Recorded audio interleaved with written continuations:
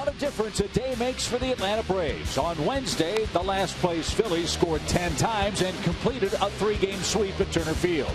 24 hours later, the Braves shut out the first place Nationals in our nation's capital. Can the Braves continue their dominance over Washington?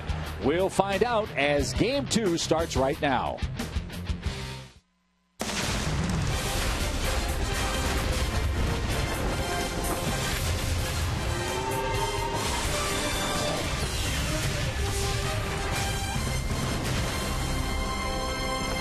Here in Washington, the Braves continue to deliver capital punishment to the Nationals. They've beaten them 6 out of 7 times so far in 2014, and they're hoping the fun continues tonight. All year long, Braves baseball is brought to you by Academy Sports and Outdoors. The right stuff, the low price, every day. It's Game 2 of our 4-game series here at Nationals Park. The Braves have pulled to within a half game of the Eastern Division lead, and these two Eastern rivals meet again tonight. Hi again, friends. With Paul Bird, I'm Chip Carey. Welcome back to Nationals Park. Great start to the series and road trip for the Braves last night, Paul. They won 3-0. Great work by Gavin Floyd and the Braves bullpen. We hope to see more great pitching tonight from Mike Minor. He faces off with Nationals ace Steven Strasburg. Yes, and Minor's struggled a little bit lately, but after last night, the injury to Floyd, he has a great opportunity to pick his teammate up, give everybody a good feeling with a good performance on the mound. Strasburg has been phenomenal at home. At Turner Field, he's struggled, but has great numbers here at home. The Braves have to figure out a way to crack the code and hit him in his own park. Two young hurlers out of the same draft in 2009 get after it tonight in Game 2 of the series. It's an absolutely perfect night for baseball in our nation's capital, and the Braves hope to continue their winning ways. If they win, they'll take over first in the East tonight. It's always a great rivalry. The Braves and Nationals. Hostilities continue when we come back to Washington right after this.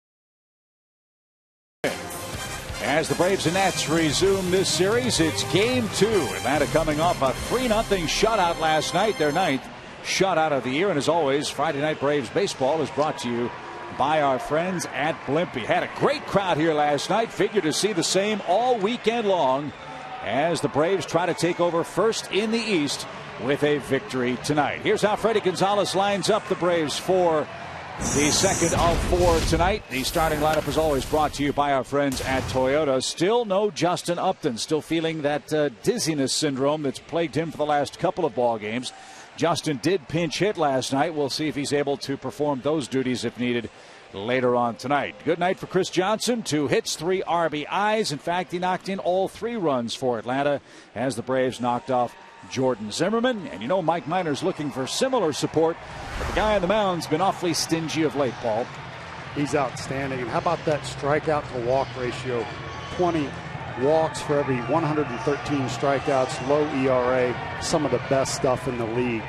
The 4 keys for the game for him tonight to do well: he has to overcome adversity. When anything goes wrong, errors behind him, and he's had a tendency to fall apart a little bit, and he can enjoy that home cooking. He does so well in this stadium. We'll see if that continues tonight and if the Braves can crack the code. One of the biggest items of adversity for Strasburg has been poor Nationals defense. They have allowed 10 unearned runs to score against him this year. The Nationals 52 errors as a club. They've been drastically improved this month. Just 6 errors for 2 unearned runs. And we saw Ryan Zimmerman play left field last night. First time the Braves have seen him out there. What were your impressions of his work in left? He was a little shaky, and everybody loves him here. He can hit the ball, so you got to find a place for this guy to play. He struggled with his throws at third base. In left field, he got some bad reads. Now, he hasn't been out there very long, so he can improve. A little better throws, but he just had trouble getting jumps off the bat. So we're underway in Washington. Steven Strasburg. This is with a 95-mile-an-hour fastball. And Tommy La Stella digs in for the Braves. First time he's ever seen Steven Strasburg. Tommy had a hit last night and 5 trips to the plate. And this one's popped up a mile high left side. Rendon gives chase on the warning track. And he does not give up on the ball. He makes the play. And there's the first out of the game. Excellent play right there. Sticking with it. Tracking it. Picks up the wall and then refines the ball again. Not always easy to do. Shuffles down the line and makes the catch. Chip, we needed a fan there to reach over and do something. Yeah, that's just not fair. But yeah, fine play by Rendon, who at this stage in his career, even Ryan Zimmerman has said, better option defensively for the Nationals at third base. Here's BJ. He was 0 for 5 last night. He's hitting 208. Strasburg has a fastball in the 93 to 97 range. After having Tommy John, he used to throw 100 miles an hour. Now he's toned that back a little bit, but doesn't throw the 2-seamer anymore. So you're going to see a lot of 4-seamers for him. As you see right there, and I expect the Braves to try and jump on him early because he has one of the best curveballs in the game. 80 to 82, the big knee buckler. And he's got a changeup that is really coming to his own. It's his best out pitch, and he's been throwing that at any time. When you look at Strasburg's season numbers, and we showed them when he took the mound, what really jumped out at me, Paul, 94 innings, just 20 walks. That is a drastic improvement for a guy who's as powerful a pitcher as he. I agree. Usually you see those numbers out of a control guy that throws 86, 87 miles an hour, not a power pitcher. Misfires high for a full count to Braves center fielder B.J. Upton. Freddie Freeman's next. We're in the first.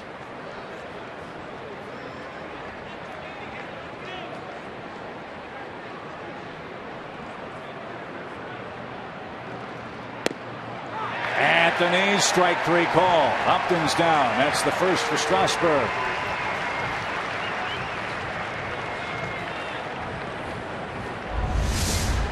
A well-executed 4-seam fastball down at the knees. Could have gone either way. Box track says it's a strike. More importantly, home plate umpire Todd Tichenor said it was a strike.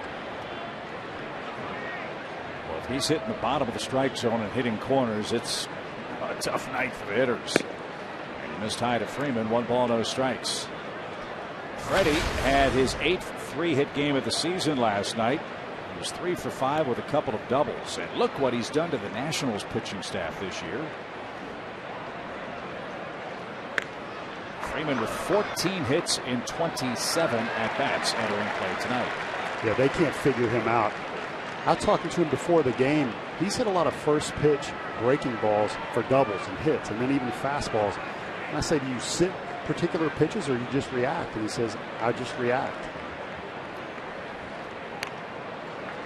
And Freddie's good work is the subject of our Georgia lottery hitting the jackpot. When he hits, the Braves offense clicks. When he doesn't, it struggles. He's trending in the right direction for the Braves right now. 7 hits in his last 19 at bats overall.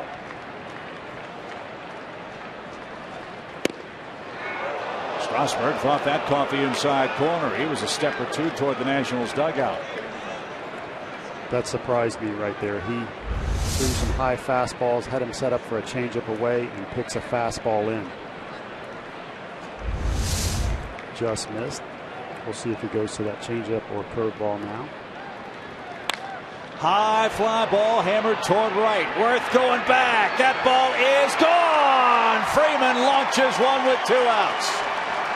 Wow, that's that changeup. Caught a little bit too much of the plate. Came in at 91 miles an hour, which is a little hard for Strasburg. And Freeman jumped all over it. As you talked about earlier, they can't figure this guy out.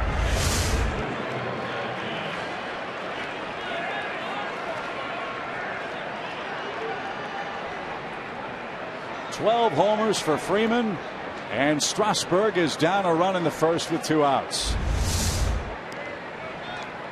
Strasburg just cruising along right there. It wasn't a terrible pitch, but changeup had good sinking action to it. Freddie can just flat out barrel a baseball. So can the man in the batter's box, Evan Gattis, with an 18-game hitting streak working for the Braves. And his average just shy of 300.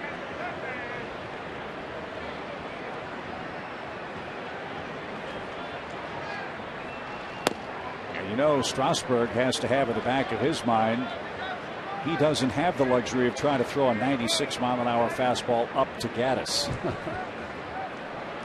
Gattis has turned on fastballs in.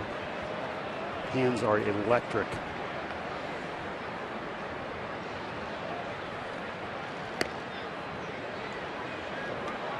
Lifetime Gattis 1 for 4 against Strasburg. That hit a home run, and it was a memorable one.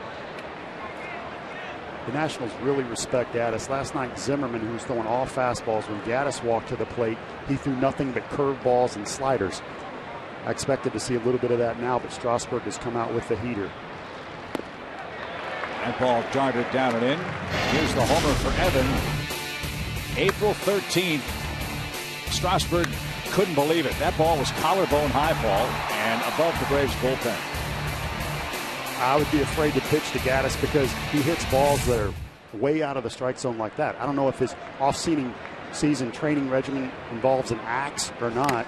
But he can flat out get to some baseballs that you're just not supposed to be able to get to. There's high up in the zone that's a hitter's pitch, which is belt high, and then there's high, which is chest high, which is bad. You can't chase that. You have no chance. And he does, and deposits them in the left field seats 20 rows back.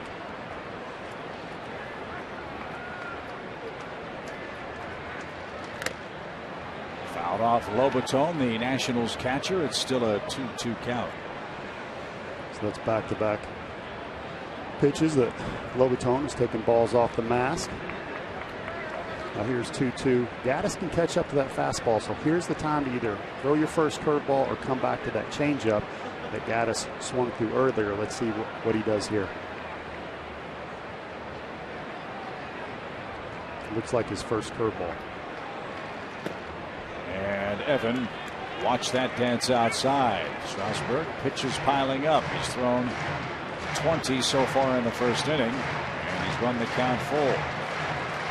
And even though Even though that curveball missed, you can see how devastating that is with the 12-6 hammer action going straight down.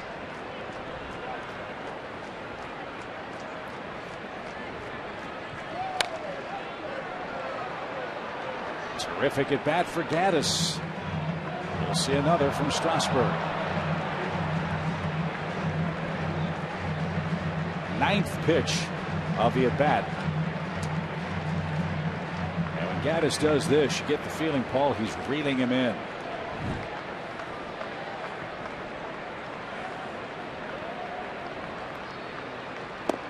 There's the curveball. Beautiful pitch. Gaddis was frozen, but Atlanta strikes with 2 outs. Freddie Freeman hits his 12th homer. A long drive into the seats above the scoreboard in right field. After a half inning, Atlanta's in front of Washington again. It's 1-0 here in the first.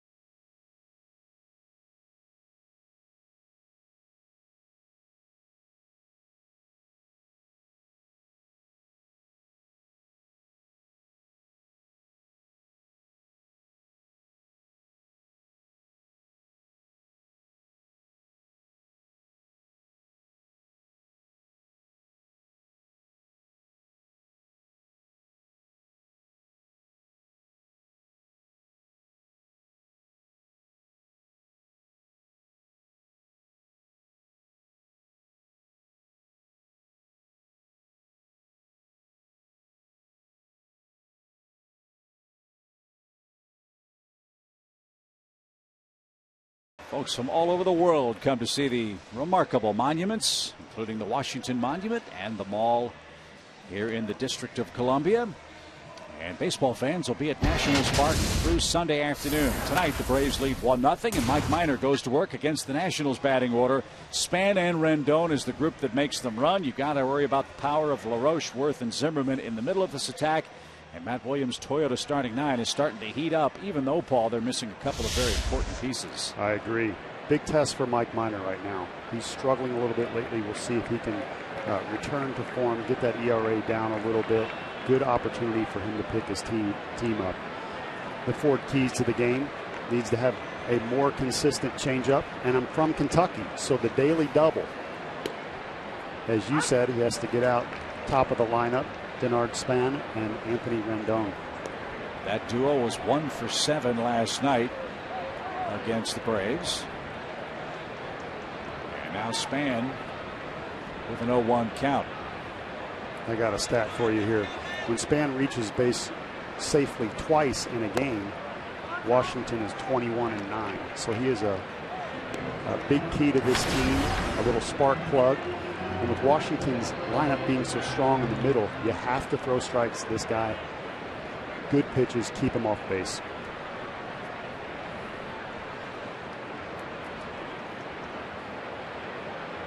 One ball, 1 strike. Span, the Nats center fielder, takes one over the corner.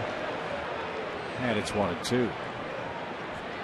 And to your point about how effective Span and Rendon have been, the Nationals enter play tonight having scored 289 runs. Span has scored 44. Rendon has scored 44. The rest of their team has scored 201. There you go. 1 ball, 2 strikes. And Span chased one in the right-hand batter's box. Minor gets him to swing and miss. And a good start for Mike. 1 out. Excellent slider on the outside part of the plate. Little cutter slider. He throws both. Looks like it's going to be a strike and dives off the outside part of the plate.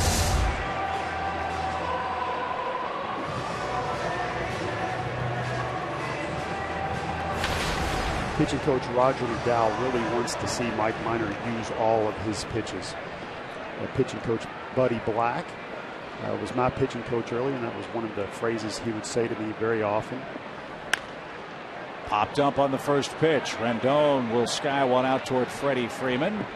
And he'll make the play on the infield grass. And Span and Rendon, the daily double. Quickly 2 out. You think he's listening to our game plan up here? Did a good job. I'd listen to your game plan if I were Mike. I don't know about mine. And so far, so good. Here's Worth. Jason's fighting it a bit. He doubled last night. His lone hit in 4 trips to the plate. But he also struck out swinging 3 times and has 3 hits in his last 25 at bats.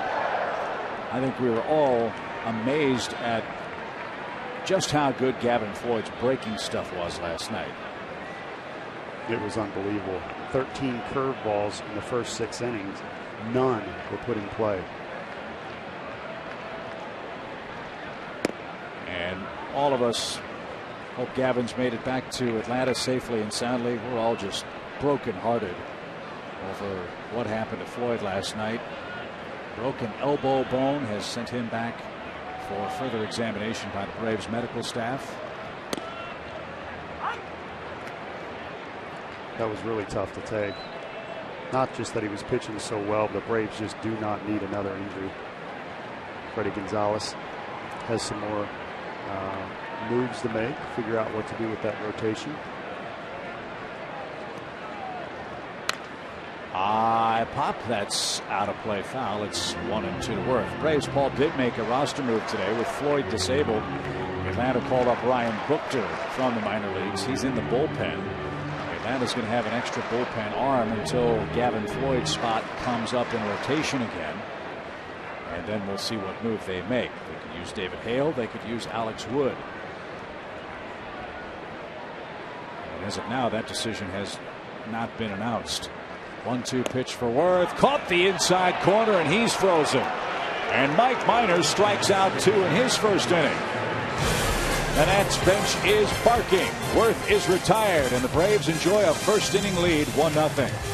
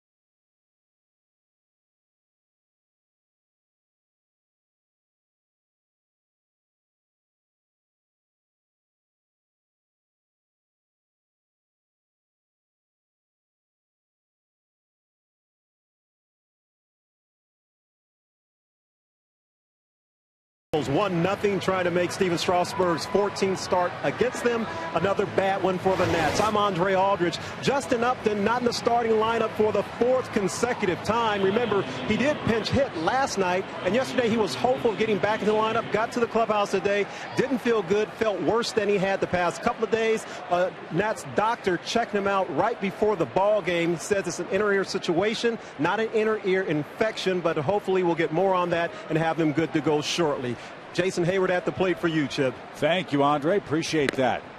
That's a little odd, is it not? That an inner ear situation or syndrome, but not an infection. That is unusual. Justin. 1 ball, no strikes for Hayward as Strasburg missed tomahawk high and inside. 2-0. Obviously, hitting balance is so important in hitting that it may not seem like a big deal, but that would be huge walking up to the plate and just being a little dizzy. If you're not 100% in control of your wits, I don't think anybody wants to step in against this guy. Steven Strasburg. Some of the best stuff in the league, as we talked about.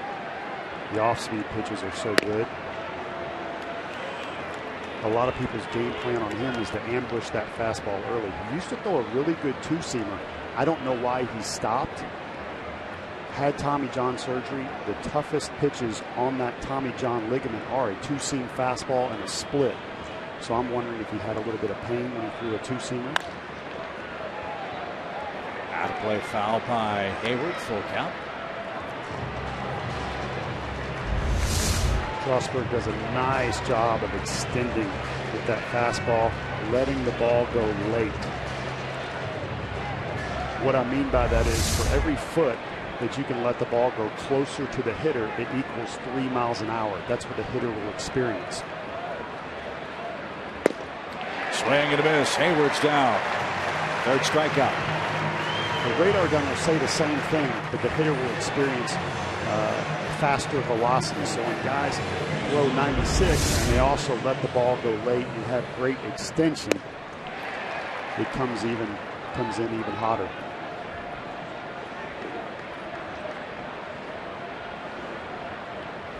Maybe the most comparable pitcher to Strasburg on the Braves roster would be Jordan Walden.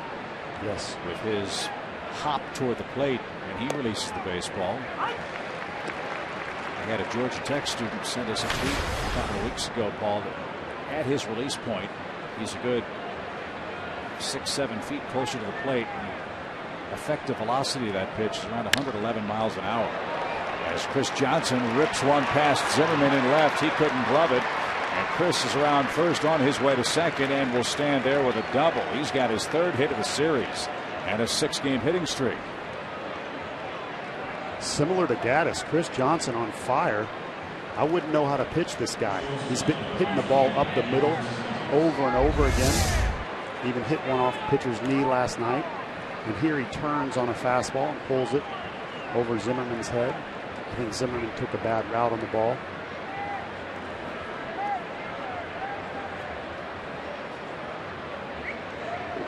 He gave up on him a little bit right there. Runner at second, 1 out for Simmons. The Braves lead on a Freeman 1st inning homer. And Andrelton couldn't check his swing. Strike 1. This would be a great time for the Braves shortstop to pick up his first ever hit against Steven Strasburg. He's 0 for 11. I agree. With the man on second and first base open, he starts him off with that big curveball, which he's already shown you he can throw at 3-2 as he got Gaddis in a big strikeout. Thought a real good sign for Simmons last night, Paul, was his 7th inning single. It was to right field, which you don't see very much out of Andrelton at times because he has those 5 home runs. He can at times try to pull the ball, I think overswing a little bit. Part of him growing as a young player will be to know himself and cut down on his swing and hit the ball to off field. And you see a fastball in right there by Strasburg, which he wanted it. He has him set up for that big curveball again right here. We'll see if he goes to it.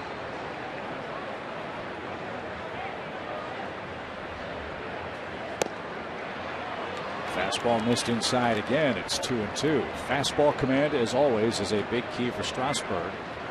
His last 2 starts, Paul, he's thrown 88 and 95 pitches. That covered 6 innings and 6 2/3 innings. He's thrown 34 pitches and he's got 1 out in the second tonight. Simmons was all over that heater. I'm surprised he hasn't gone to his curveball yet. Got away with one right there. That was a mistake. I think Simmons wish he would have had that back. And you're looking at the best defensive shortstop in the world. So he doesn't have to hit 350, but you'd like for him to hit 270, 280, be able to drive in some runs and kind of mature as a hitter. Line drive down the right field line and foul. Good idea. And that would have been a thing of beauty for the Braves. Instead, it's a foul ball and still a 2-2 count. Catcher Lobaton going out to the mound. We'll talk with Strasburg. Wants to talk something over. And that's a situation where, you know, the pitcher may be shaking him off, maybe a little frustrated. May want to make a statement with his fastball early where Lobaton's saying, hey, stick to the game plan. First base is open. Execute your breaking ball. We're okay. Pitcher's coming up next. You throw too many fastballs, even if you throw 95, 96 miles an hour, it starts to become easy to time. 2 balls, 2 strikes. Bouncing ball, left side. Rendon knocks it down, kept it on the infield. That saved a base for Washington and maybe a run too. Zimmerman was charging in left field. Don't know if Johnson would have been able to score if it had gotten by, but as it stands now, it's an infield hit. I agree with you, Chip. He did a nice job of just knocking that ball down, potentially saving a run. You don't 100% know how Zimmerman's going to play the ball in left field. With his throwing mechanics and poor throws in the past, you wonder how strong he would be on a throw to home. You'd probably send him.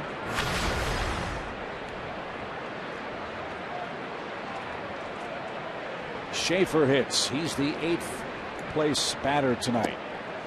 And Strasburg painted a corner. Strike 1.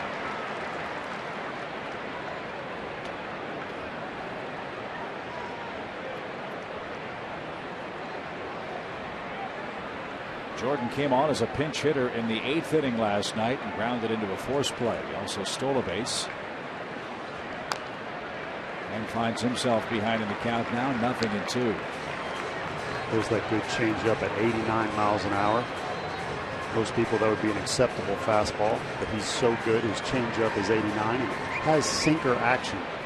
So instead of him throwing a sinker at 95, he's chosen to go with a nice changeup, 4 or 5 miles an hour off his fastball, which has sinking action.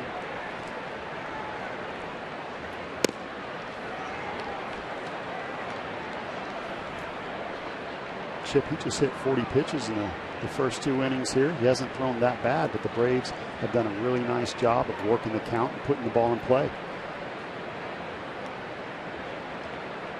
Couple of deep counts for Strasburg so far, and 1 run allowed. That the Freeman homer in the first. And Lobaton, a nice stop. That ball bounced. 2-2.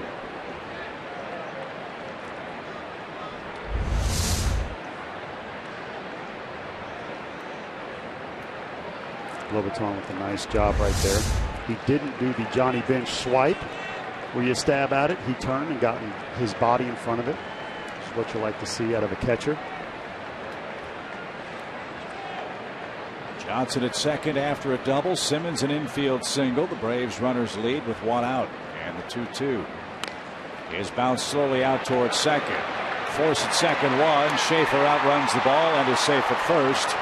Atlanta has runners at the corners, and Mike Minor will have a chance to hit. At the very least, ball, the Braves clear the pitcher. I agree with you. We talk about the little things right here. Jordan Schaefer running down the line full speed. He can fly. He could be frustrated right here. He knows his job is to stay out of that double play so the pitcher can come up and hit. If he is thrown out there, then as you say, we lead off the next inning with Mike Minor. And Rendon keeping the ball on the infield, kept Chris Johnson at second base and saved a run. Let's see if Mike can cash in something here with 2 outs. Mike Minor with that 167 batting average. It's kind of like Dumb and Dumber. So you're saying there's a chance. Why'd you look at me when you said dumb and dumb? I don't know what that's supposed to mean. Yes, there is a chance. I just knew you would have seen that movie and it was in your collection at the forefront. I've got the haircut down. All right, Lloyd. A run on 3 Braves hits. 2 of those hits here in the 2nd inning. Schaefer has a huge lead. And Minor skies one foul back toward us. And out of play. That's a good swing right there.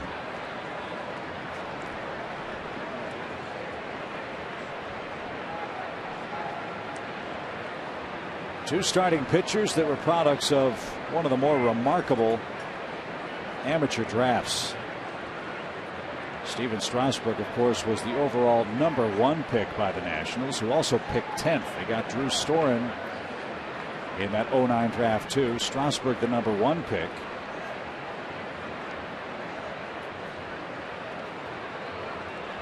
And the gem of that draft was Mike Trout. He was a compensation pick by the Angels after the Yankees signed Mark Teixeira. Mike Trout, who grew up in New Jersey, how would he look in pinstripes? See what he plays on the other coast. Schaefer's running. The pitch is a strike. No throw. And Schaefer still perfect in stolen bases. He's now 9 for 9. And Minor behind now 0-2. Strasburg has been better at holding runners this year. Schaefer's just too fast. Now with the pitcher up right there, he cannot get thrown out. I don't know if they would throw down, but if they did choose to, and he was thrown out and we had to lead off with Minor the next inning, just a crucial mistake. So if you're going to steal in that situation, you have to have that base stolen, which he did. Schaefer's steal last night was the first steal against that the Nationals had given up since June 1st. That just missed. The umpires in the crowd are not happy with Todd Tichenor's strike zone, but Strasburg's really not that close. No, he's not. And you're throwing 96, 97 miles an hour, and the pitcher comes up, and you've already thrown 40 pitches. You either want to get a first pitch ground out, pop out, or you want to strike him out in 3 pitches. You don't want to pick and waste any time or more pitches at all. Minor drives one toward right. Worth on the run. Near the line. Got there. Minor very nearly hit one into the right field corner. Strasburg is laboring a touch. He's through 2 innings but trails Atlanta 1-0.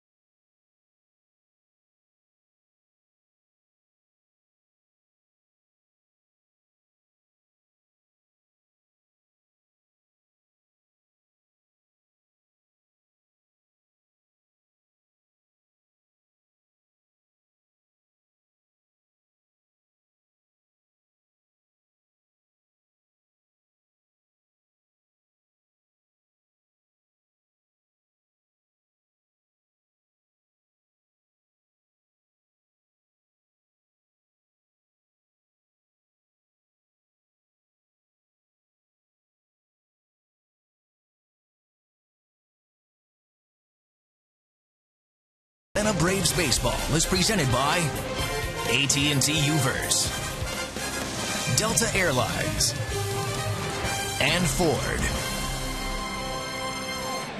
Fun game tonight so far in Washington. Freddie Freeman has homered. Steven Strasburg's pushing toward 50 pitches. after 2 innings of work, and Mike Minor has retired the Nationals in order 1, 2, and 3. Here's our Home Depot tools from the dugout, Paul. Something the Braves talked about in Atlanta. Sometimes they rise or fall according to the perceived level of their competition. Not a good series last time out against the Phillies, but what a turnaround here last night. You're right. What a difference a day makes. And that's one of the reasons you love watching the Braves. It's also one of the reasons why they can be frustrating at times. They can beat anybody. They can also lose anybody. They have power, so they're never out of a game, but they're streaky, so they don't always hit. And it's just a matter of putting it all together over the next couple months and making that good push. Mike Minor with that almost base hit down the right field line. He did a great job of coming off the field and taking his time, getting something to drink, and just walking out to the mound slowly. He'll face Adam LaRoche, the Nationals' first baseman, who was asked after the game to explain why Washington has struggled so mightily against the Braves and the St. Louis Cardinals, for that matter. And LaRoche just said, I don't know. They play us hard. We're just snake bit against them, I guess. Was the best explanation Adam had. And so, from a player's perspective, you look at what Atlanta's done to Washington the last 2 years. Are the Braves in their collective psyche?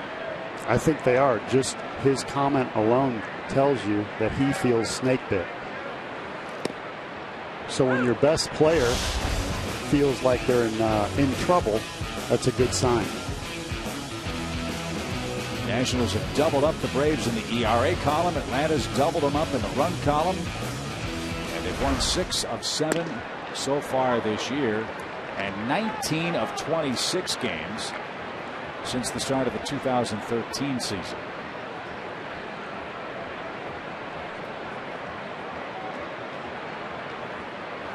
Two balls, 2 strikes. And now Mike's run it full to LaRoche. Left-handed hitting first baseman first, then Zimmerman, then Desmond. LaRoche has done a nice job of laying off that lefty cutter on the outside part of the plate.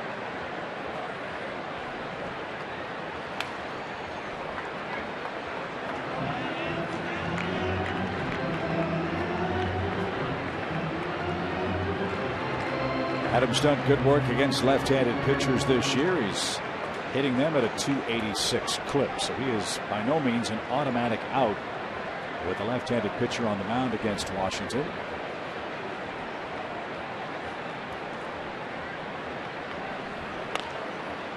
And he's fought off a couple of good pitches here to keep the bat alive.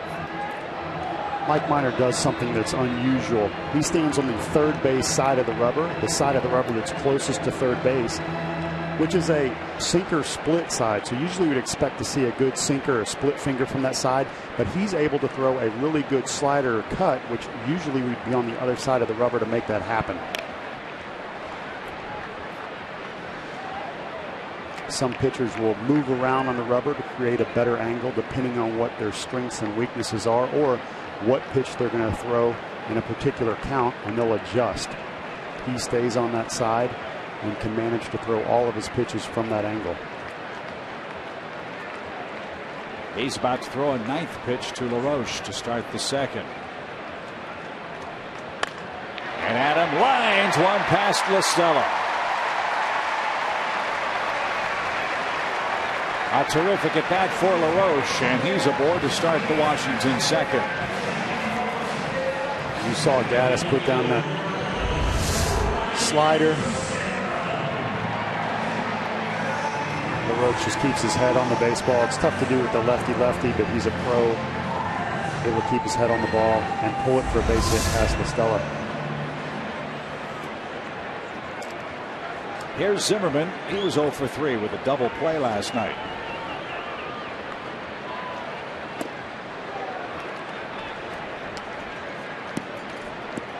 Excellent off-speed away. Chip, I believe the most important pitch of the first inning was the strikeout pitch to Jason Worth, because he froze him on a fastball in.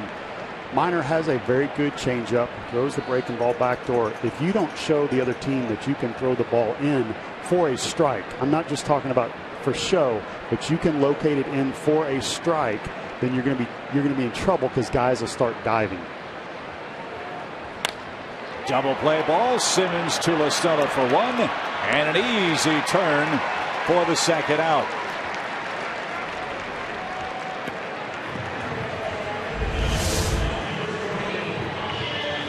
Mike Minor going away again with that slider. Nice turn right there. Again, it feels really good when that first guy gets on base and you have nobody out and you think about how am I going to strand him, and the next thing you know they're erased and you got two down. Simmons likes it. He's all smiles. Ian Desmond's the National shortstop. 13 homers and 44 knocked in. There's that inside corner strike you were talking about. And when you do that, everybody in the dugout sees that, and you have to respect both sides of the plate.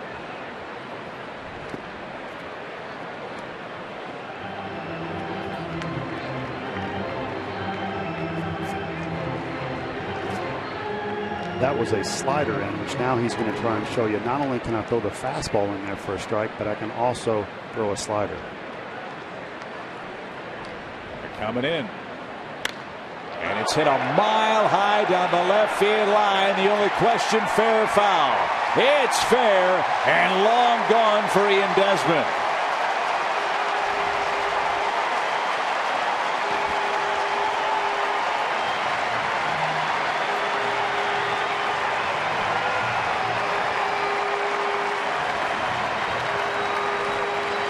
His 14th homer, and the Nationals have tied the score.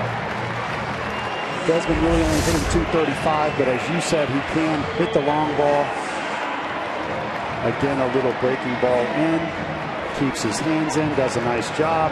Minor, that was his third pitch in, may have gone to the well one too many times.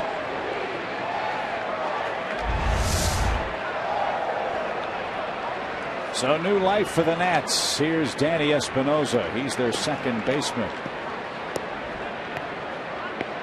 Espinosa, a switch hitter, bats .276 from the right side, .228 overall. Nice to have gotten that double play ball before the home run.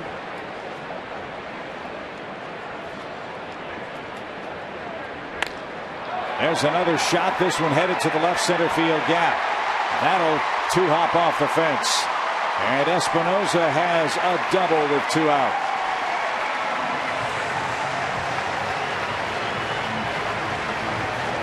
You don't want to awaken a sleeping dog. Washington last night had a grand total of 3 hits in 9 innings. They've got 3 hits in the second inning tonight.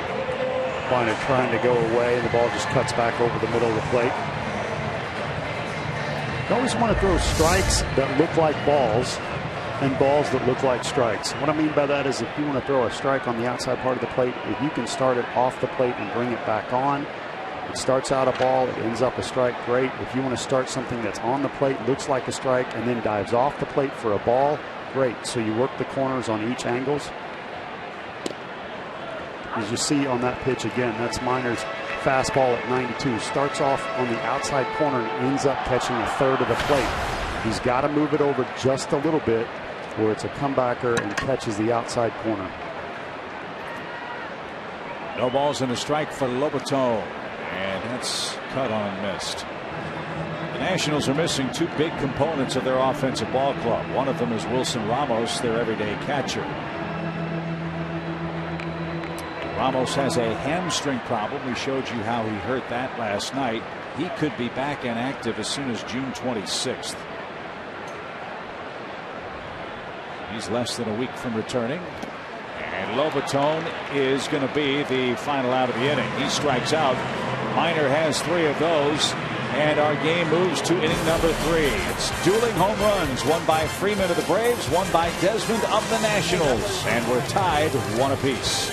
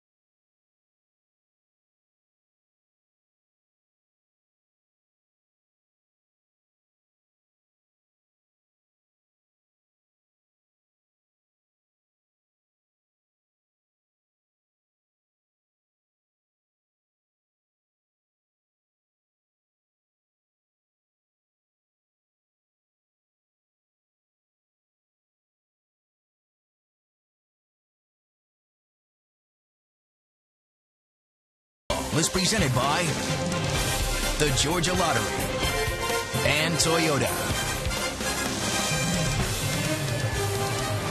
Big crowd tonight at Nationals Park, where we are tied 1 apiece. Tonight's your last chance to take advantage of the Braves' steal of the season sale. Buy tickets for any remaining Braves home games tonight and save up to 50% when you buy at braves.com/steal. Don't miss out on this great deal.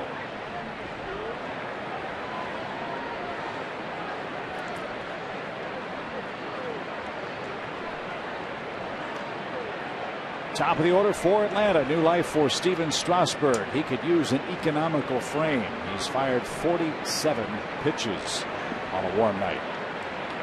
22 in the first inning, 25 pitches in the second.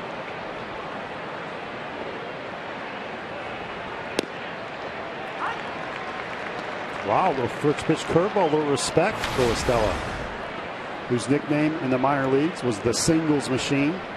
So Strasburg versus the Singles Machine here. And if you think it's too early to give him a nickname, which I kind of do, yeah, he's already 4th in rookies and hits in the National League in just 20 games. Pretty impressive. What a first month for Tommy La Stella. Bounces that ball off his foot foul. Got to him a ball and 2 strikes. Remember when that good curveball, he goes down and gets it. Most of the time Tommy's batted down in the batting order, 6th, 7th, occasionally 5th. But Freddie's trying him in the top spot because of his high on base percentage. Hit the ball well on the road and at home.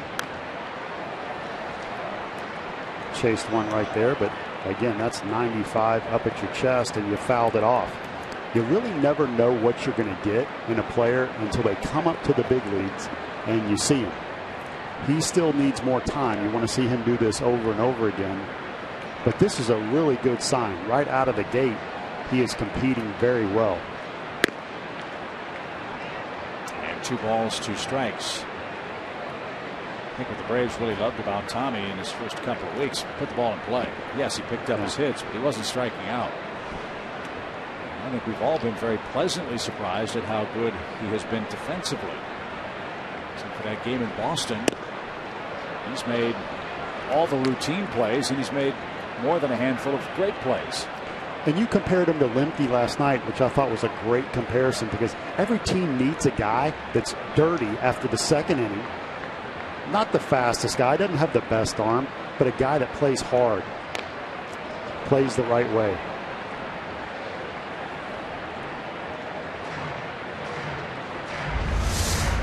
The second curveball, it'll swing that. Foul off his shin. 3rd full count for Strasburg tonight.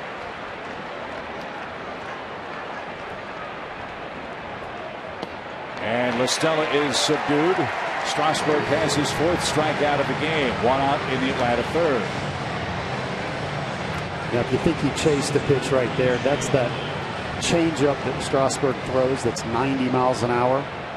Not a whole lot off his fastball that kind of falls off the table. Almost looks like a split. You can see the changeup grip right there, throwing it with the 2 middle fingers. And when you have to be ready for 96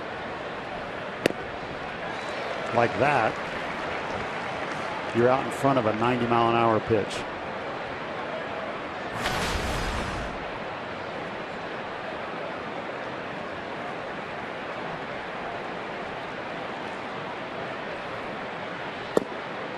Last 5 times B.J. Upton has struck out, they have all been looking. Pitches that have been too close to take. Let's see if he can put one in play here in the 3rd inning after taking a 3rd strike in the 1st inning.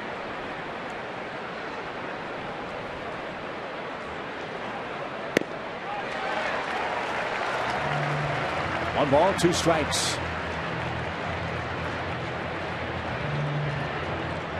Strasburg threw a 1-0 changeup. Excuse me, showing you that he'll throw it to righties, to lefties. It's kind of taken over as his secondary pitch. even though he has a devastating curveball. And there he goes to it again. 89, 90 miles an hour. So 5 or 6 miles an hour off his fastball. Looks just like his fastball. As you can see, it's down in the zone. He's throwing the fastball up, so he stays down in the zone like that. He has thrown it to try and get double plays because it has such good sinking action, and he's found that a lot of guys will swing and miss. Upton didn't get the 95 mile an hour gas. 5 strikeouts, 2 out in the 3rd inning. And that really is the ultimate paradox of a power pitcher.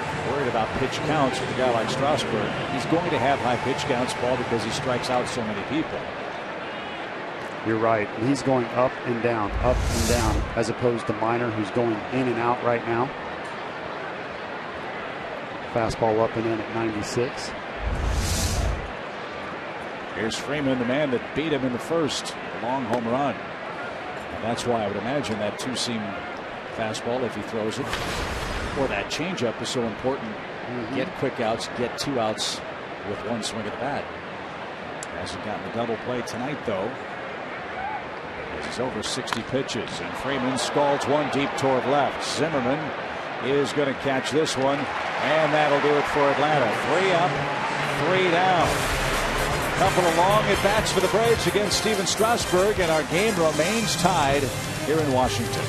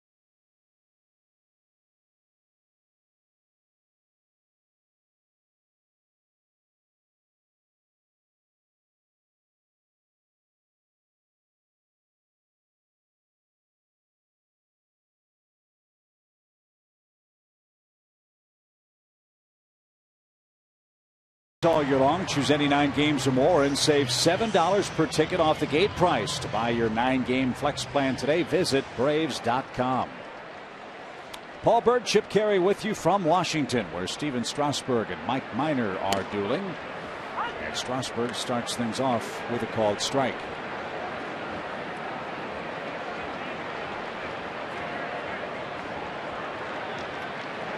Steven just 2 for 26 as a hitter.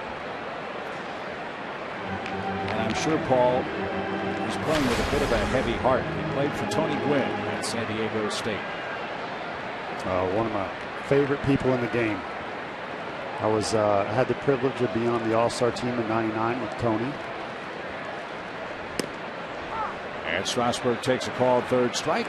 Good start for Mike. 1 away in the 3rd inning.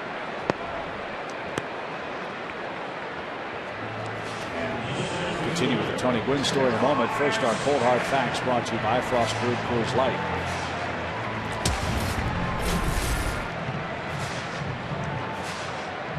Why did the Braves win the East? Why are they knocking on the door this year? Well, they've dominated Washington since opening day 2013. The best intra-divisional record against an opponent in baseball. That is a fact. Span shows bunt and didn't get it. A strike. Everybody in baseball who ever met Tony Gwynn was really heartbroken. They really were. He was as good a hitter as he was on the field. He was even better off the field in the way he treated people, the way he loved baseball. Great competitor. Pitched against them many times. And yes, the 5.5 hole, he called it, in between third base and shortstop. He hit so many of his hits. He was a master at working the ball the other way. And I didn't know this. He swung a 33-inch bat, 30.5 ounces. And when you're swinging a professional bat, you only want to go down a drop 2, which is 2 ounces. So if the bat's 33 inches, you only want to go down to a 31. And the reason is they say that the wood isn't any good. The ball won't jump off the bat. So here he used basically a toothpick, which is now, you know, it makes sense now why I couldn't get a fastball in on this guy. Right? And an 87 isn't going to really get in there. But the point is, he could hit anybody. He could pull the ball. He could hit it up the middle. He could hit it the other way. And was even drafted by the Clippers in the NBA. What an athlete. Fly ball, that's hammered deep right. Hayward on the run, that's over his head and off the scoreboard. Span's chugging into second, and he'll stand there with one out. That ball jumped. Desmond Espinosa and Span with extra base hits tonight for the Nationals. And he represents the go-ahead run.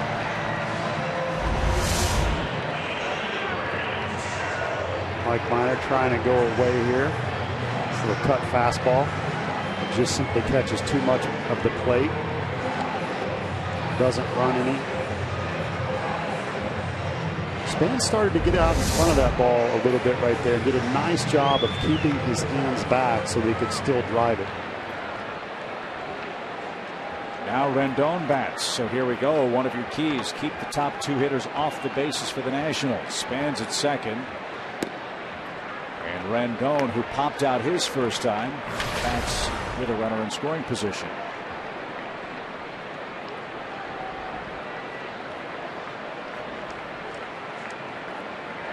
Rendon's out of Houston, and Rice.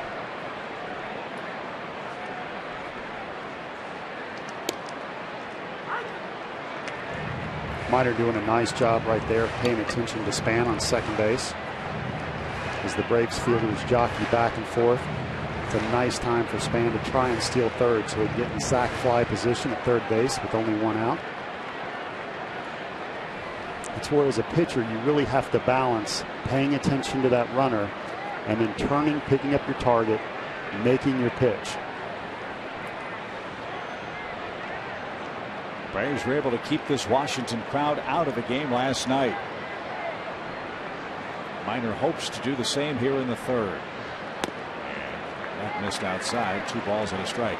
And that's what I'm talking about. He checked Span, then he had a quicker delivery to home. Didn't really give a lot of time for that target to sink in.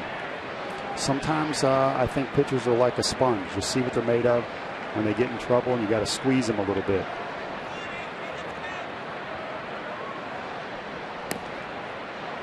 A high strike. Mike happy to get it. 2 balls, 2 strikes.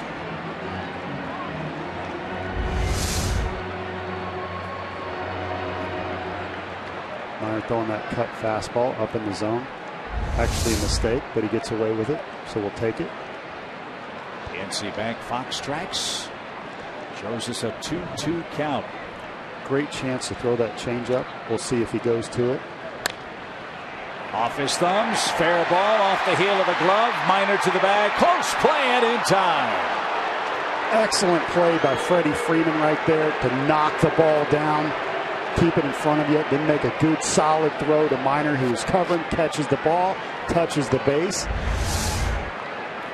Fantastic play.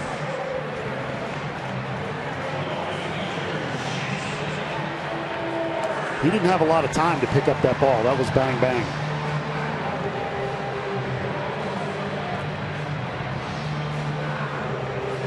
No argument from Rendon. And now Gaddis and Minor to the mound together to discuss strategy here with Worth up there. Minor barely hit that base. We talked about before the game, one of his keys is to throw all of his pitches. I haven't seen him do that right now. I haven't seen that changeup away. I'd like to see more of that. That is one of his best off-speed pitches or out pitches at times. And I just haven't seen it a lot. Desmond hit one for a homer, the only run for Washington so far, and now Worth looks low. He struck out on one of those inside corner fastballs. He complained about the call, but the strikeout ended the first inning. And there was a leadoff changeup to Worth there that just missed the outside corner.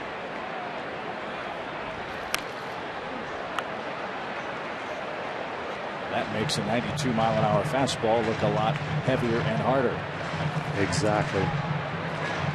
So you want to get guys out, in and out, up and down by addition of some traction. So you take a little off, you put a little on, step on the gas, hit the brake, inside, outside, use all of your pitches.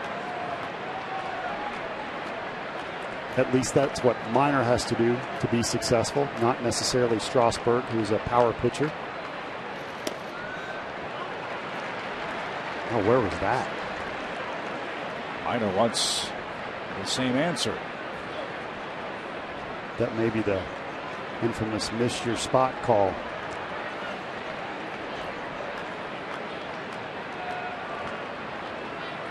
With a minimum of 20 at-bats, Worth has been the best Nationals clutch hitter with 2 outs and runners in scoring position. Supposed to be on the outside part of the plate, but we talked about he's having trouble with that ball coming back over the heart of the plate. Missed his spot, so sometimes the umpire won't give you the call if you miss your spot by that big a distance. Another 92-mile-an-hour heater has him back even. 2 balls, 2 strikes. You can see the frustration Mike Minor before that pitch when Worth continued to step out and take his time. A little bit of cat and mouse play going on. Gaddis with a nice stop. And Span is getting about a 20-foot lead off the third base bag as Minor makes his pitch. We talk a lot about Evan Gaddis and his bat speed and how great a hitter he is. He's done an excellent job this year blocking balls in the dirt. He's got that big frame. That doesn't always mean you're a great blocking catcher. He moves laterally well. He cares. He makes a point of getting that chest in front of the ball. Full count pitch for Worth. Tried the inside corner again and no swing. Worth is aboard. Base open. And now a lefty-lefty matchup with LaRoche, who singled after a 9-pitch at bat in the second. Another fastball in, which is the pitch that he got Worth out on a called strike in the first inning. This time just barely misses inside. Nice call by Todd Tishner. But I got to be honest, as a former pitcher, I would have wanted it.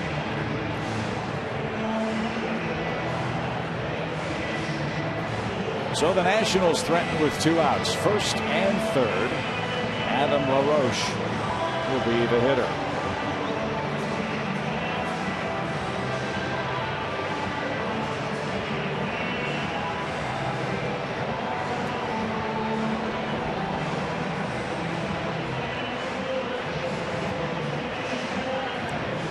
Making sure they know exactly what they want to do with Adam LaRoche. Getting a base hit on a slider away in that first inning past La Stella.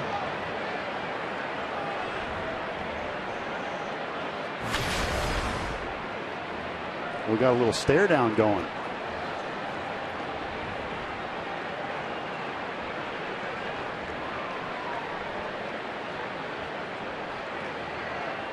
Two on, 2 out.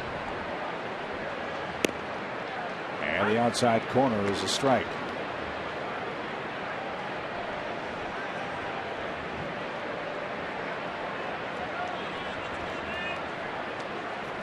Nice career numbers right there off Minor. Lefty. Bit of a down year for LaRoche last season. After a 33-homer, 100 RBI year in 2012, Adam hit 20 homers and drove in 62. He really struggled in the heat of the summer to keep weight on. His strength was really sapped last year. He's off to a good start here in 2014 as this one's headed for the crowd down the left field line. count again, 1-2 strikes. Fielding Braves fan makes the play on LaRoche's fly ball foul. 1-2 strikes. With the old school hat. I like the old school hat. There you go. Brings back some memories of watching the Braves for me. 70s and 80s. Back in the Bob Horner days when he had the blonde mullet. Had some nice blonde hair. I wanted to look like that guy. Couldn't hit home runs though. He chose the right spot. Pitch to LaRoche. Strike 3 call outside corner. Minor shaved the outer edge twice to LaRoche, who still can't believe he was rung up. Minor's got 5 strikeouts. Strasburg has 5 strikeouts, and after 3 innings, a pair of homers has this game tied at 1 apiece.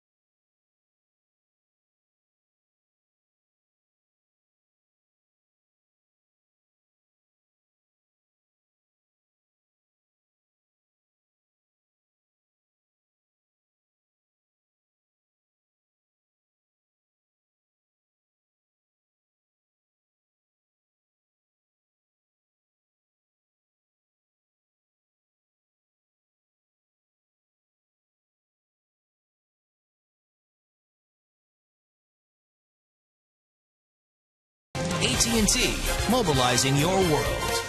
And 5-Hour Energy.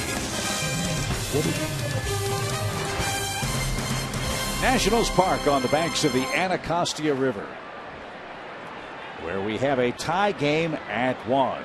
Time for our Academy Sports and Outdoors leaderboard tonight. Evan Gattis will try to extend his hitting streak to 19 consecutive games against Steven Strasburg tonight. And how about the white bear? I smile every time this guy gets in the box. He's old school, no batting gloves. Got a great beard. He bends down a little bit like Rod Carew, but he's a power hitter.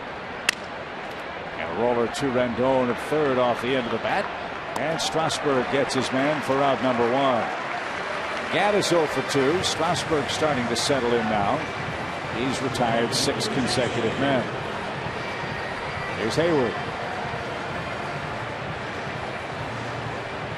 Jason struck out to start the second. He too swinging it effectively. 5 hits in his last 10 at bats. I think Jason Hayward is a huge key to this team. Last year when they started to take off, he was in that leadoff spot, started to really hit. Doesn't mean he has to be in the leadoff spot this year, but they need a consistent Jason Hayward to back up Gattis and Freeman. Even when Upton gets put back in there, they just need a little more consistency out of him, and I think you'll see that offense take off. Well, Bertone thought that was a strike. It was called a ball. Strasburg a bit exasperated. 1-1 to count. And I would agree. Fastball up and in. Little comebacker. That's not a sinker. That's his four-seam fastball that he extends and gets that good extension on that gives you some late run. There's the changeup. And you can call it whatever you want. It is a changeup, but it's so good. It looks like a split finger at 90 miles an hour. Comes in and falls off the table.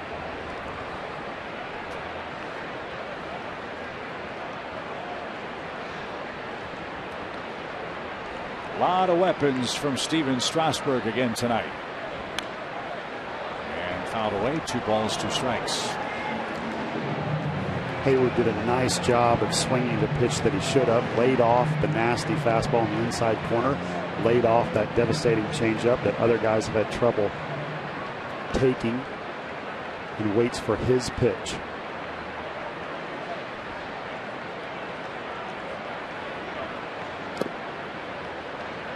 Another full count. Strasburg going back in with that fastball again. He's shown you he'll throw that changeup at any time.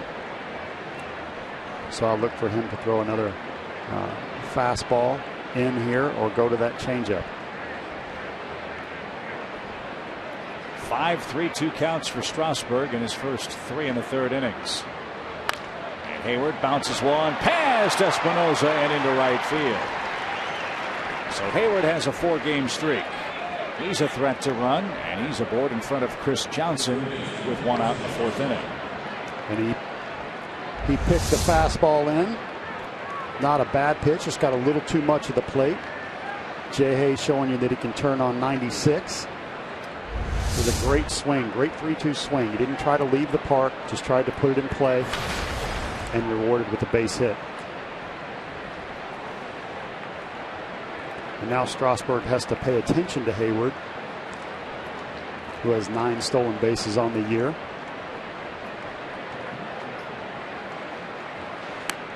And he draws a throw from Strasburg. We talk an awful lot about left-hand hitters.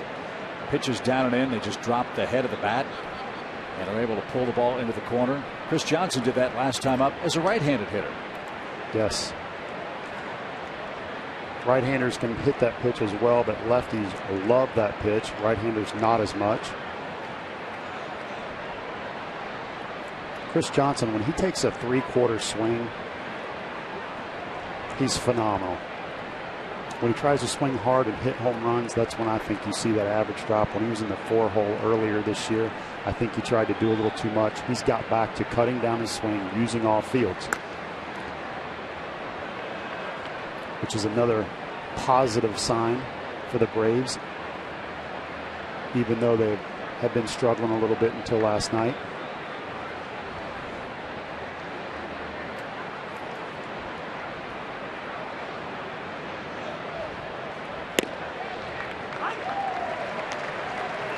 As we talked about, Strasburg really paying attention to Hayward over there at first.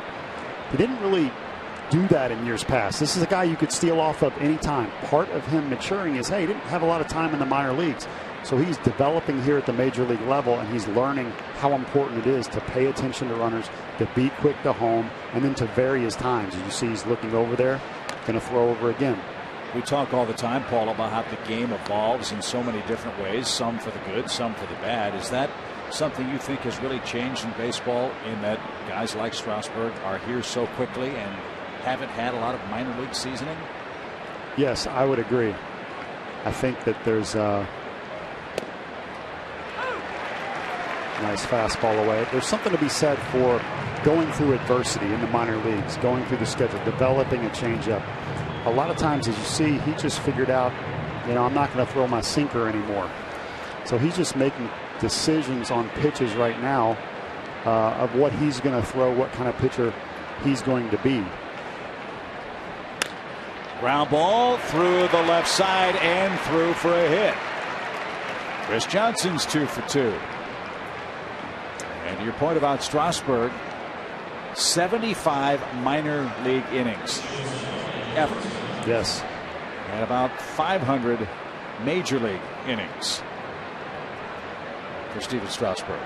Yes. Chris Johnson getting a curveball. We'll see it from the side. Quick hands. No step, right to the baseball. Strasburg has an excellent curveball, but right now Chris Johnson's pretty much hitting everything. Look at how the Nationals play Simmons. Huge hole right side of the infield. If he can spray one that way. It's out of play to the right side, strike one. So Strasburg, when he came up, he threw 100 miles an hour. Right. He was a power pitcher. He had a power sinker and a curveball. Changeup was just okay. Now he's found that his changeup has become better than his curveball. He's still got a great curveball. He's more effective in his mind, will last longer if he sits around 95 miles an hour. So he's just learning to pitch, something that he wasn't able to do in the minor leagues, decide what kind of pitcher he wants to be. And that was our conversation yesterday in the locker room. Maximum velocity versus effective velocity. He can air it out at 100, but not know where the ball's going. Doesn't serve you very well if you're doing that. If you throw 95, 96 and get strikes, you're going to be in much better shape. He's ahead of Simmons 0-2. 2 on, 1 out. I agree with you. And you don't know what it's like to throw 200 innings until you throw 200 innings. And you get a hold of that major league schedule, the grind, the day in, the day out. And all of a sudden you realize I'm not going to last very long if I throw 100 miles an hour. You can point to Nolan Ryan, but the guy's a freak. It's an exception. So you really have to tone it down. And as you say, pitch. Line drive, center field, base hit. Hayward had to hold up a moment. Span fields. He's going to throw toward third, but the ball's cut off by Desmond. And the Braves have 3 hits in a row. Andrelton Simmons, second career hit against Strasburg, drives in the go-ahead run for the Braves. It's 2-1. Simba, we talked about it earlier. This guy is his best when he tries to hit line drives. Short and quick to the ball, barrels it, base hit up the middle. And how about Seabiscuit going around third? Look at the wheels. 21 RBIs for Simmons. And the Braves still cooking with Jordan Schaefer up there. He bounced into a force play in the second. This now becomes a huge at-bat with Minor on deck. Lobaton, a nice stop.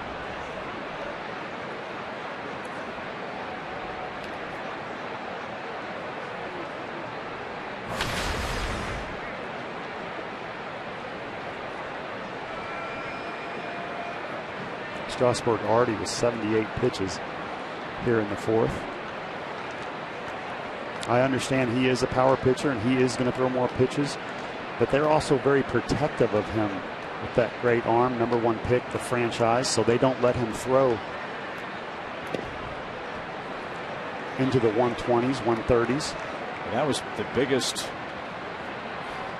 story in Major League Baseball a couple of years ago. Strasburg, a 15-6 record, made 28 starts, and right at the 159 innings mark, Mike Rizzo and the Nationals shut him down after he came back from surgery. Since winning 15 and losing 6 in 2012, the last 2 years combined, Strasburg is 15-14. Ground ball right side. LaRoche will fire to second. That's all Nationals will get. And the Braves have runners at the corners now with 2 out. And again, they clear the pitcher. As Minor will come up to the plate with Johnson at third and Schaefer at first. Schaefer again trying to pull the ball. Would have been a hit, but Adam LaRoche had him played perfectly. And again, Schaefer with the great wheels. You have no chance to turn 2.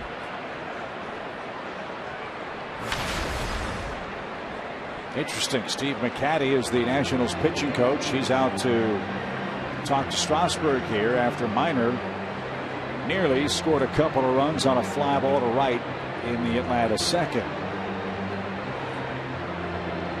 He may be just giving him a little breather here. Strasburg in the middle of a tough inning, having thrown a lot of pitches. Sometimes you just walk out there just to give him a breather. I'm interested to see if Schaefer will steal here like he did earlier with 2 outs. Again, the rule is if you're going to steal, you better be safe. Because if you're not, that means the pitcher has to lead off the next inning. So we'll see what Freddie Gonzalez has in mind here. The meeting a brief one. Strasburg, deep breath, back to work with Mike Minor. A run on 3 hits for the Braves in the fourth. They lead now 2-1.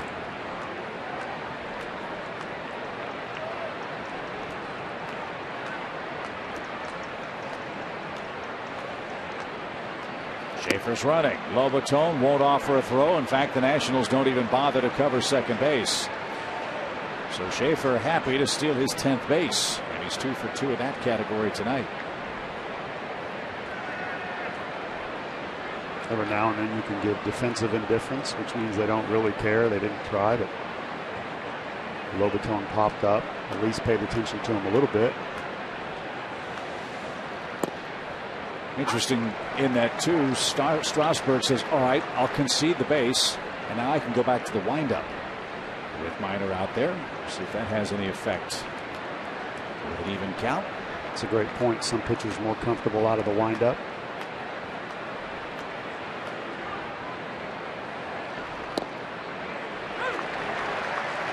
Pretty pitch.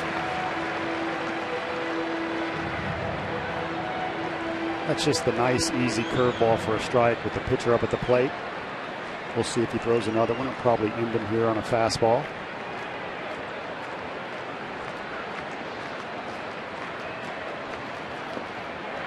And Minor didn't get that pitch downstairs, and he is struck out. But the Braves kept the line moving, as Freddie Gonzalez likes to say. Not one, not two, but 3 straight hits. Jason Hayward with a 1-out single. Chris Johnson followed with a base hit, his second of the night. And a big blow, Andrelton Simmons, an RBI hit that brought home Hayward, and it put the Braves in front 2-1.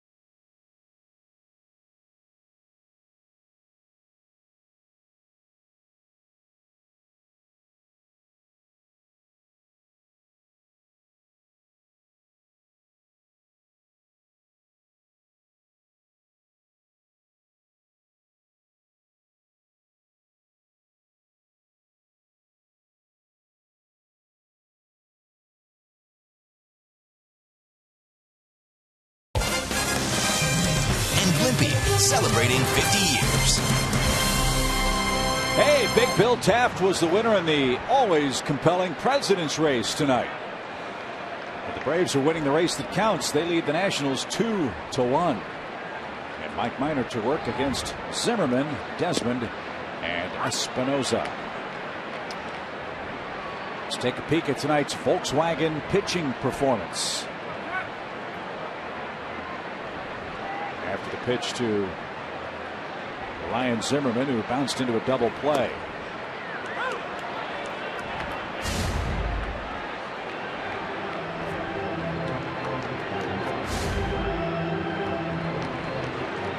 That's how you put up big victory totals against an opponent. They've always pitched well against Washington. It's nice to see them come in and so far do that again.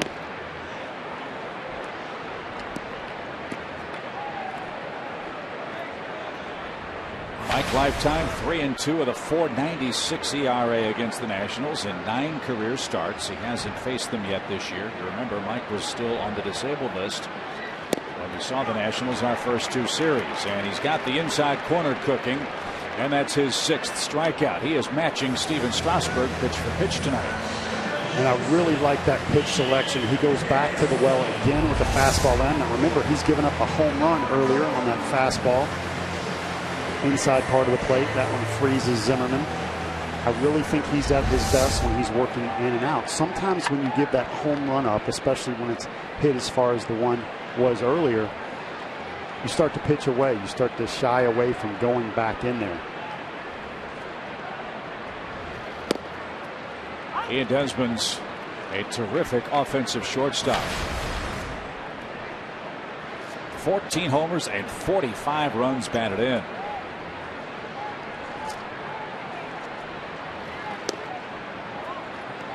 Desmond was a third-round pick in 2004. And is the last player in the organization with Expos DNA. That is, he was drafted when this Nationals franchise was still in Montreal.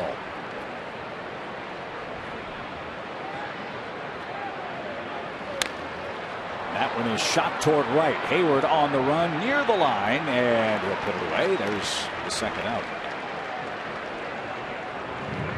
2 up, 2 down. Here's Espinosa. He's got a double tonight. I know that Minor got an out right there on Desmond. That ball just crept back over the middle of the plate a little bit too much. So as a pitcher, even though you get a guy out, you may not know that when you pitch, because you pitch, you follow through, you think a pitch is a certain place, it's not. But every now and then in the tunnel, you may want to check the video, ask your catcher, just make sure that you stay out of the middle of the plate.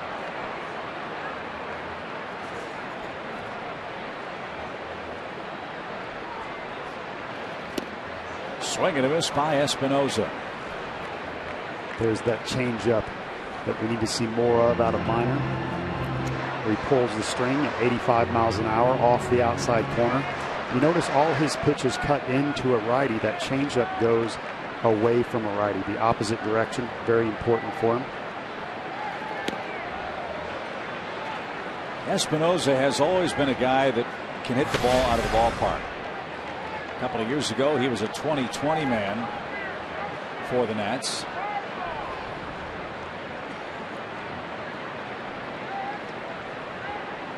Not 20 homers, but more than 20 doubles and 20 steals. Last year, a disastrous season for him. He hit a .158 in 44 games and was actually sent back to AAA, where he played 75 games and hit in the low 200s there. He's doing the same thing this year for the Nationals. But with 6 homers, 17 RBIs, and a .228 batting average.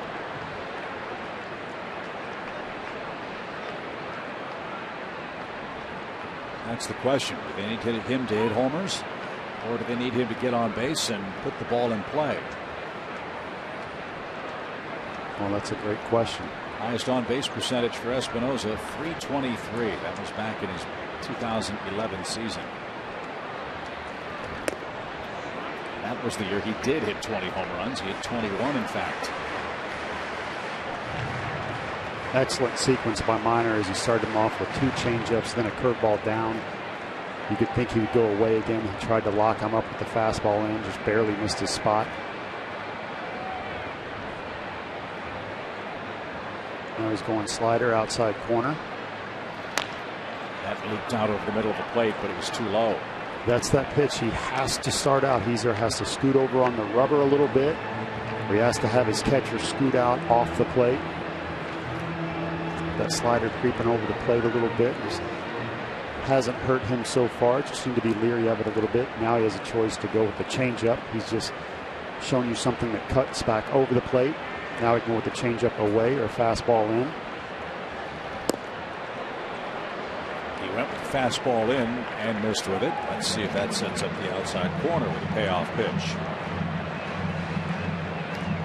That's Jose Lobaton, the catcher. He's on deck. Bases empty. 2 outs. Braves 2, Nationals 1. We're in the home 4th.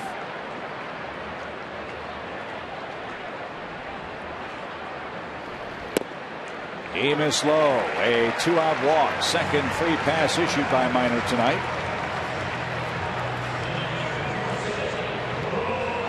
Even though he did not execute that pitch, I like the thinking. Evan Gattis wanted to go with the changeup right there. So instead of trying to be too fine on the outside corner, he just set up down the middle of the plate. At a .230 hitter, so you could just take your chances throwing the ball over the middle.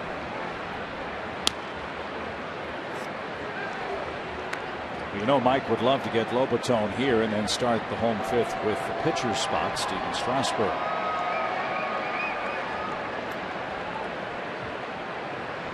It's also a steal opportunity for Espinosa with 2 outs. There's good change. Strike one. We're starting to see that change up more. I really wanted to see that out of the gate. Him work the inside part of the plate with his fastball, change up away as the game progressed, start to stay away a little bit more and get a feel for that change up. He's starting to do it now in the fourth. Runner is going. Good jump. Swing and a miss. The Gaddis throws on target and late. Espinosa steals a base. And now a hit could mean a game-tying run for Washington, but Lobaton's down to his last strike. Change up away on the outside part of the plate. Gaddis with a nice throw. Espinosa got a good jump, and there's nothing he could do. Good news is the count is 0-2. You can make your pitch right here. And he did. Lobaton strikes out, and Minor has whiffed 7 Nationals through 4 innings. Top of the order coming up for Atlanta. That's our Delta Airlines on deck. The Braves look to add to a 2-1 lead.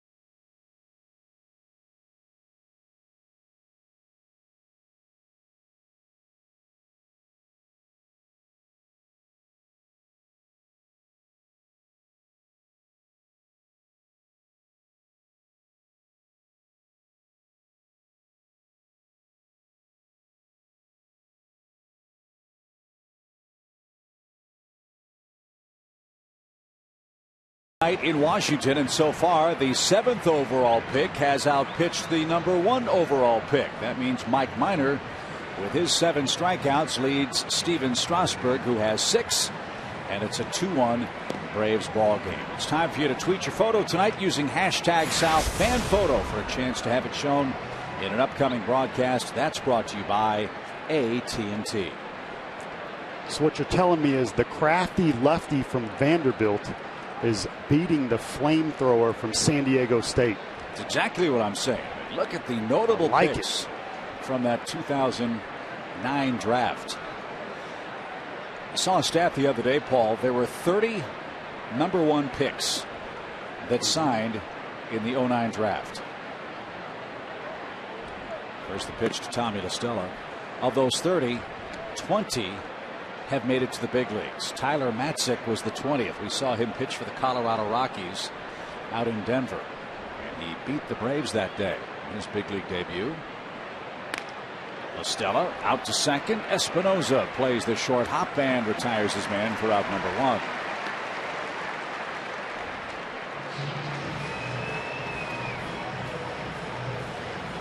One away in the 5th. Here's B.J. Upton. He has struck out twice.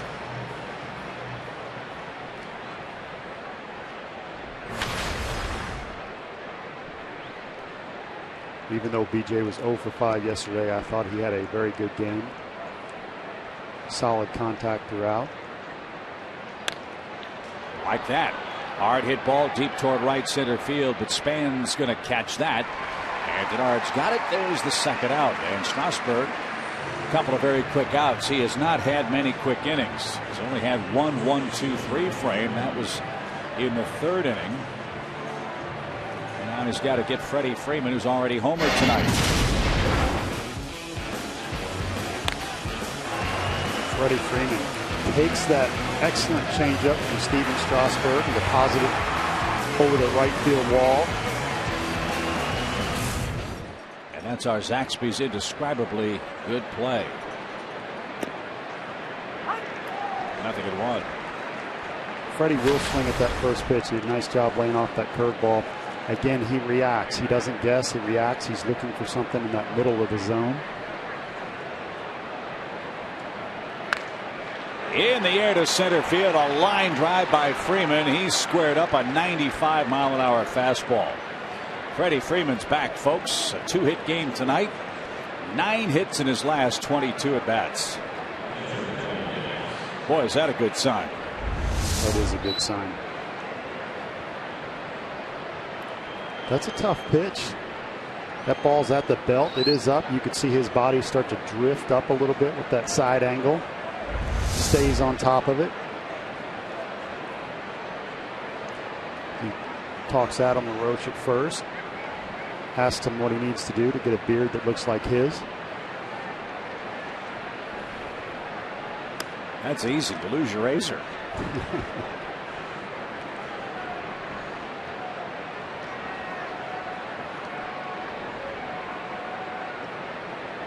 So Freeman leads with 2 outs. Evan Gattis riding an 18-game hitting streak, the longest active streak in the big leagues and the longest hit streak by a Braves catcher, and it's going to extend another day. 19 games in a row for Gattis, and the Braves have more back-to-back 2-out trouble brewing.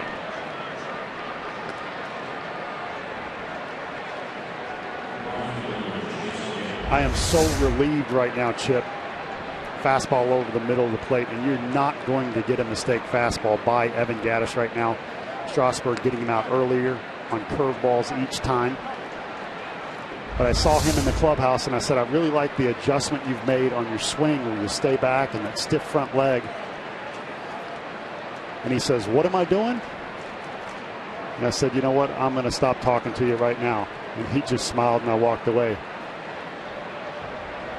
So that ball thrown out of play. That's a 19-game streak for Gattis.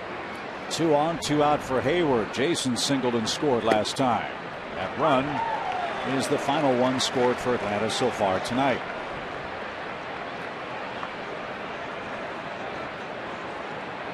Strasburg at 90 pitches.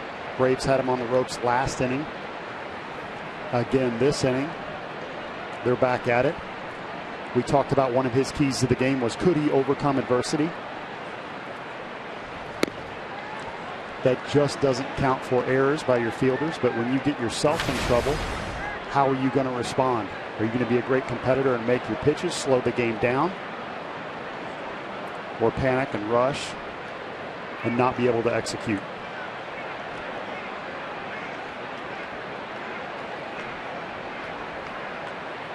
One and one for Hayward, and he just missed the inside corner. I mean, Strasburg all night, Paul, has tried to get that inside edge call, and he's missing maybe by the width of the baseball.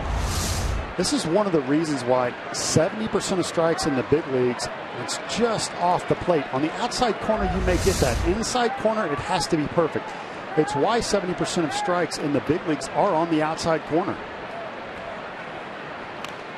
And wouldn't you agree that from an umpire's perspective, if he's in the slot with a left-hand hitter up there, he's going to get a great look at the inside corner. The outside corner is a much more difficult pitch for the umpire to see clearly. Correct. And so you'll get a call that may be an inch or two off that outside corner. Sometimes when they throw it in, you'll see the hitters jump back. May not look as good. But pitchers that survive in the big leagues over a long period of time, and you can see the angle that you're talking about right there, Chip. Went in there again, and Hayward fought it off.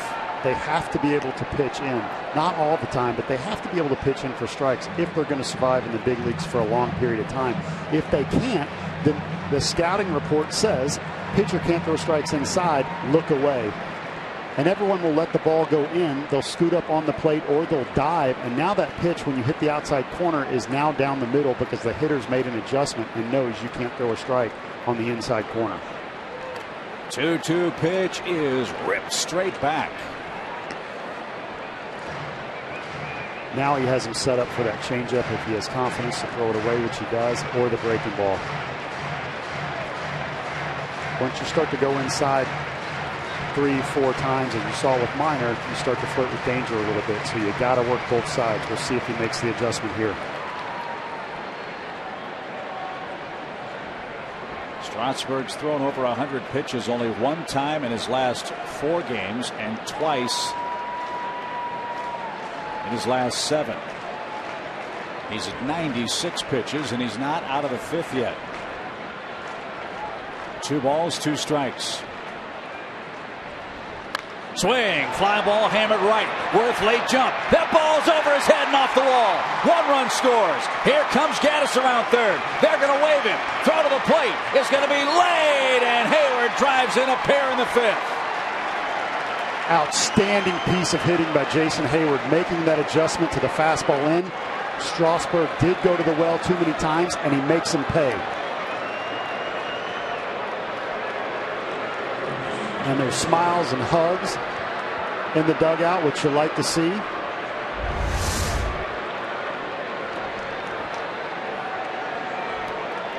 That fastball in that ran over the middle of the plate, and Hayward didn't miss it.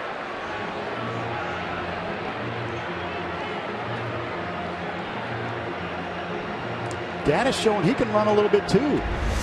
He's like a big tight end going around third. El Oso tight endo. As he scores on Hayward's 12th double of the year. A 2-run shot over the head of Jason Worth in right field, and the Braves now extend their lead to 4-1.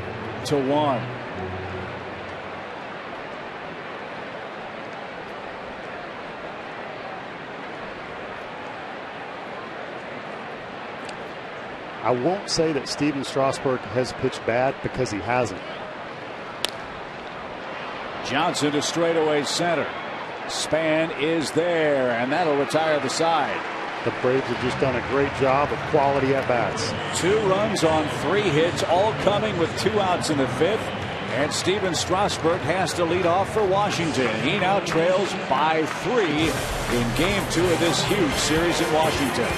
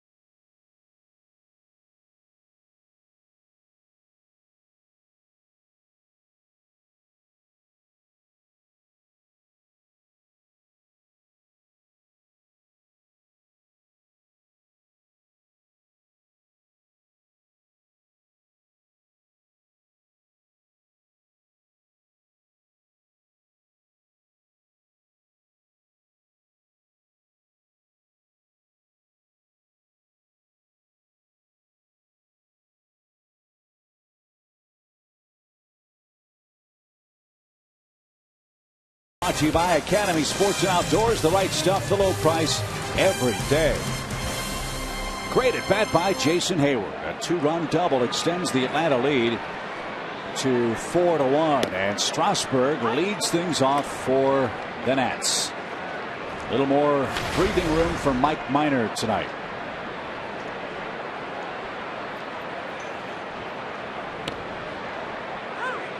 Nice curveball right there. And for the Braves to be successful the rest of the way, we need the old Mike Minor back. We need the better changeup, the more consistent pitcher, the lower ERA guy. Starting the season on the DL. Nice fastball in right there that he didn't get the call. We haven't seen the Mike Minor of old that was just extremely consistent, and I think he'll be a big key to the second half, and especially with what happened to Gavin Floyd last night. Strasburg's down on strikes. Minor has 8 punch-outs tonight. Taking nothing away from Strasburg. Great talent, #1 overall pick. I think Mike flies big time under Major League radar. If you go back to the All-Star game in 2012, Mike Minor has the 5th lowest ERA in the National League since that time. I agree. And he's pitching like a #1 guy tonight, chasing down his 3rd victory of the season. It's the leadoff man. Strasburg now chases down Span. And a strike. And I'll say this too, it's good to be left-handed. So only 10% of the population being left-handed. So when you find a guy that can pitch the southpaw, can throw the ball in the low 90s with a changeup, a curveball, and a slider. Back to the mound, and Minor with a leaping grab retires Span for out #2. And Rendon will hit with the bases empty. Here's a quick peek at tonight's AT&T U-verse trivia question. And tonight's question is: Chris Johnson had 3 RBIs in last night's 3-0 Braves win. He's the 2nd player in Braves history to record 3 or more RBIs in a shutout win, driving in every run in the game without hitting a home run. Who's the only other player to do that? Are you kidding me right now? These trivia questions are the hardest I have ever seen. Welcome to our world. Who knows this stuff?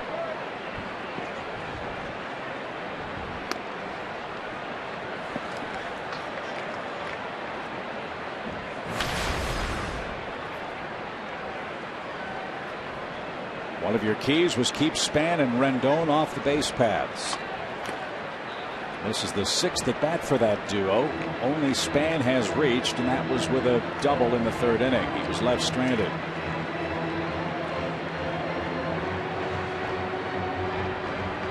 Those two have combined to score 88 Washington runs. The rest of their team has scored 202.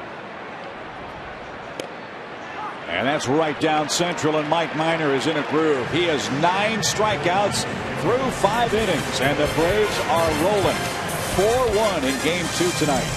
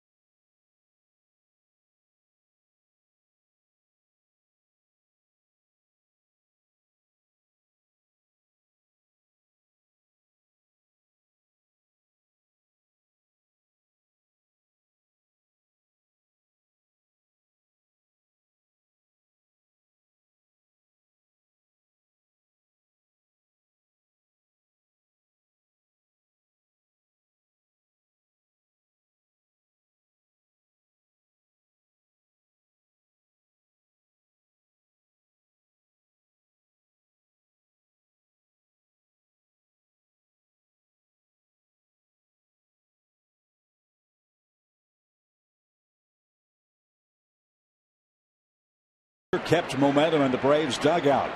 In the Washington 5th, he struck out 2 on 9 pitches.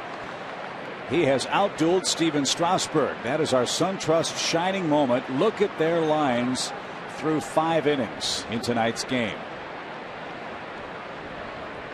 And Strasburg, as I was saying earlier, has pitched very well, but you look at that 9 hits for him in 5 innings. Broken bat out to short. Bare hand play by Desmond. Well, that's a risky play. I don't think he had to do that, but he did. And a little showmanship for Desmond. It paid off. He got Simmons for the first out. I agree with you here, Chip. This is a time to use your glove. As you can see, he throws out Simmons by 10 feet. Very tough play to grab the ball with a bare hand, but who knows, maybe since Simmons hit it, he said, hey, I can do that too. Showing off a little bit. Highlight worthy play if you make it, but a play your manager won't like if you don't. 1 out, base is clear. Jordan Schaefer bats. And he's ahead in the count. 1 ball, no strikes.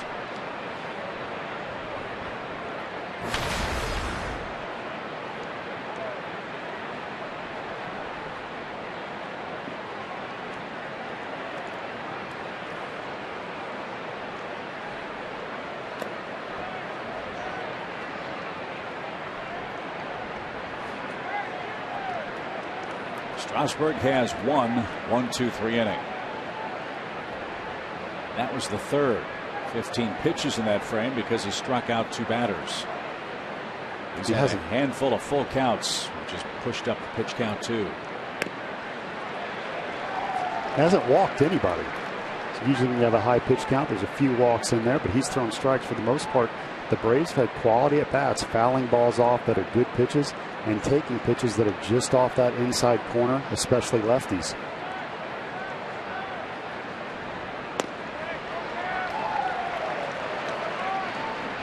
There's that good changeup we keep talking about by Strasburg,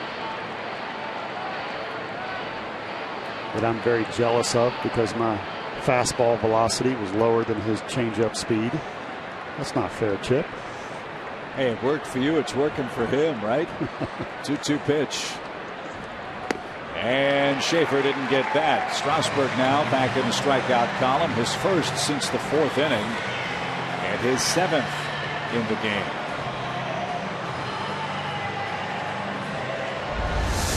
So he threw a good changeup right before this pitch. And this is that devastating strikeout changeup that just goes straight down. Again, has split action, just falls off the table.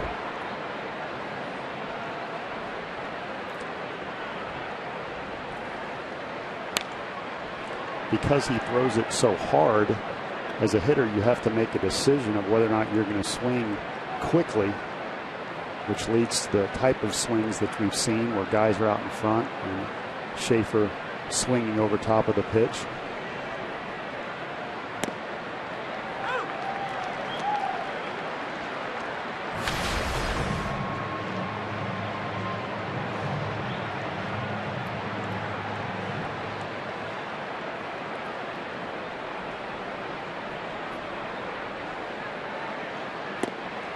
Miners down on strikes. Strasburg has his 2nd perfect inning. He now has 8 strikeouts in the game.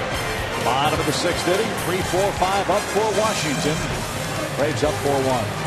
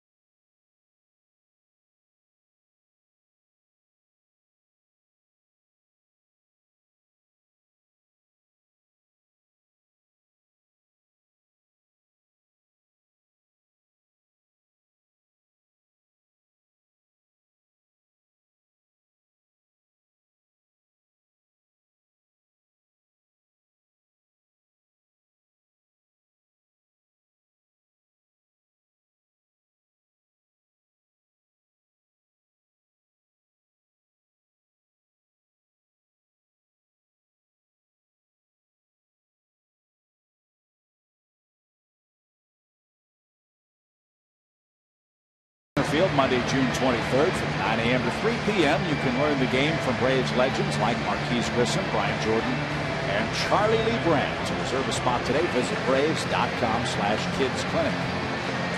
Pretty good clinic right there. Brian Jordan can teach you how to hit and tackle. A little bonus there. Nice. Strong safety in the NFL. Ask a lot of questions.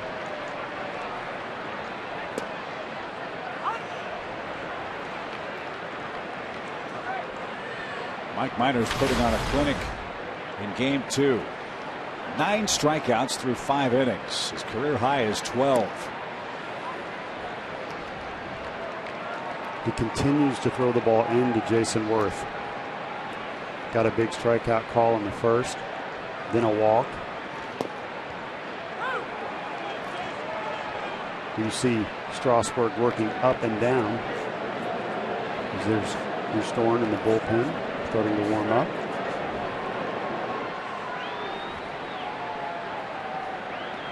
Worth has struck out and walked. And Minor has primarily worked in and out with that slider and fastball, and now starting to throw more changeups. And that ball exploded across the shoe tops of Jason Worth. He strikes out again. Worth has 5 strikeouts in this series in 6 at bats. And normally he's been throwing the fastball in. Here he throws a curveball in. So as a hitter, you want to be worried about 1 or 2 pitches. You want to eliminate pitches. So you got the changeup you have to deal with, the slider away, the fastball in. So you're not expecting a curveball in. Sharply hit and past LaStella again. That is almost a carbon copy of LaRoche's second inning at bat. Tommy's shown a little more range to his glove side than his throw side. See how far he had to go to get this one.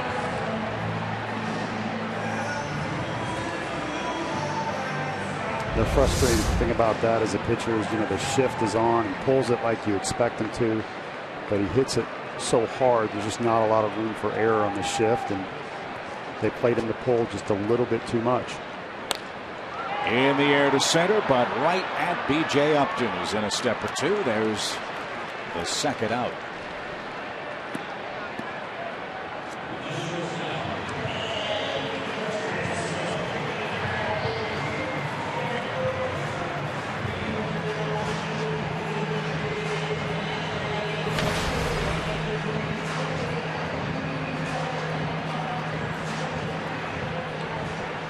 Second time this month Mike has had a double-digit strikeout game. He punched out 10 Mariners on June the 4th. He's got 10 strikeouts tonight. The 4th time he's had 10 or more strikeouts in the big leagues. His career high, as we told you, is 12. August 22nd, all the way back in 2010 at Wrigley Field against the Cubs.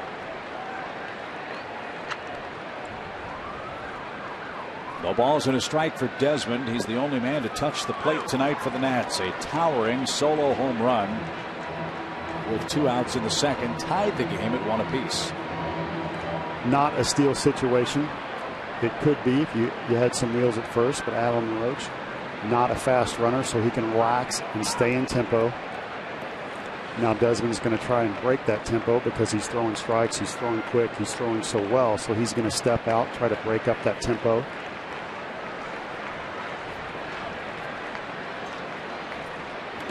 Swing and a miss. Minor takes care of Desmond. And Gaddis will apply the tag. Mike has struck out 11 Nationals. He is pitching a beauty tonight. Atlanta has silenced this crowd again.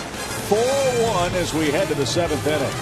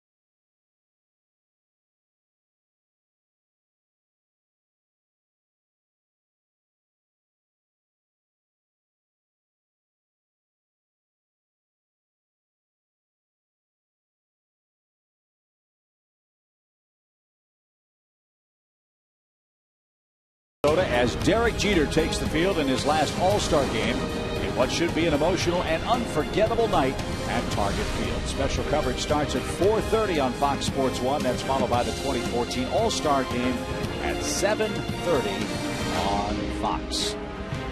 Mike Minor is pitching like an all-star tonight. He has struck out 11 Nationals through 6 innings, a run on 5 hits. He has outdueled Steven Strasburg. And now another #1 pick from the 2009 draft is on to pitch. The 10th overall selection, it's Drew Storen in relief. What a draft.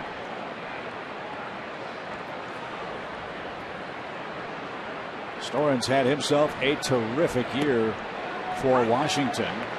And yes, their bullpen has been outstanding all year long. However, the Braves are catching them, Paul, at a terrific time. The Nationals bullpen has allowed at least 1 run in 5 consecutive games, and 6 of the last 7 they've pitched. And a line drive by La Stella headed for right center field. That's going to roll to the fence. Tommy's on his way to second. He'll stop there with a leadoff double. This guy impresses me more and more. He does not miss a mistake fastball. He has not seen Storen. Second pitch, sinker, 94 miles an hour. Not that bad a pitch, and he laces it. Nice balance, stays back. Pretty swing, and he knows himself. You don't see him trying to hit home runs. He knows his role. And we'll take a leadoff double. We'll take some more insurance if we can get it as B.J. Upton bats. Runner at second, nobody out.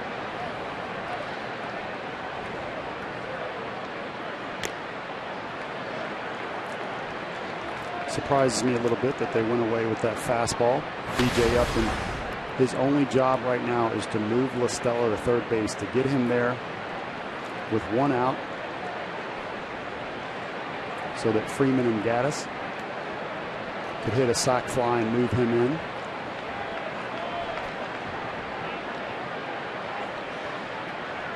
No balls and a strike.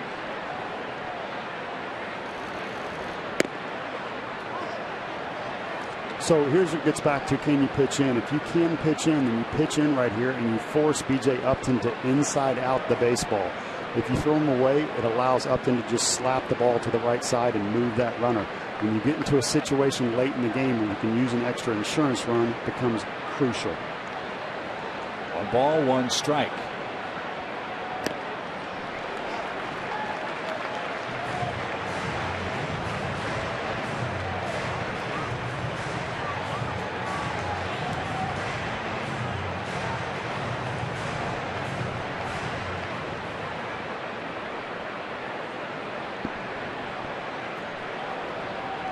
You could see what Jason Hayward said, that's a pull pitch. He threw a breaking ball. Strike 3 call. 2 looking, 1 swinging for Upton tonight, who's 0 for 4. And runner at second, 1 out.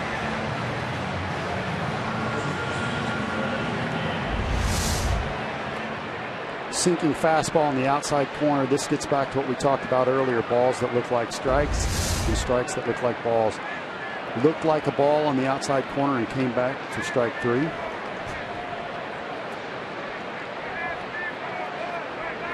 Here's Freeman. 2 hits, 2 runs for Freddie tonight. Popped up. That's out towards second. Where Espinosa camps out and makes the play. So good pitching by Storen after the leadoff double. Strikes out Upton, pops out Freeman. And now Evan Gaddis bats. Remember, he extended his hitting streak to 19 games back in the 5th inning. That ball was thrown out of the field of play. They took it away from Steven Strasburg. With every passing hit during this streak, it extends the all-time Braves franchise record for hit streaks by a catcher. So perhaps that was the significance of getting that baseball for Evan.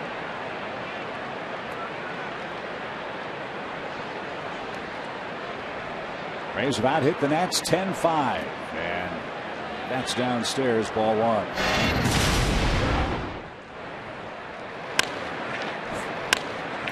Fastball over the middle of the plate. Gaddis just not missing any mistakes right now. Trying to get the ball back because he's the, as you say, all-time consecutive hits leader as a catcher. Some pitchers are good at that, some are not, meaning some, they don't want to give a baseball up. They like the way it feels for whatever reason. High fly ball center. Span will give some ground. And that'll retire the side. I don't know if I'd want Evan Gaddis mad at me. I'd go ahead and give up the baseball. Strasburg wisely did. And Mike Minor goes back to work in the home seventh.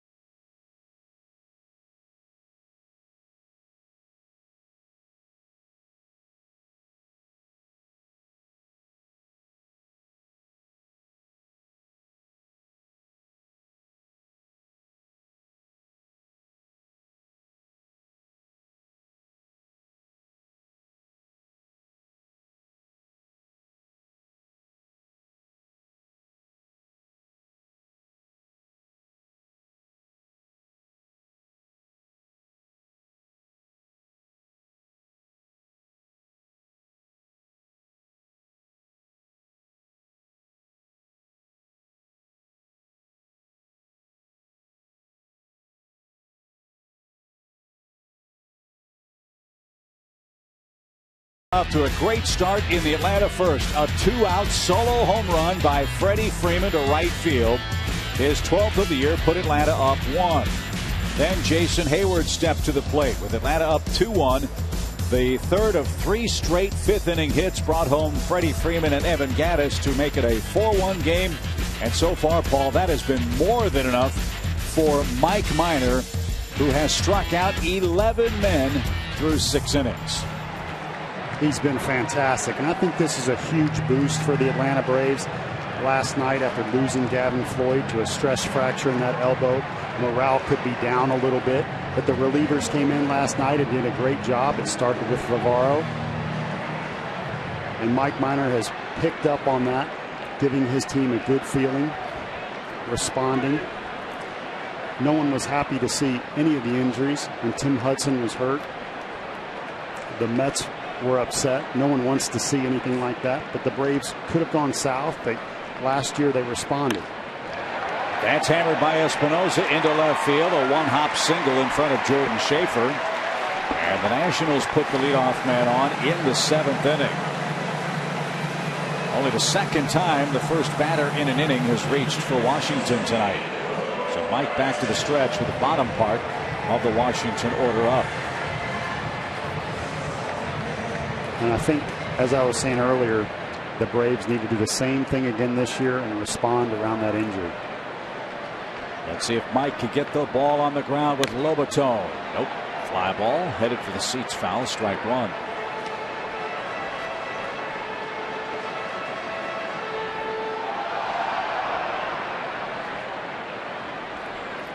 If the Braves win tonight, they take over first in the division on the road in the Nationals ballpark.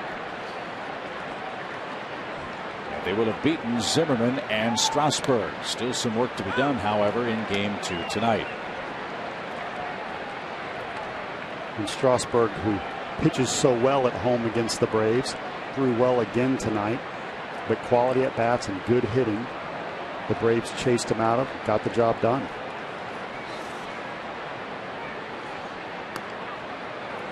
Mike has done an outstanding job of pounding the strike zone with first pitch strikes. He's thrown strike 1 to 22 of these Nationals hitters and has done that to the last 14 in a row. He's is way ahead of the Nationals catcher. 0-2.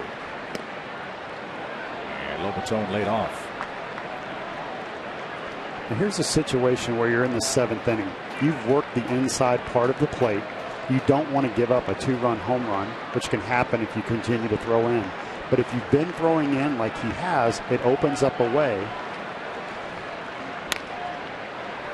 And now you can throw that changeup on the outside part of the plate. You can show in. Don't have to throw it for strikes anymore. Now you can stay on the outside part of the plate. And if you give up that hard hit, it's down and away. It's much harder to hit out of the ballpark than it is in. And you only give up a single and hopefully preserve that lead. 1 ball, 2 strikes. And that's taken high. So from 0-2, now 2-2. Scott Hairston's on deck. He's having a good season for the Nationals. And now a full count, and that pops away from Gaddis, and that hurts. They continue to go in with that fastball right now, which confuses me a little bit. I'd like to see that changeup away.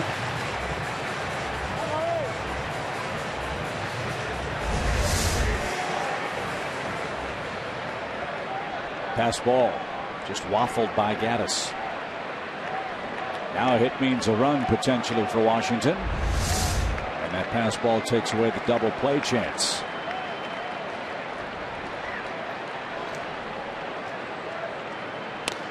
To third. Chris Johnson will scoop and fire to first. And there's the first out. Pass ball hurt. That was a textbook double play ball. It really did. I like the pitch selection. The 3-2 changeup.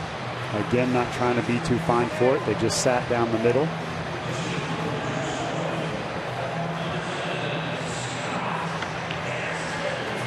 So this is Scott Hairston.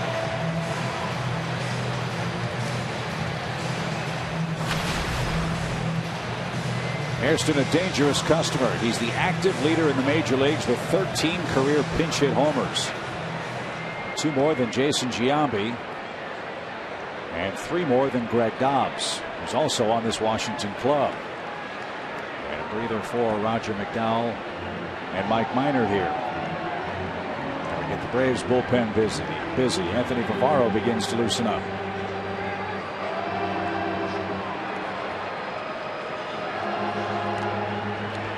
Having a conversation here. Giving Minor a little break. And wanting to make sure they're all on the same page with exactly what they want to do with the pinch hitter. You know what you want to do with your starters. Sometimes when a pinch hitter comes off the bench, you're not sure of the scouting report. You're so focused on the 9 guys that are playing that you can't cover everybody sometimes. Pitching coach going out there just to make sure everybody's on the same page.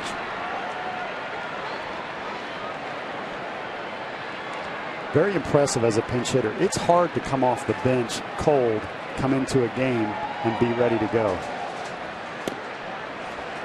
Yes, you can take swings off the tee or some BP in the back rooms, but it's just not the same as being in the game, and not everybody can do this. Scott Hairston, one of the best.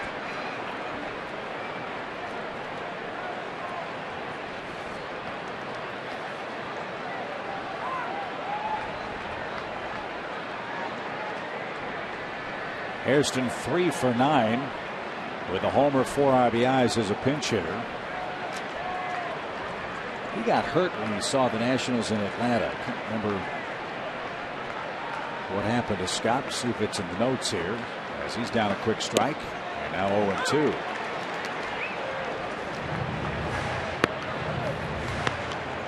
Strained oblique, and it was here in Washington. He missed 26 games with that injury. That has been the story of this season so far for Washington. 0-2 your count. And inside, Gaddis smothered that one. They lost Ross Ohlendorf. They've lost Bryce Harper, Ramos twice. Span missed 7 games with a concussion when he ran into Dan Uggla in Atlanta. Hairston, Doug Fister, who we will see here tomorrow night. Adam LaRoche was on the DL. Zimmerman missed 44 games. And he has him set up for that Change up away. Let's see if he goes to it. And it's popped up into the seats again. A ball and 2 strikes.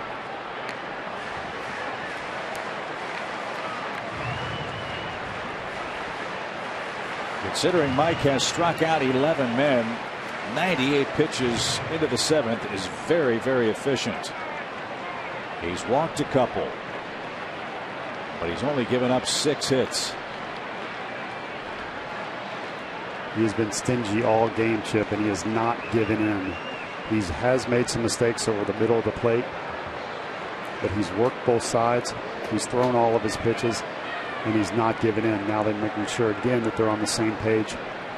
Scott Hairston has some power, and usually, or a general rule, you want your pinch hitter to come off the bench and have the ability to hit a home run for situations like this. So when you have a guy that can take the ball out of the yard and hurt you, you have to be real sure what you're doing and stay away if it's late in the game. The 1-2 just missed. Gaddis held it there for a moment, and that was called a ball by Todd Tichenor. That is strike 3. I don't know what happened right there. Great curveball. Middle of the plate, not a tough call. Todd Tichenor just missed that one. So a swing on the house for Scott Hairston. I'm getting worked up, Chip. I see that. 2-2.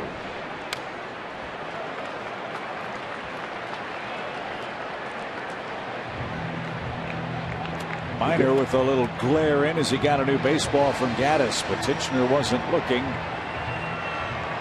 at the Braves pitcher. He missed one. Let's hope it doesn't hurt Minor here in the 7th. Runner at second, 1 out, 2-2 count to Hairston. Spans next.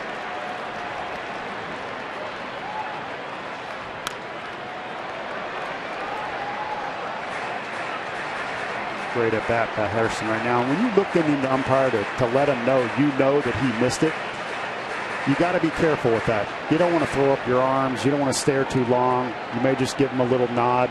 As you get to be a veteran, everyone respects that and knows you. You don't want to show up the umpire, but you do want to let him know, hey, you missed that one. 2-2 again.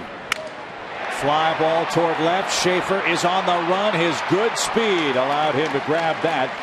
And just as served, Hairston's retired on what sounded like a broken bat fly ball to left. 2 outs.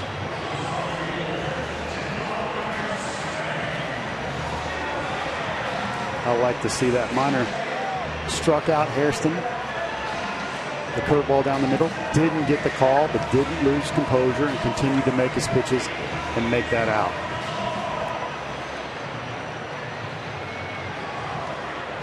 Not every call is going to go your way, as you know, and you have to be able to deal with that. Not lose composure and not get frustrated. Runner at second, 2 outs. Denard Span. He has struck out, grounded out, and doubled. Nearly got hit.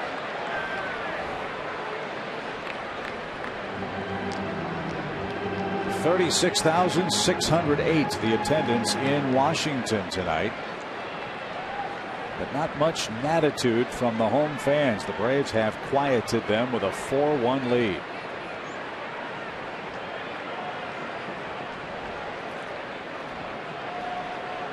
I could see this being Minor's last hitter with the lefty-lefty matchup. Line just out of reach of Freddie Freeman and into the right field corner.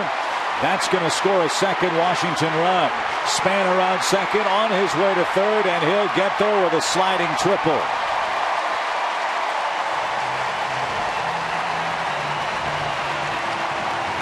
Two doubles for Span and his 16th run batted in. And the Nationals pick up a 2-run hit.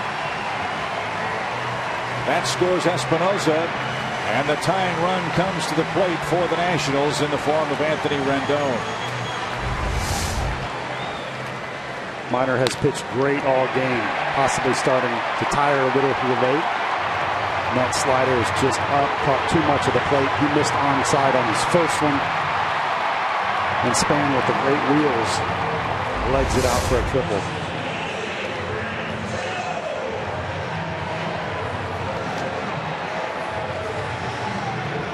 I'm a little surprised that Mike Minor is still in there to face Rendon. He's had Anthony's number so far tonight. Rendon hasn't gotten the ball out of the infield. He's popped to first. He's grounded to first with the pitcher covering, and he's struck out looking to end the fifth.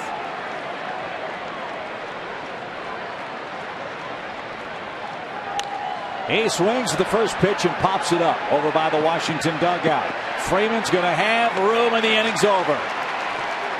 On the first pitch, Rendon pops out, and Mike Minor has sent this game to the eighth.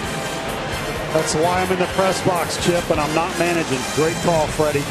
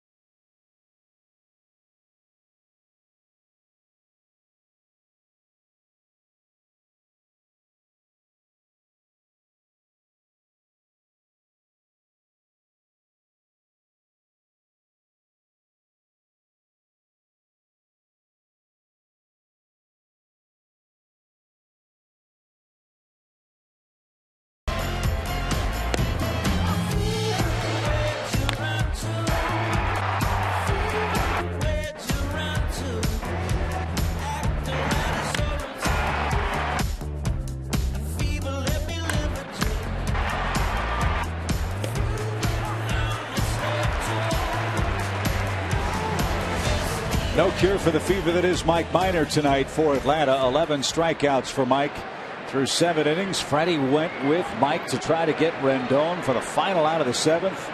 And the Nats third baseman with a gift popped out to end the threat. Now a 4-2 game in the 8th as Craig Stammen goes to work for the 21st time.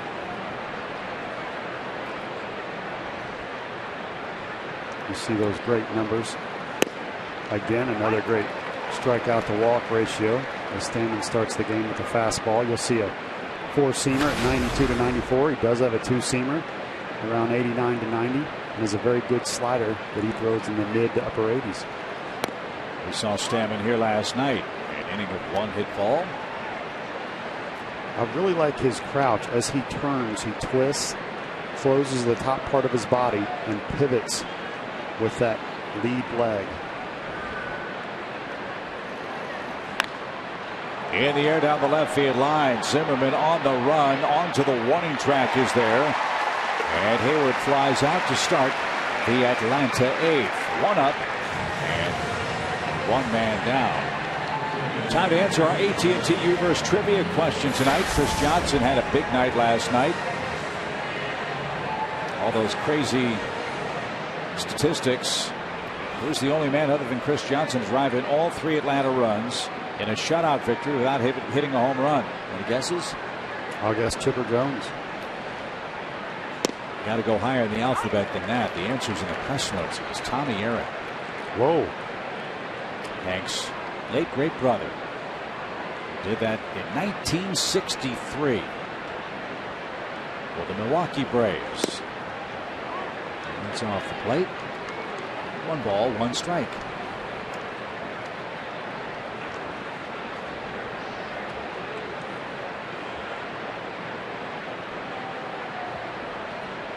The Milwaukee Braves shut out the Phillies 3-0 on that date in 1963. Tommy Aaron with a sac fly and a 2-run double.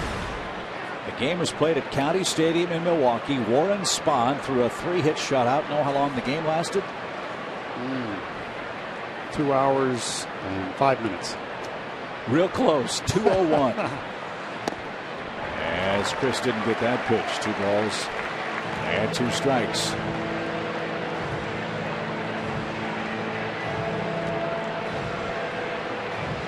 Have you heard my Warren Spahn story? The winningest left-hander of all time.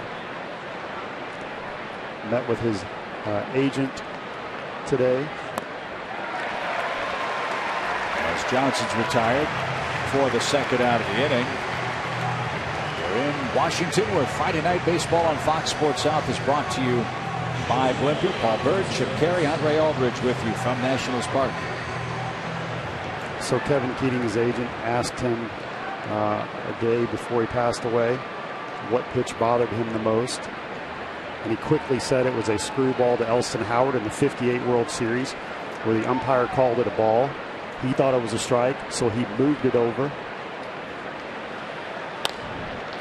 Fly ball left center field by Simmons. Span will gallop over and make the play. And it's a 3-up, 3-down, 8th inning. Paul's going to have to finish to a terrific story regarding Warren Spahn when we come back in a 4-2 Atlanta game.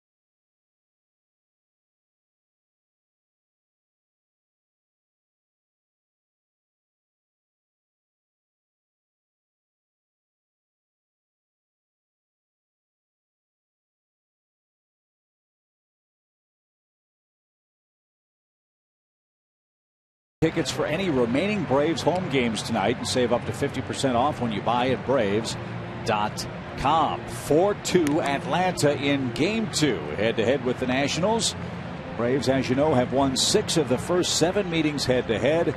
They lead late, and if they can hold on tonight, they'll take over first again in the National League East. Guevara with that nice ERA. I thought he did an excellent job, Chip, coming in the game last night, giving up a leadoff double, and then leaving the runner stranded at second base and replacing Gavin Floyd, who was pitching fantastic in a tough situation. So talk about a big pick-me-up. Mike Minor with 7 innings of 7 hit, 2-run, 11 strikeout ball tonight. He threw strike 1 to 24 of the 29 hitters he faced in the game. Mike Minor really showed me something tonight. So Bavaro goes to work with Jason Worth, who's having a miserable time against Braves pitching in this series. Minor didn't have the best numbers coming in against the Nats in their place. And he came in with so much on the line and just pitched beautifully. Worth is 1 for 6 with 5 strikeouts against the Braves so far. He's frustrated right now, and you can see him step out and shake his head. Really doesn't have a game plan at the plate. I don't see what he's trying to do.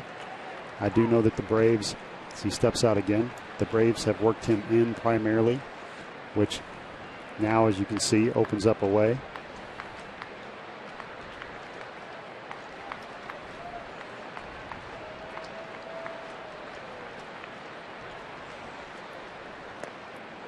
That's a little low. 1-2 your count.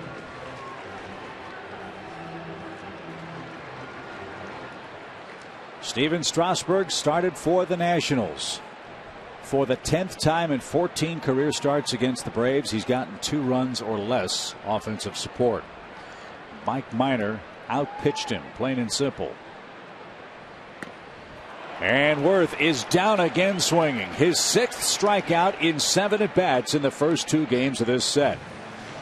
And a great start for Navarro in the 8th inning. As we promised you earlier, we have our AT&T fan photo tonight, and this is a special one for all of us. My partner, Joe Simpson, back home in Atlanta. Check him out. There he is, looking good on the scooter. All he needs is a cup holder and a horn, and he'll be all set. Special thanks to Joe Simpson, who's encouraged me and sent me texts and helped me out a little bit, showing that he's not just a great broadcaster, but a good teammate as well. Joe's hoping to come back maybe by the end of this road trip, and in all likelihood when we get back home to face the Mets. So, Joe, we love you. We're thinking of you. Get well soon as you recover from Achilles surgery. Fly ball to left. Schaefer's going to grab that. That ball might have been knuckling just a bit. Jordan tracked her down, though. 2 outs. And this is a big inning here in the 8th where Worth strikes out and you got LaRoche out. If you get Zimmerman here, you got the bottom part of the order for the 9th. And I like our chances with Kimbrel coming in against the lower part of the Nats lineup. No answers yet for Matt Williams against the Braves this year. Zimmerman the hitter. He is 0 for 3.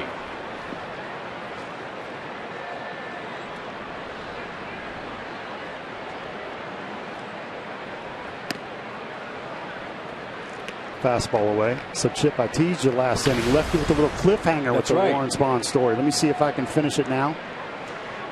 So, Warren Spahn threw a screwball strike to Elston Howard. Didn't get the call, so he moved it over on the plate. Elston Howard hits a home run. And he was so frustrated that he let the umpire dictate his pitch and that he gave in and moved it over for the home run. Got so angry that he was still thinking about it in his last days.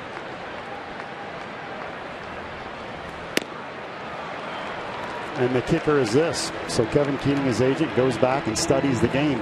He won the game. It didn't change a thing, but he was so frustrated that he let the umpire beat him in a game that he won that he was getting angry the day before he passed. Wow. That's why he had 363 wins. That's a great story. As Zimmerman takes high, 2 balls, 2 strikes. I mean, I'm a competitor, but I don't think about mistakes I made on games I won. Yeah, just get the win, right? That's right. I'm happy. Give me the W and I'm happy. Well, he had so many, he was seeking perfection, I guess. That's right. That's in the dirt, full count. Don't want to walk Zimmerman. It is a 4-2 lead. Still a tight game, though, in the 8th. And Desmond has already hit 1 out tonight. Very important pitch right here with Zimmerman. If he hits a home run, you still got the lead 4-3. Desmond already going deep in this game. Don't want to get him to the plate with someone on. Little tapper off the plate. Chris Johnson gloves and puts it in his pocket. You're right, it was trouble. A bouncing ball off the plate. So Zimmerman aboard for the first time in this series. An infield single will bring up Desmond. who tied the game his first time up. Well, and in that second inning, Meyer tries to go in with his third fastball in a row, and Desmond did not miss it. Deposited that way back. But I have to credit Mike Minor for continuing to throw on the inside part of the plate and getting the job done through the seventh.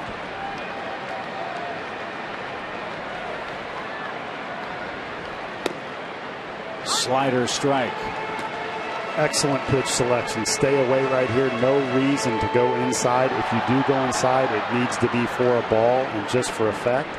You would also run the risk of hitting him a little bit here. So now that you've established him the whole game, you can stay away. Base hit left by Desmond with 2 outs. Back-to-back hits for Washington. That'll bring up Espinosa. He's been on base all 3 times tonight. So the Nationals trying to rally late. That was not a bad pitch. Curveball on the outside part of the plate, and you have to give credit to Desmond, who hit that ball very well. Most of the time when you pull a breaking ball away, you're not rewarded. In that case, he was.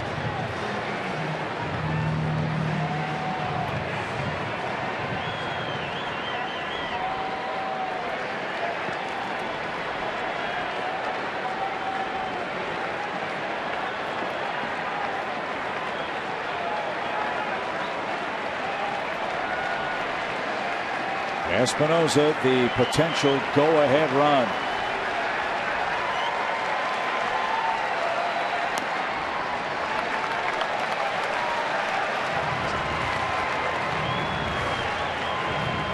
You can see Avalon, the lefty, warming up in the pen right now. Some may wonder why he's not in this situation, and that's one of those things where Freddie may know something that we don't know. Well, Espinosa's a switch hitter. He's better from the right side of the plate. As we mentioned earlier, he hits .276 against left-handed pitching. Against Favreau, he turns around and bats from the left side.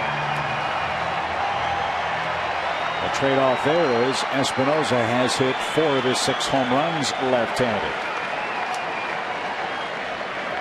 And then you've got the switch-hitting catcher Lobaton on deck. 1 ball, no strikes. 2 on, 2 out. Downstairs, ball 2. Infield hit. And then a sharp single by Desmond has Barbaro in trouble.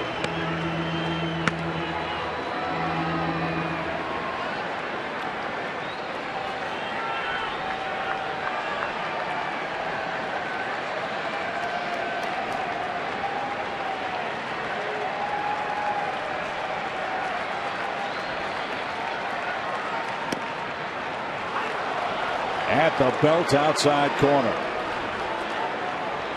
Not a perfect pitch, but we'll take it. It was a strike. Got away with 1 right there. This is where, as a pitcher, you find out what you believe. If it's velocity, you'll watch the pitcher get excited and try to throw as hard as he can.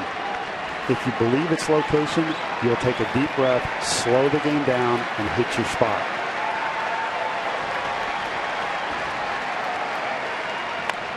High fly ball, shallow left. He just missed it. Schaefer's there, and Varvaro is out of the 8th inning. Washington with a pair of 2-out hits strands him in the 8th. 4-2 Atlanta. We go to the 9th.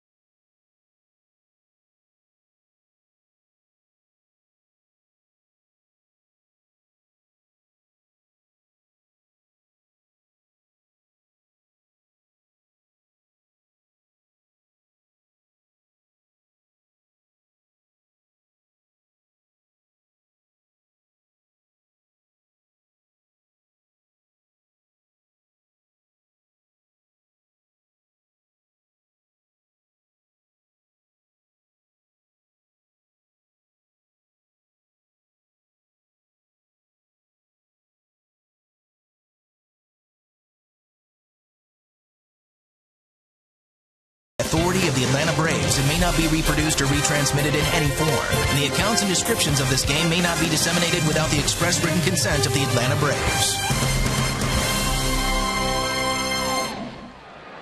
Ninth inning. It's 9-game flex time. The 9-game flex plan is a great way to catch the Braves all year long. Pick any 9 games or more and save $7 per ticket off the gate price.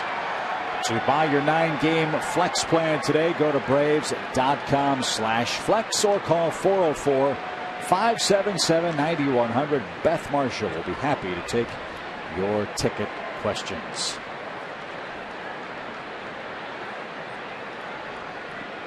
Eight, 9, and 1 on the lineup card for Atlanta. Little insurance wouldn't hurt.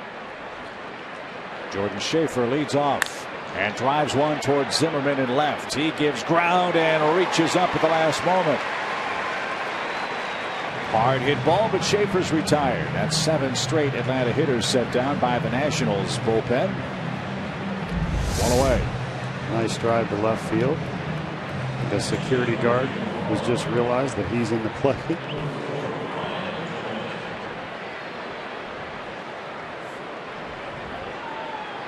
He said, hey, I thought the security guard said, hey, I thought it was still in between innings.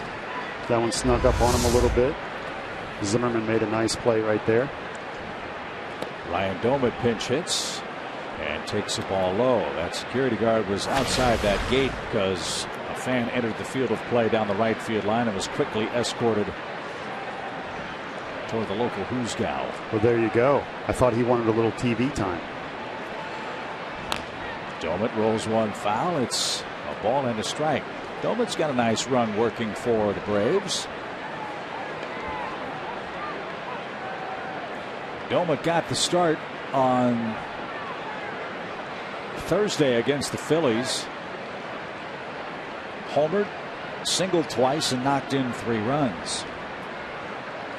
Those kinds of games are invaluable for a man trying to keep his swing sharp off the bench. And now he's behind in the count, 1-2 to Craig Stammen.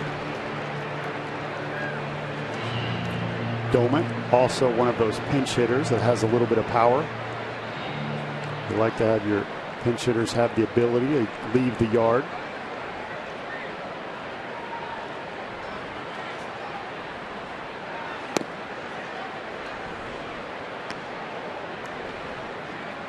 Now 2-2.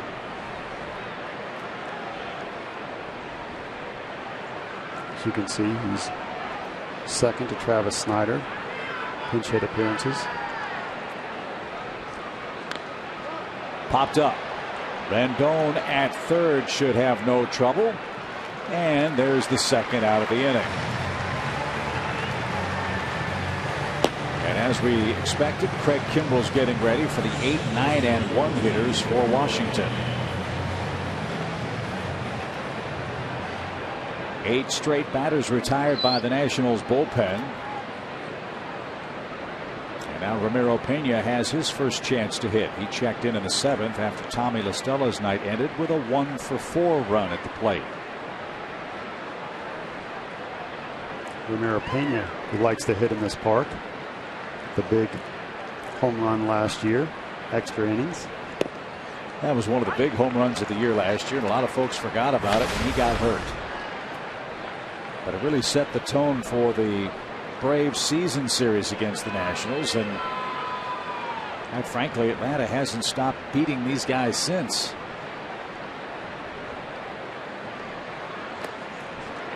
I agree with you, and even fellow broadcaster for the Nats, F.P. Santangelo, remembered that home run. And if the players are in each other's heads when they play here, he came in and said, hey, it doesn't matter. Crazy things are going to happen tonight. You watch. So I think we're even in the broadcasters' heads. Like that. 1 ball, 2 strikes. Can't always explain why. There's no reason for it. But just in the big leagues, sometimes certain players have each other's numbers and certain teams just fare well against a certain opponent. Thankfully, Atlanta and Washington are in the same division. And Pena swung through that one. And the flip by Lobaton to first is in plenty of time. And the Braves are retired in order in the 9th inning. Craig Kimbrel is ready to go. He'll come on and try to protect a 2-run Atlanta lead. He's looking for his 22nd save. It's 4-2 Braves. We head to the bottom of the ninth.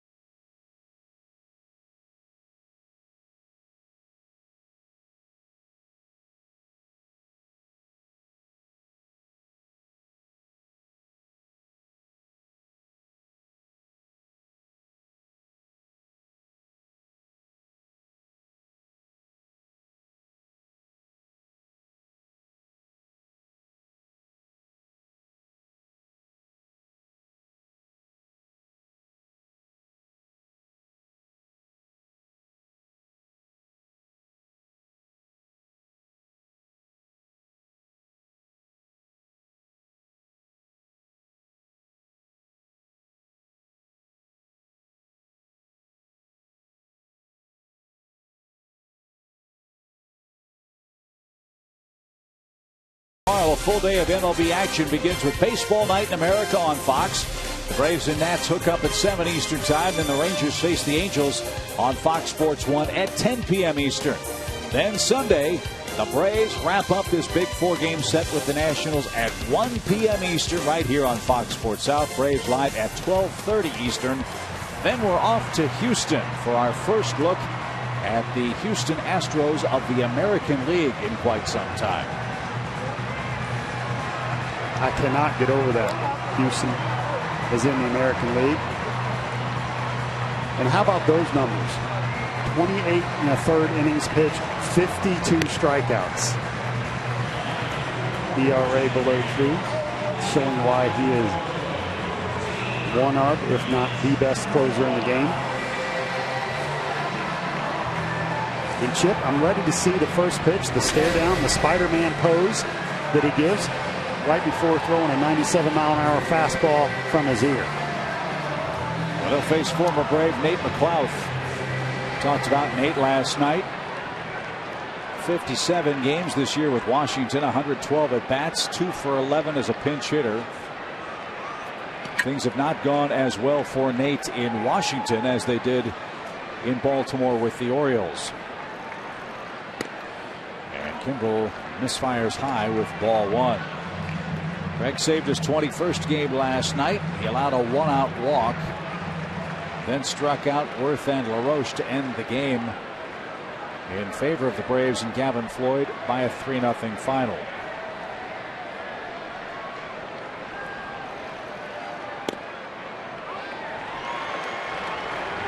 Again, the big key for Kimbrel, I think, has been this year fastball command. Talked about that earlier with Steven Strasburg. He can throw at 100. But when he does, he doesn't throw strikes. Craig throws 95, 96. He's missed with 2 in a row in a 2-run game here.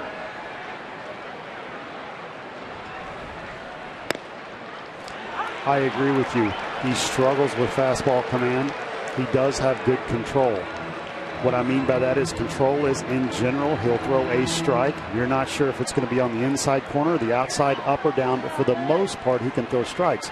But you are right. He doesn't have great command of that fastball where he can spot it up, maybe like a Mariano Rivera cutter.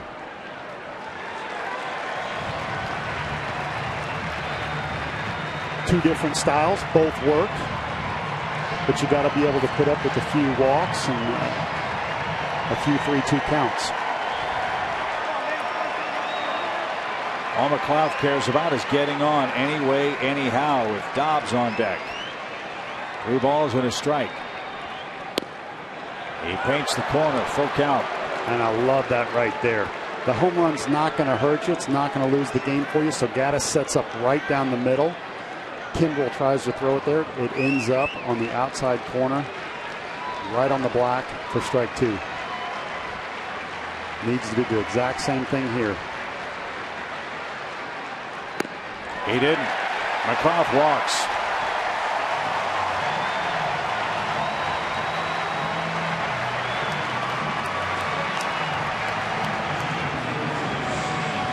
Now you have to tangle with Dobbs. We told you 10 career pinch hit homers. Dobbs was turned loose by the Marlins, where he hit a .189 in 32 games. He's got 11 pinch hit at bats with the Nationals. He's 2 for 11 in a pinch here. So 189 overall for Dobbs. But we have seen oh so often in the National League East. Marlins, Nationals, and of course the Phillies. So no guessing games for Kimbrel or for Dobbs here in the ninth. He hacks away at the first pitch and was late. Strike 1.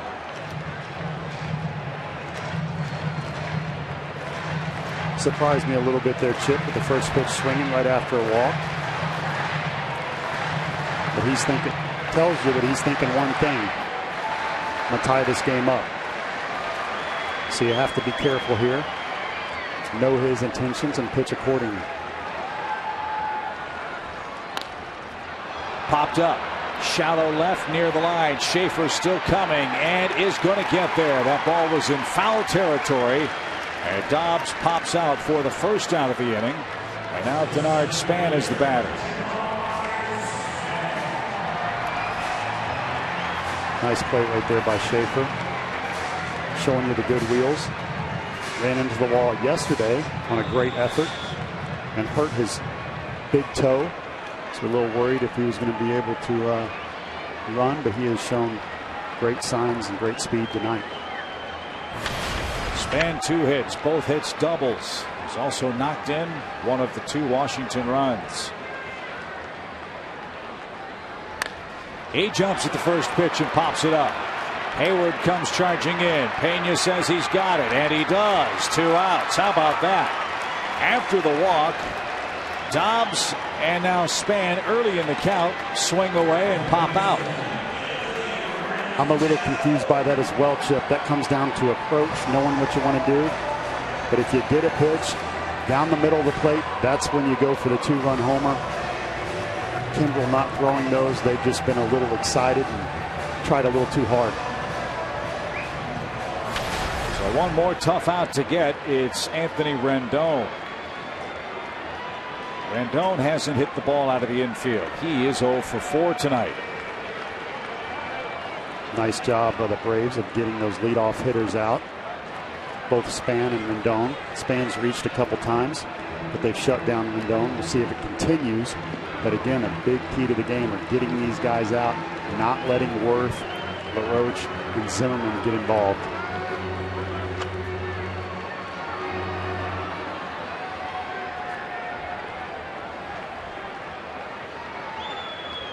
There's the Spider-Man pose. A ball, no strikes. At the knees at 98. That'll work. That's the pitch you like. Down. Down, down. They can beat it into the ground if you can.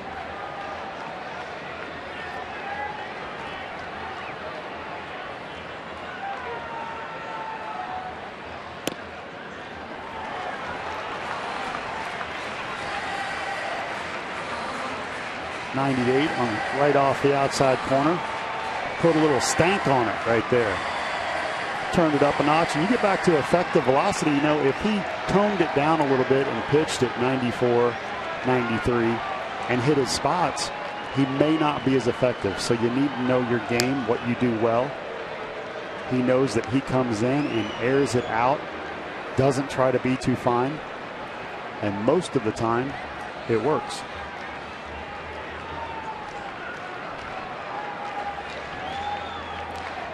Two balls, one strike. Fly ball, well hit, left center field. That ball is gone.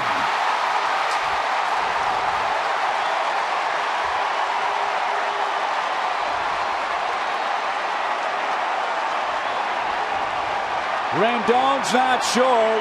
That ball hit high above the rail in left center field. Appeared to be a home run. Matt Williams is going to come out and wonder why that wasn't signaled homer. I saw it bounce clearly out of the ballpark. It should be a tie game. It was, and now with replay, you'll see this be called a home run.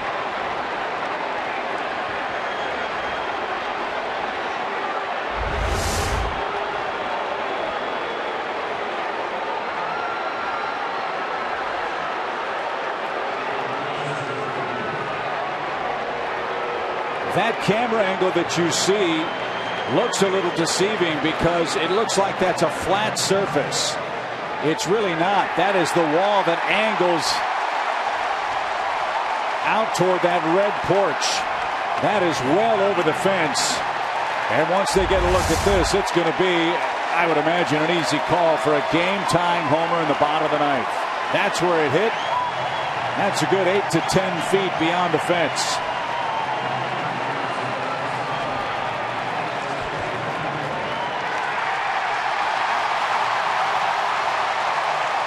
The Braves were 1 out away in the ninth inning.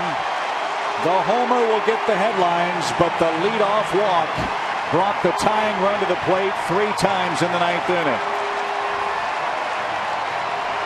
I agree with you, Chip. You got to give credit to Rendon right there.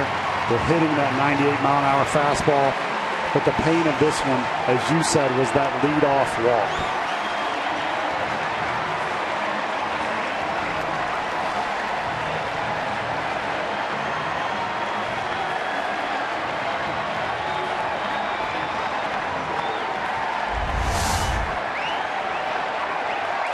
Throwing so well, and it's just simply caught too much of the plate.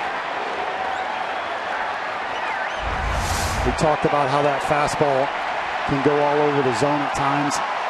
That one just right down the middle. On a 2-1 count, Rendon parks his 11th home run, and the Nationals, brought back from the brink, take away a chance for a minor win. And now Worth the hitter. Miserable series to this point. That's what scares you late. And Kimbrel's rattled. 2-0. And you know, he's gone to that curveball now twice. They were pitching Worth in. You don't have to do that right now. Worth struggling. Kimbrel, as you said, looks a little bit rattled with 2 curveballs that weren't even close.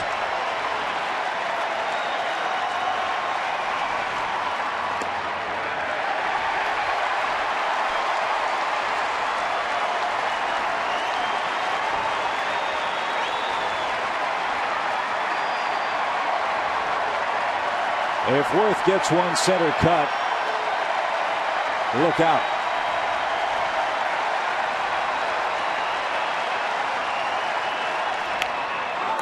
He was swinging. You called it. That was a great call right there. Worth, of course, thinking one thing, but that wasn't the pitch to do it on.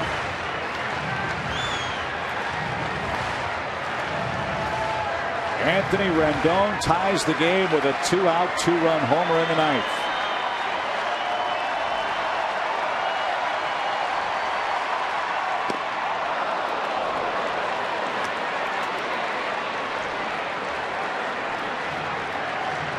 That kid is some kind of hitter. Strasburg off the hook as well for the Nationals. It was very impressive by Rendon because he'd had a tough game. He hadn't got a hit. I didn't see that one coming. You have to give him credit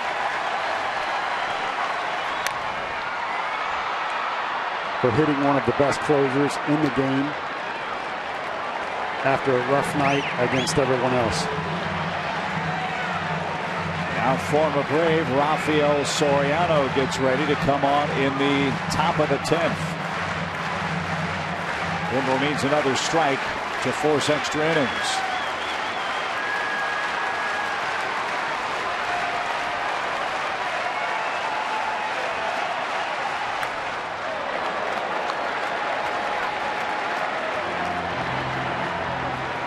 It's very important here that Kimbrel keeps composure, makes his pitches, and that the Braves do everything they can to rally back and win this game. With what happened last night to Gavin Floyd, it's an opportunity for the Braves to once again overcome adversity. They've been doing it with injuries. Now they have a chance to do it in the game. Extremely crucial that Kimbrel holds it together. Now Worth walks.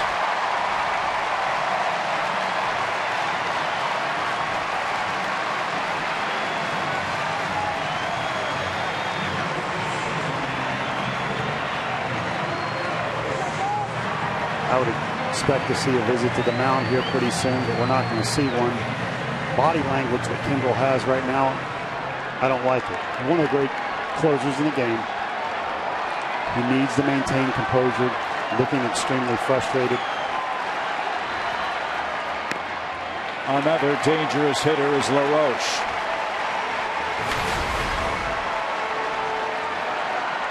Worth has good speed. Got to beware of a gap job here.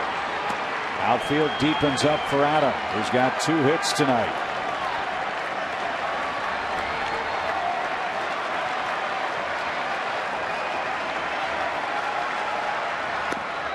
Way high, and Kimbrel can't find his release point. 2 walks in the inning. Was behind Rendon when he hit the game-tying homer. Now he's got to battle back from a 2-0 count. He was a strike away and walked Worth.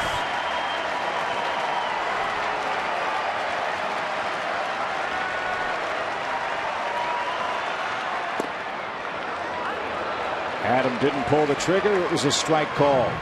Nice pitcher out there. 96 on the outside corner. Took a deep breath, relaxed. This game is far from over. It's important, again, that he gains his composure immediately and starts making pitches.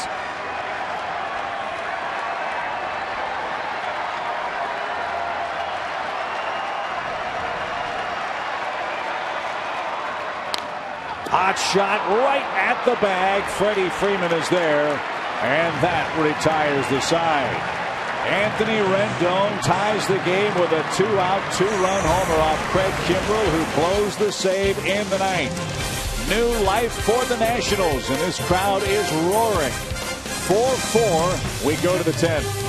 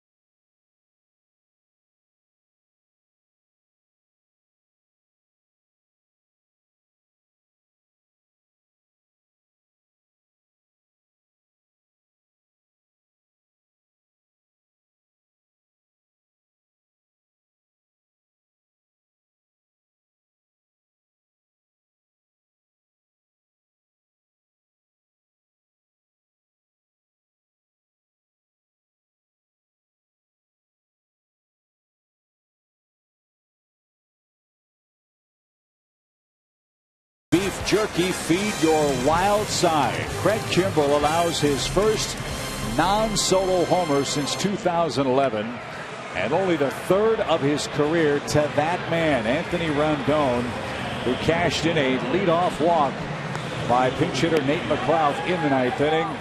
And we go to the 10th inning and face former Brave Rafael Soriano. He is the Nationals closer. He'll try to shut down the 2, 3, 4 hitters for Atlanta here in extra innings.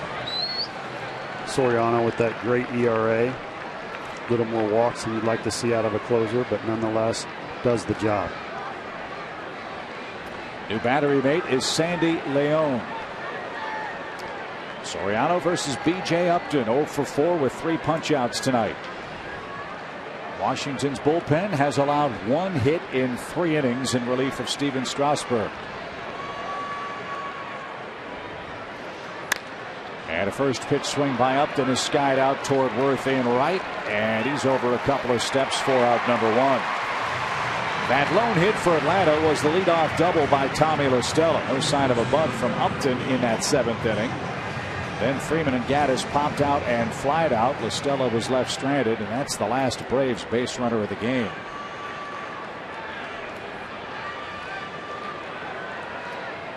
So Freeman's up. He's 2 for 4 with a homer. This is exactly what the Braves didn't want. Just when they thought they were getting some rest for their bullpen with 2 marvelously pitched games against the Nationals, Gavin Floyd last night and Mike Minor tonight, they're staring down the prospect of more extra innings play after having 2 long extra inning games on the homestand. That's a great point. As we mentioned earlier, they did make a roster move today. Ryan Buchter was brought up from the minor leagues. He took the spot of Gavin Floyd, who is disabled. And then Alex Wood is going to come up, apparently, we understand, and start in Houston. And a corresponding roster move will then be made. So an extra arm in the bullpen tonight, which will help that apparent pitching problem the Braves face. And if Buchter gets in the game tonight, welcome to the big leagues. Baptism by fire. The biggest game of the year for the division lead.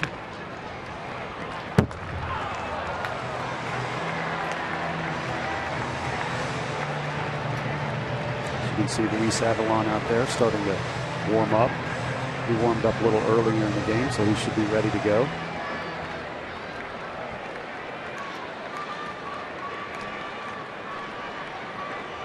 Two balls, 2 strikes.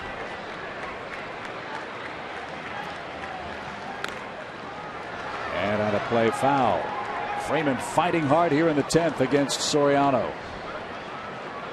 Soriano with that good fastball, 4-seamer at 92 to 95.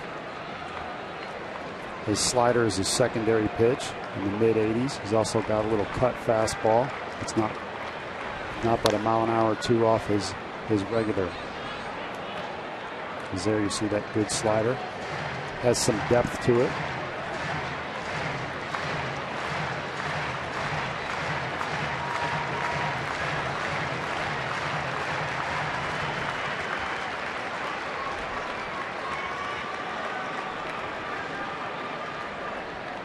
Call for another slider. And Freddie spoiled it and smacked it foul out of play. Just missed on that one right there. That caught a little too much of the plate. Freddie, nice job fouling it off, but got to be careful hanging sliders to Freddie Freeman. You bet. He smoked one out of here in the 1st inning. How about a bookend blast from Freddie here? That one just missed. Good eye by Freeman. Full count. Soriano a little frustrated right now. I thought he threw a fastball in early in the count that should have been called for a strike, hoping to get one that was a ball off the corner. And he chased ball 4. He's mad about that. 2 outs. Exact same pitch. Soriano comes back with the 3-2 fastball away. It's out of his zone. This time Freddie chases it. Super frustrated because you're not used to seeing that from Freddie. As you can see him hop around a little bit. But still a huge challenge for Soriano. He's got to find a way to retire Gaddis. Highlight for Evan tonight. His hit streak is still alive. It's at 19 and counting.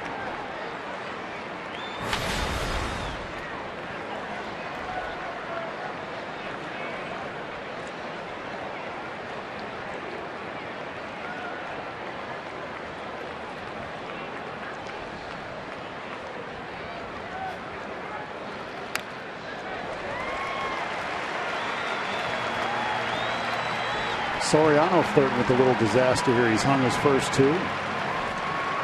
Gaddis just fouling him off right now, so only so many times he can do that and not pay with this guy at the plate. No balls, 2 strikes. And on a play, foul. Boy, Leon looked like he wanted that breaking ball belt high and down the middle. And Gaddis fought it off. Yeah, they did something unusual right there. Gave the sign for a breaking ball, which was 2, and then raised the glove, elevated it, and he threw a fastball. Now the slider down. And Gaddis spoiled that. LaRoche gives chase, but he'll have no play. You ready for Tom Seaver's signs for years? 2 was a fastball in, and 5 was a fastball away. Really? And no one ever figured it out. Now, pitching coaching with the Mets was Bob Apodaca, who was on that team. And he said, if you ever want to confuse a guy on second base, just change him up. Certainly worked well for Tom Terrific, didn't it? 0-2 pitch is skipped up there. And a ball on 2 strikes. Here's a situation where they've thrown a lot of breaking balls to Gaddis. They've gotten him out tonight with breaking balls, and he's hit a fastball. Here's the deal. It doesn't matter. You cannot throw 15, 20 straight breaking balls to a hitter and not get in trouble. Sooner or later, you have to come to the fastball. Here's a curveball or slider again. Gaddis, high fly ball toward left, but he got under it. And Soriano survives the top of the 10th. 3 up, 3 down. We go to the bottom half. Still tied 4 apiece.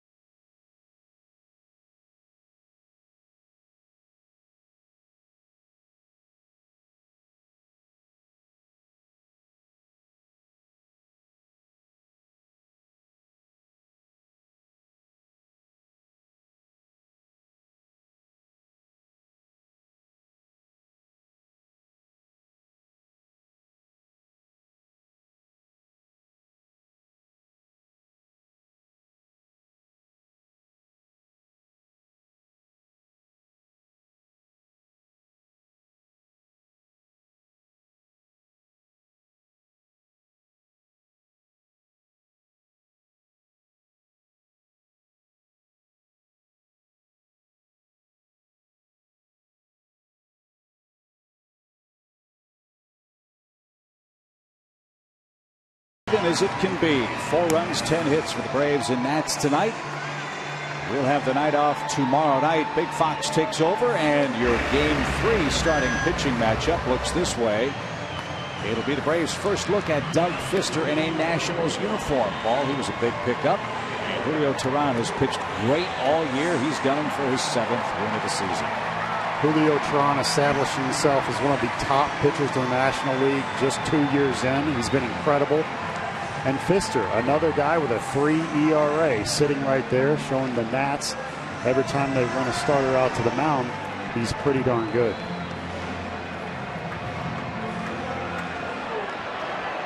There you see Julio. And there you see Luis Avilan. He checks in for the Braves in the 10th. Zimmerman, Desmond, and Espinosa coming up. And Luis misses outside, ball 1. This is a 2-game swing game. The Braves win it, they're a half game up. If they lose it, they're a game and a half out. They were an out away in the 9th.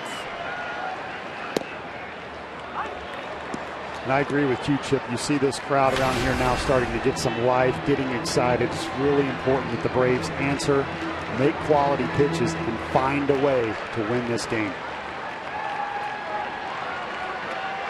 1 ball, 1 strike for Zimmerman.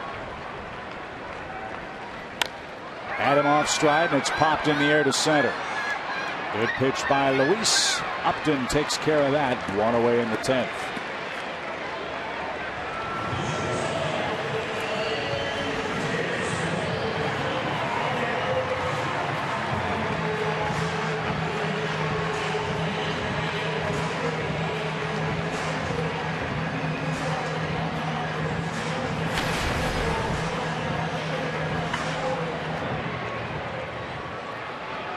Two hits and 4 tries for Desmond tonight.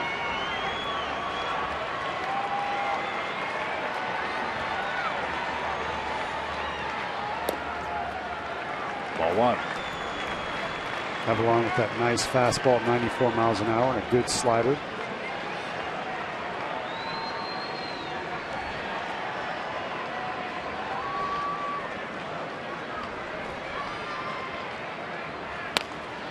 Line foul out of play. A ball and a strike.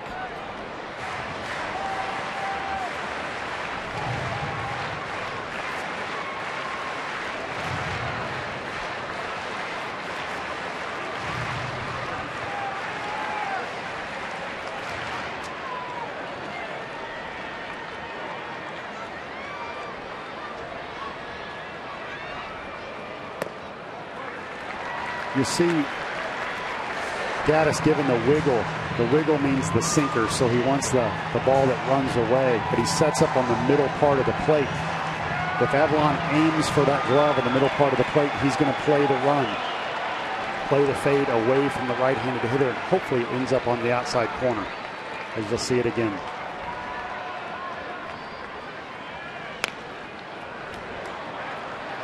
Two and 2. Here's a stat that gives you hope. The Nationals are playing in their 8th extra inning game so far this year. They've won only 1 of them. They're 1-6 in extras so far. Matt Williams' club 0-3 at home. The Braves are 4-4 in extra inning games.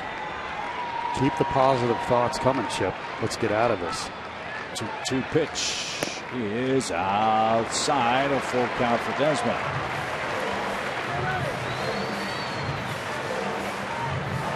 Nice to see a left-hander 3/4 throwing 95 miles an hour. Got to hit that outside corner and he'll be just fine.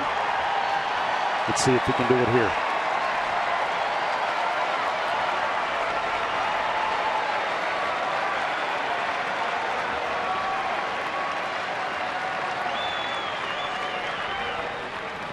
Did he go? Yes, he did. Desmond couldn't check his swing, and Avalon strikes him out.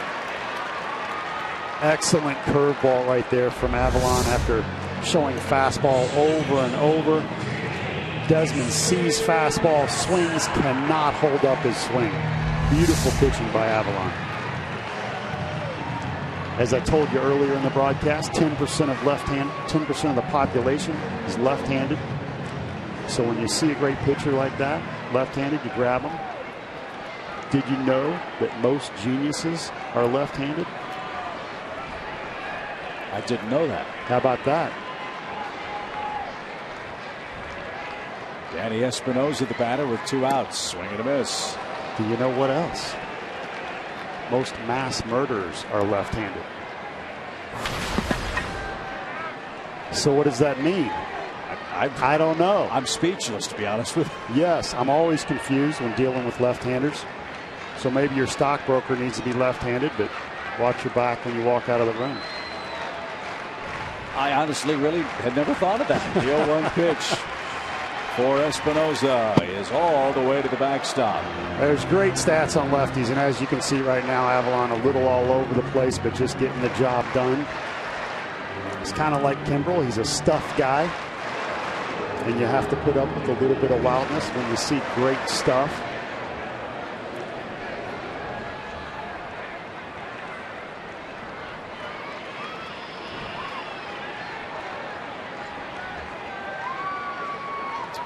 The 1-1 pitch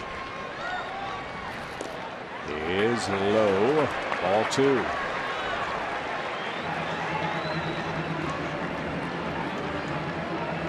Just having trouble finding a little bit right here. I like what he's doing. He's taking a step off the mound, walked over to the grass, looks away, gets back up on the mound and tries to focus.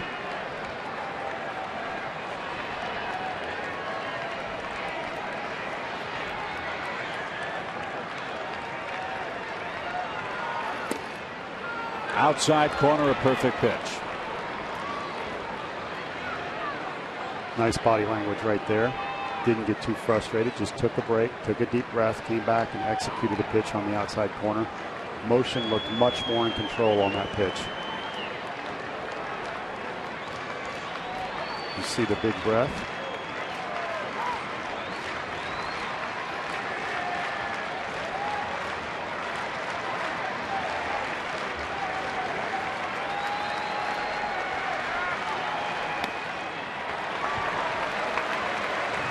So Espinosa has a full count. The slider down, tried to get him to chase. Didn't go for it.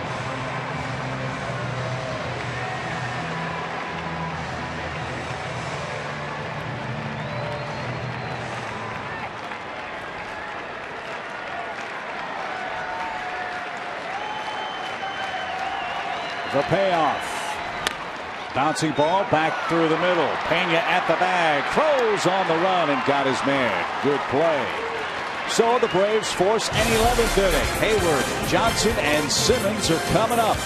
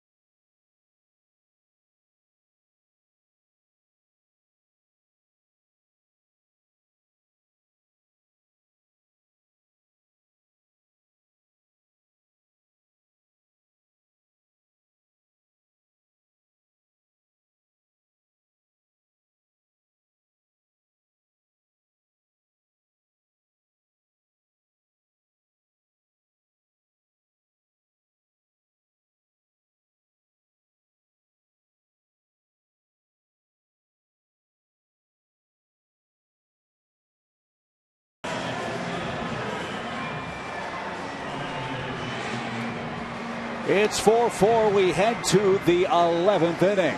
Braves fans were an out away, but Rendon spoiled the fun with a game-tying homer off Craig Kimbrell. Fans, take your next summer outing to a Braves game on the Fox Sports Fan Express with VIP door-to-door travel to and from Turner Field. Fan Express is complimentary, courtesy of Fox Sports, when you buy a Braves group sales ticket package. Log on to Braves.com/Fan Express today to book your trip.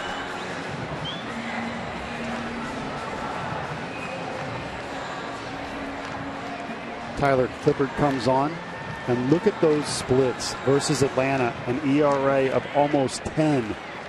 The Braves hitting .344 off him versus everybody else, ERA below 2, and an excellent .151 average.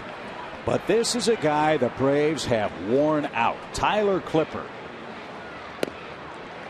You look at his numbers against Major League Baseball, and then you compare Clippard's numbers to what he's done against the Braves. It is shocking. I mean, they've owned this guy. And this would be a perfect time for that trend to continue with Hayward up there. I agree. We talked about it earlier. Sometimes you just have someone's number As a pitcher, you have to get out there and make your pitches, not think about what happened in the past. But I can just tell you from experience, that's easier said than done. Swing and a high fly foul down the right field line.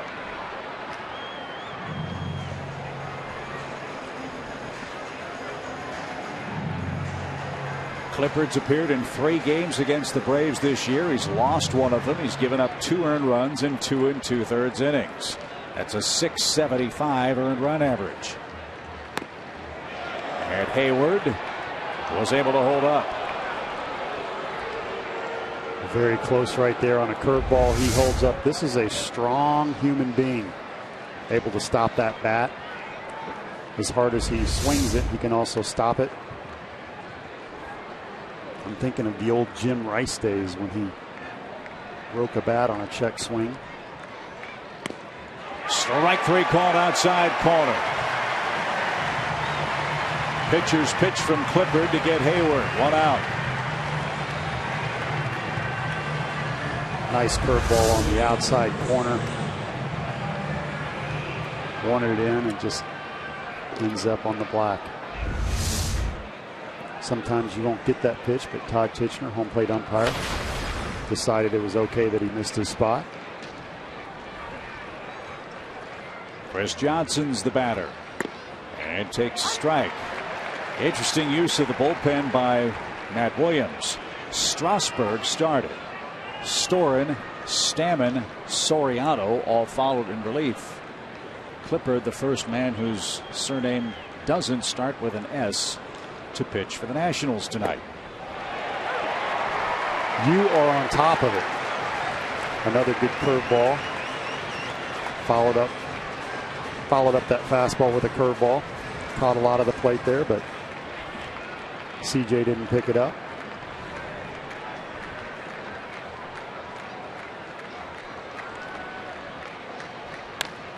Pop fly headed to the right side. LaRoche won't have a play. And Chris still 0-2. That was an unusual pitch right there. Usually when you come in to a righty on righty, you come in with your heat, your best stuff. Clippard came in with an 81-mile-an-hour changeup. He throws that 40% of the time.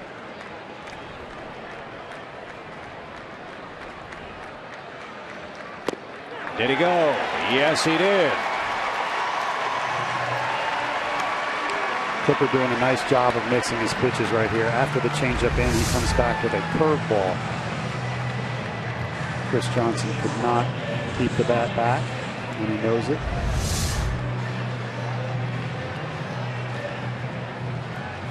Keith Falk was a closer that used to throw that pitch, the changeup in, righty on righty. You just don't see it very much.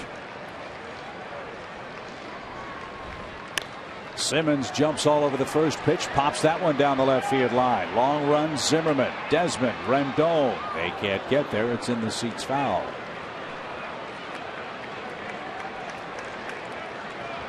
We're in the 11th. The Braves are looking for their first base runner since La Stella led off the 7th inning with a double. 14 straight have been set down since by the Nationals relief corps.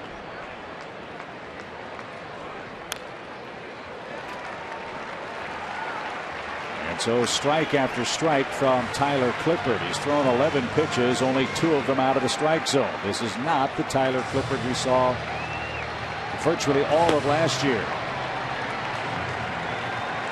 There's your bullpen activity. Juan Jaime, Jordan Walden have begun to throw.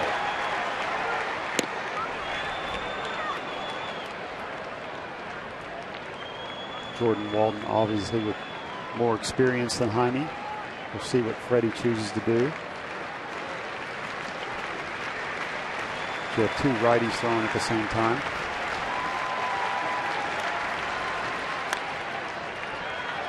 Another pop. LaRoche near the tarp is going to run out of room. I think you'll see Jaime if the game stays the same. If the Braves take the lead, you'll probably see Jordan Walden. That's my best guess.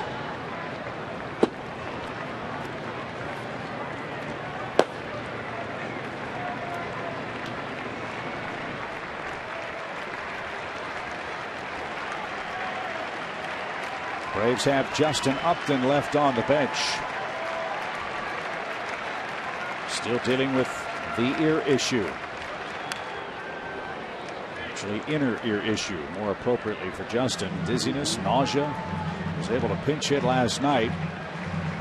Braves are taking it day by day with Justin, who does have a bat in his hands if the lineup gets down to the 8th or 9th spot.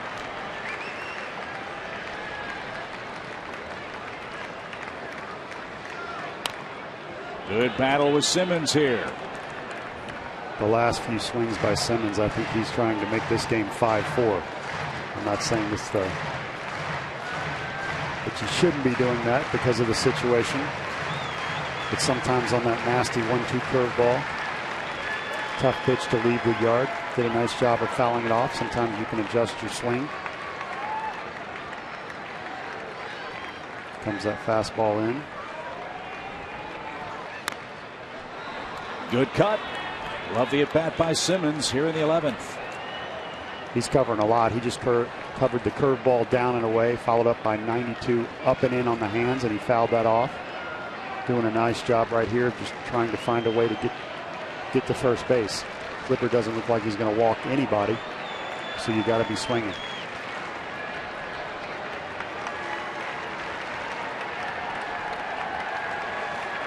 He's gotten a few strikeouts on that curveball. Let's see if he goes to it here. After that last pitch, he has him set up for breaking ball away. Clipper missed with it.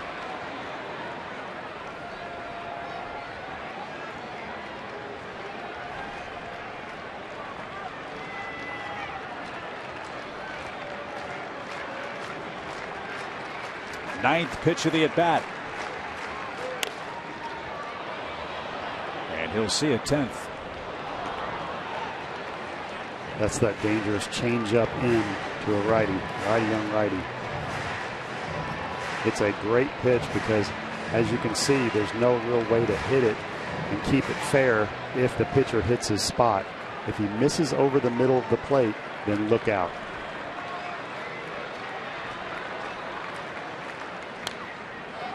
"11 pitches coming for Simmons." I like the fight, Simba. Keep it going.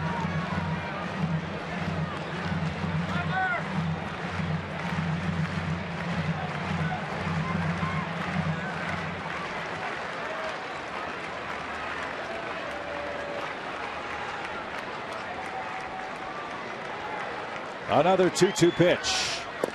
Inside, and Clipper with a long look in. There's that changeup in again, just misses. Matty Williams wondering where that is too. Excellent action. It's a good 6 inches on the inside part of the plate. The crowd wanted it. Pitch number 12 of the at bat is popped up. Shallow right. Long run. Who wants it? It's LaRoche in fair territory. And Simmons, after a marvelous 12-pitch at bat, pops out to send this game to the bottom of the 11th. It's still tied 4-4 in Game 2.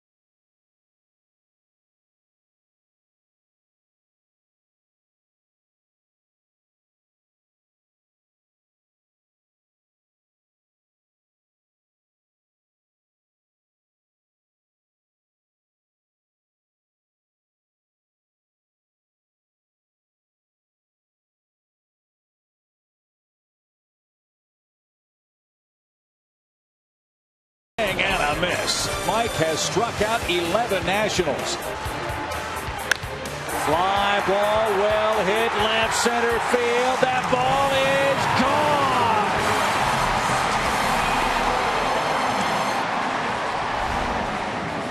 4-4 in the bottom of the 11th inning. A shocking turn of events, quite honestly. That home run by Rendon off Craig Kimbrell with 2 outs in the 9th inning ties this game in Washington. So now the Braves go ever deeper into the bullpen. It's Juan Jaime, a man the Nationals ought to know pretty well, Paul. He was in their minor league system for 6 long years until the Diamondbacks got him on a waiver claim after the 2010 season.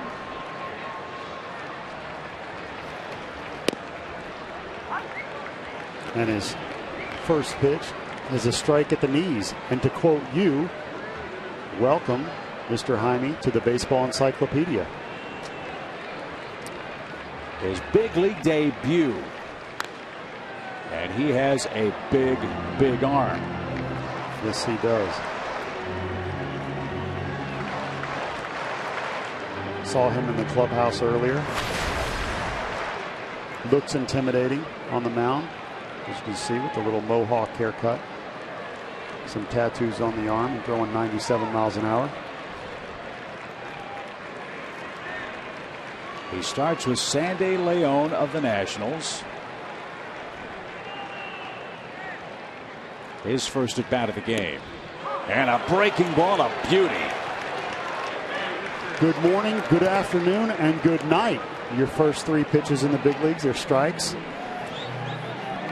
And a 4-4 tie in the 11th inning and a huge game. And that pitch is right there. Extra innings presented by Jack Link's Beef Jerky. Feed your wild side. You know, Bobby Cox used to say whenever a rookie would come up, that he would try to get him in the game as soon as he could. And I'm not saying we want to put him in a game like this unless you don't have a choice. But his feeling was, it's just a horrible feeling sitting down there in the bullpen, waiting and waiting and waiting. So he would try to get a rookie in there as soon as he could, so that they could get their feet wet. Well, Freddie Gonzalez quoted in the AJC about Juan Jaime. Said he talked to Brian Snitker, the AAA manager for the Braves. Snitker said Jaime has a good arm. He's been good. Throw strikes, power arm. And command has frankly been what's kept him out of the big leagues until now.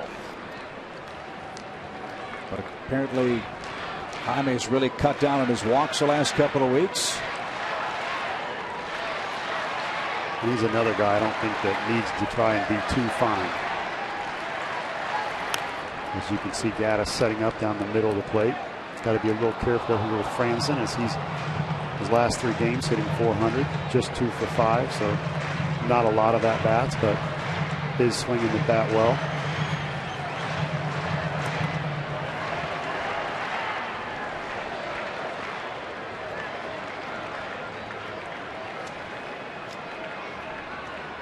By my count, Franzen's the last extra player available for Washington tonight.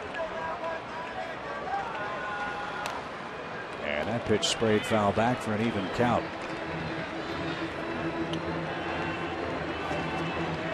I mean, 98 miles an hour, that is extremely impressive.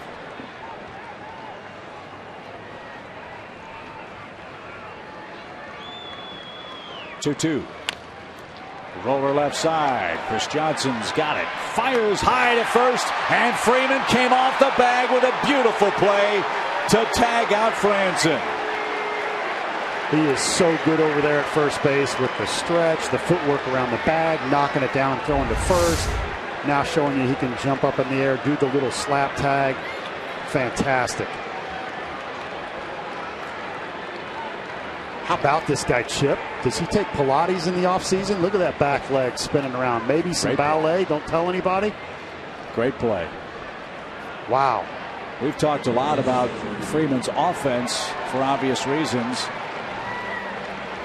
As this play is going to be challenged by the Nationals or by the umpires, it's under review. The angles that we had, I think, showed clearly that Freeman applied the tag to retire Franzen. But I don't think Freddie gets enough credit for his good work at first base. I agree with you, and everyone wants to see the big home runs and things like that, and the offense, and that's true, but defense wins baseball games. Pitching, defense, timely hitting.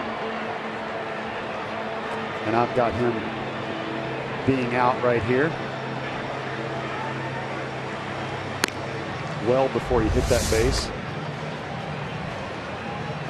I'm surprised Franzen still has a left ankle after the way he hit that bag.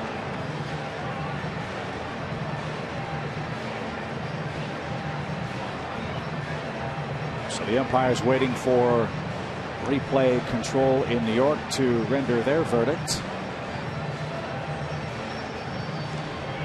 And the verdict's in. And he is indeed out. So the call stands. Clint Fagan got it right at first base. And the bases are empty for the top of the order and Denard Span.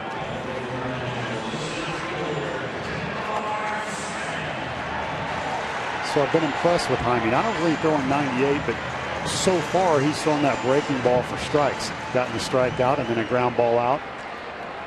If you just have two pitches and you have to get a guy out once and you have a great breaking ball and you can reasonably locate 98 miles an hour, you can pitch up here for a long time. Steve, right call.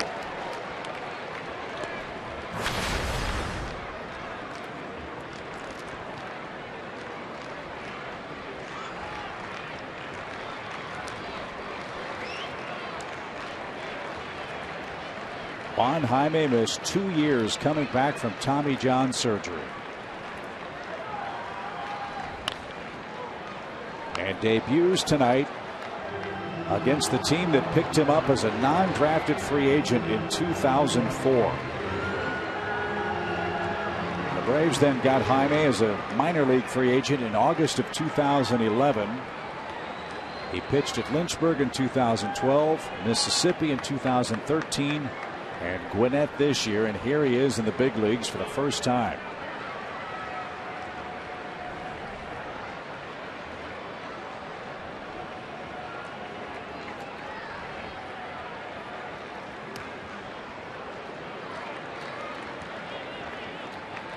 It's a long road.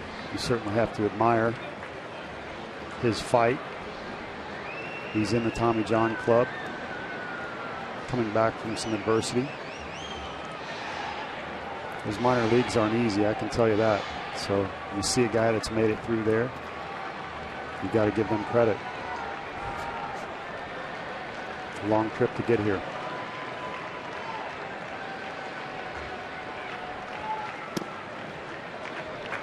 So my favorite service time is Rex Hudler, fellow broadcaster with the Angels.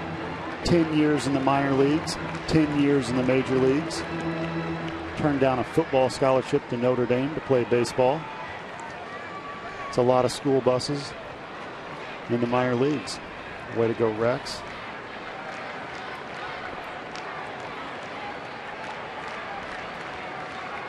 One ball, 2 strikes.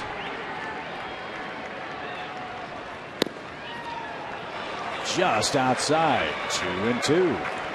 One thing that worries me a little bit, and no guys are on base right now, but he has really no stop or pause as he comes down on a couple of his pitches.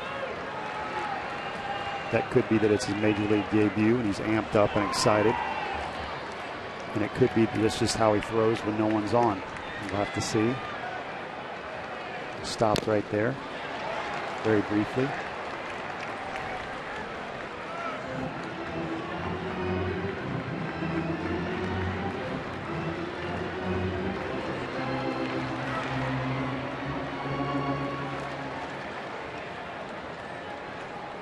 Span tries to keep the inning alive for Washington. Jaime trying to work a perfect first big league inning in the Nationals' 11th.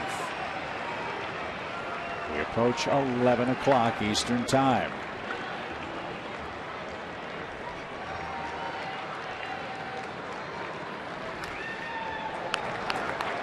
Now Span putting up a good fight.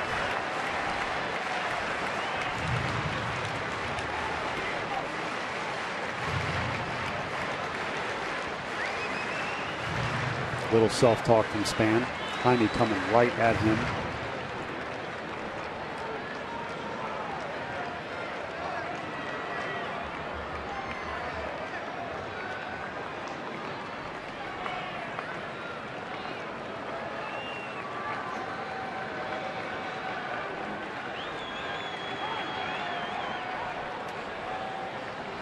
Gaddis went through all the pitches right there and ended up with a changeup, which confused me a little bit. Tried fastball in, tried the breaking ball, fastball away, and went changeup. Sometimes that can mean split. I don't expect Jaime to have a changeup. It's not in the scouting report. Doesn't mean that he doesn't have one. So fastball away.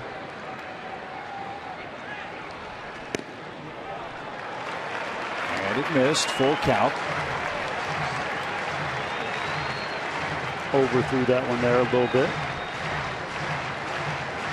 Now it's a full count. This is where you relax, take a deep breath.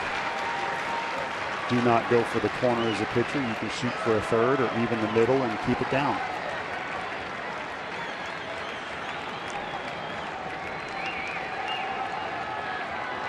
Jaime about to make his 9th pitch to Denard Span.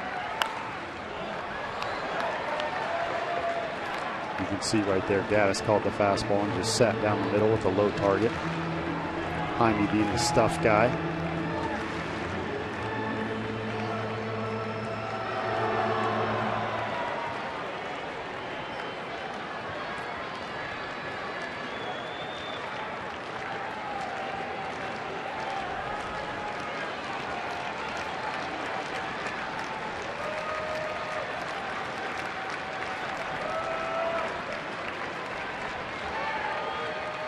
He lost it.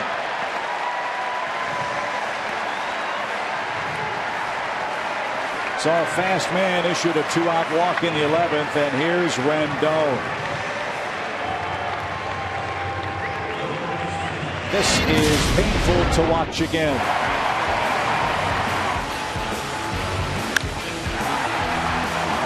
The 9th inning with 2 outs. Rendon just deposits that fastball down the middle by Kendall. Off the left field wall. Had to go to replay. Determined it was a home run. Nats got new life. That was the first hit for Rendon in the series. And now he bats with a man aboard and 2 out again in the 11th.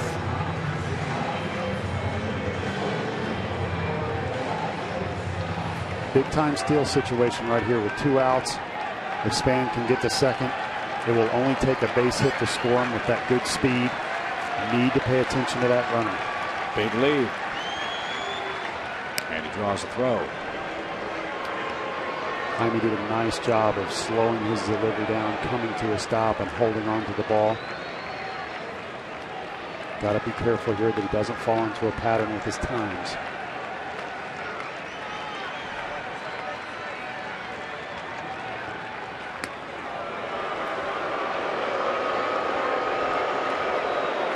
Excellent. I like how he held on to that a little bit longer and then threw to first, so he's changed his times in his first 2 times coming set. Much to the disapproval of the Nats fans who booed. So you've already gotten booed in your first big league outing. Get that out of the way. Well, the Nats, you recall, used to be the Expos at the old Olympic Stadium. You remember what they used to put up on the scoreboard when the visiting pitchers would try to pick off Expos stealing or trying to lead from first? The chickens on the scoreboard. That's right. That's right. They play the chicken sound on the PA system at Olympic Stadium. They don't go that far here in the new home of the Expos in Washington, D.C., now known as the Nationals. Ball on a strike to Rendon from Juan Jaime. We're in the home 11th.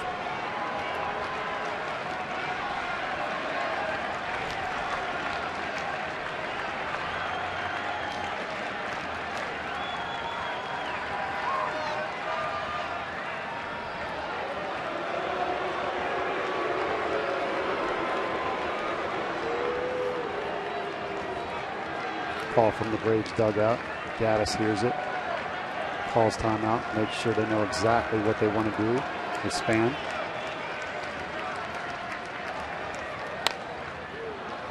And that's out of play.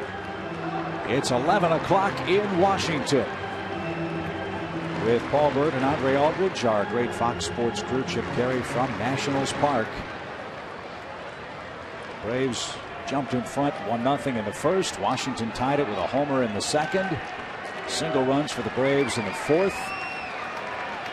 2 in the fifth. Washington got a run in the seventh. 2 in the ninth. And on we battle into inning number 11. Mike Minor started the game and was absolutely brilliant. 11 strikeouts in 7 innings. Steven Strasburg gave up 4 runs in 6. Now Span is going to go. Here's the pitch. Be careful right here. Big jump. The pitch is a called third strike. Strike 3 to Rendon ends the inning. Rendon caught looking. Span was running, Paul, but it doesn't matter. The inning is over. And a couple of strikeouts for Juan Jaime in his first big league inning. We go to the 12th.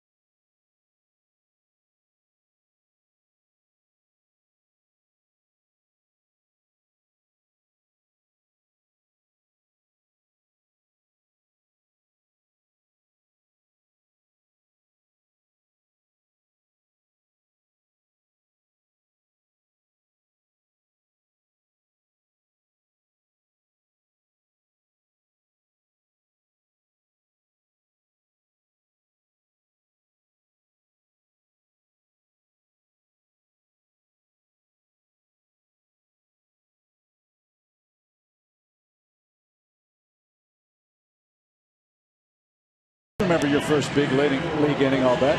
I do. How'd it go? Shea Stadium. Gave up 1 run. We were winning 4-2. I set up John Franco, gave up a run. I remember just trying to breathe. The hyperventilation. Started off with a double, ground ball, then struck out Jay Bell. How about that? Pretty good. Yeah, not bad. But I did give up a run, came out of the game, and John Franco, who's a great competitor, one of the best closers of our generation, got so frustrated that he overturned the spread, the food after the game. So I ate my first big league. I didn't have any money. So I ate my first big league post-game meal off the ground in the clubhouse of Shea Stadium. Nice. Yes. What was it? Chinese food. Oh. So I'm scooping lo mein off the floor in the clubhouse of Shea Stadium. But I was just happy to be in the big leagues. I was upset that I gave up a run, didn't sleep all night, watched the sun come up. So yes, I remember it well. Well, Jerry Blevins is on to pitch the 12th for the Nationals. He'll face Jordan Schaefer. And the first pitch is lined out of play, foul. That's why I think back to the movie Hoosiers and Gene Hackman talking about that Hickory squad going to play in Indianapolis, and they pull the tape measure out and they look around in the big gym and everything else, and the dimensions are the same. In theory, I guess that's true, but it is different when you get a second or a third deck on the ballpark, isn't it? Absolutely. Nothing can prepare you for it. And I learned a whole new meaning of the word pressure. Schaefer with a bunt, and it's going to bounce foul. And there's strike 2. He did a nice job dodging that ball as he ran to first.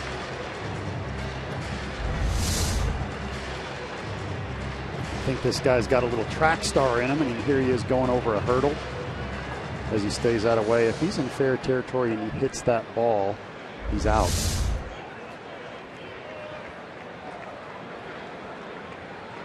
So Schaefer has to protect, down 2 strikes.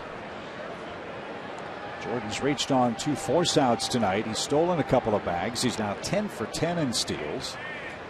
He has struck out, I beg your pardon, and lined out.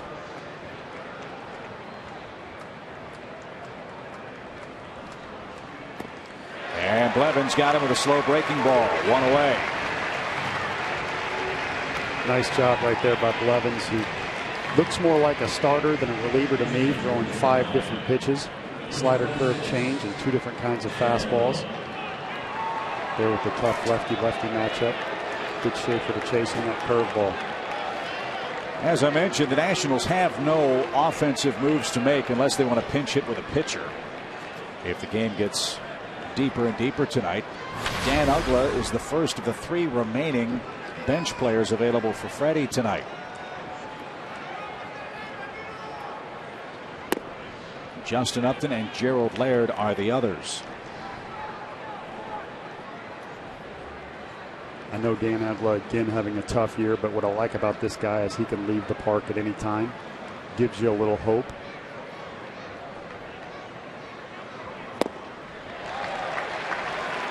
One ball, 1 strike.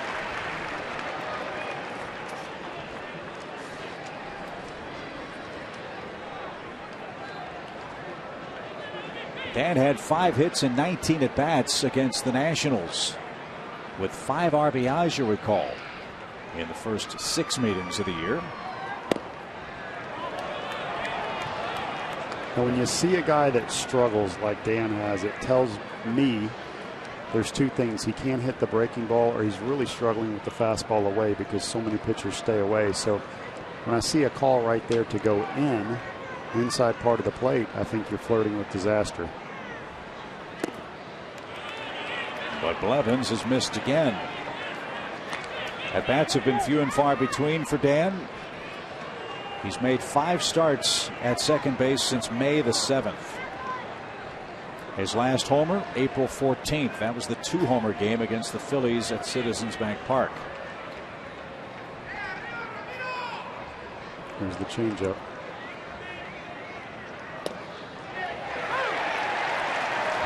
And that was called a strike, not on the swing. On a corner, it appeared.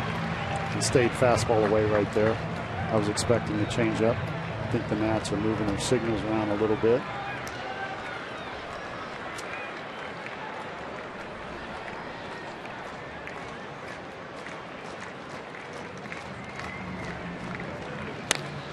High fly ball to right. That's going to be caught by Worth. He's there. 2 outs. Dan hit it a long way the other way, but he's the second out. Nice job of Blevins executing that fastball away right there, keeping it out away from Danny. The Nationals have retired 17 straight Braves hitters. Let's see if Pena can change that. He'll turn around and bat from the right side now. Pena came on in the 7th for La Stella. His first at bat came in the 9th. He struck out swinging.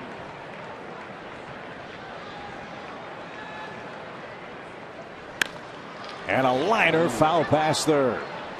Well, as we talked about earlier in the broadcast, he had that huge home run last year at this park in extra innings to give the Braves a win. Was it too much to ask for him to do that again? I'm all for it. Somebody's got to break the ice. Do better than Pena. Nationals are happy that Blevins is able to pitch after Chris Johnson hit a rocket off his knee yesterday.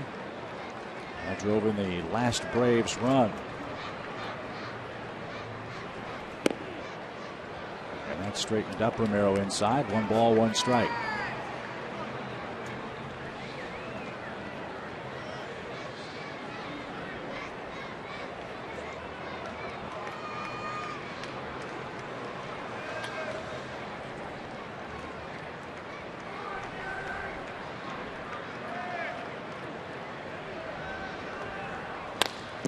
Another ball off the pitcher's leg, but this one's going to bounce right to first.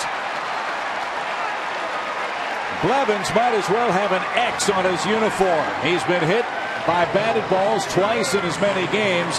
That time, though, the bounce went Washington's way. Unbelievable. 3 up, 3 down, right off the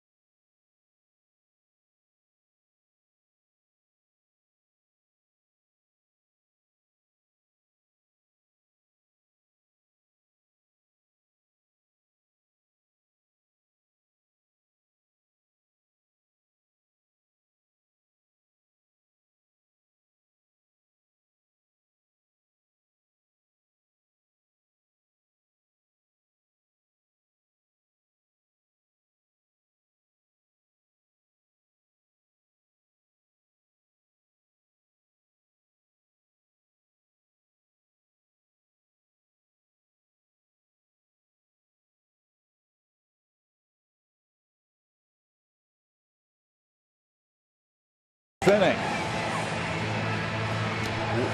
What a crazy ball game tonight. So Juan Jaime pitches in his first big league game for Atlanta. He struck out 2. And now Ryan Buchter is going to come on.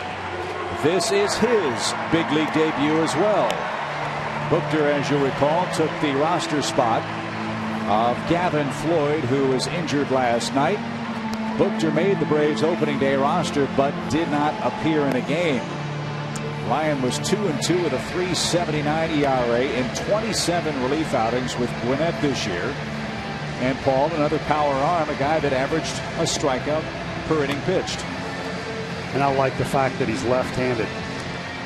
Takes a little pressure off Avalon down there.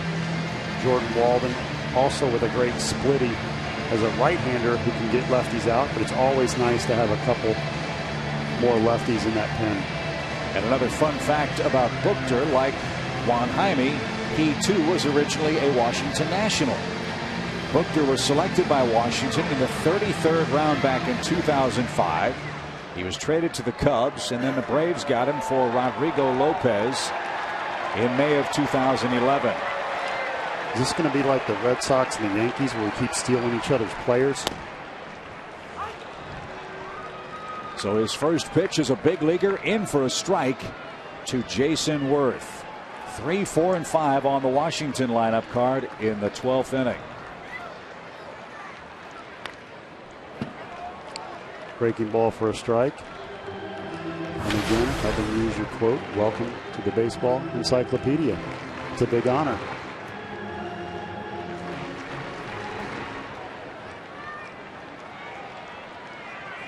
Buchter, a big kid, 6'3", 240 pounds.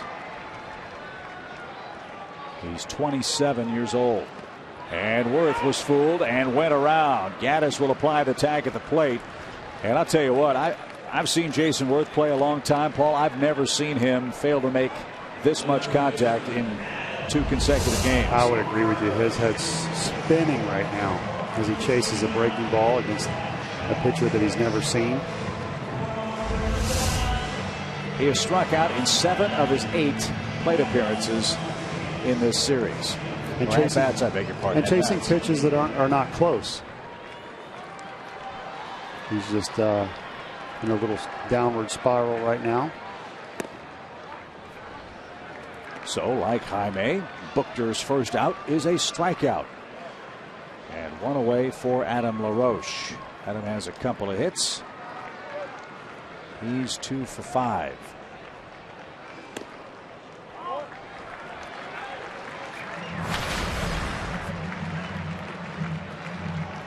You see that high average because he can hit both righties and lefties. Adam LaRoche, very disciplined, keeps his head on the baseball and stays in there on breaking balls.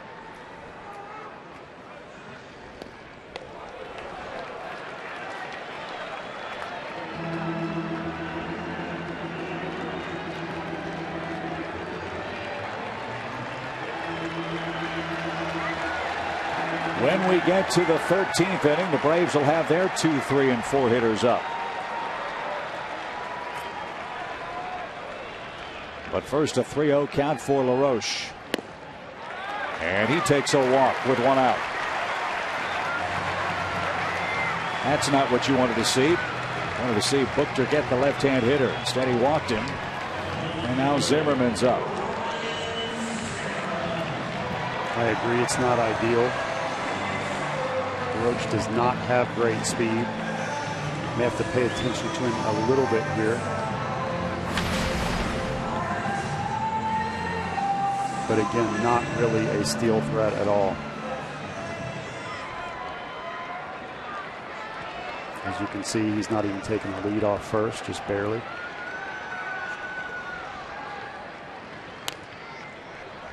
Line foul by Zimmerman. Story in the Washington Post tonight.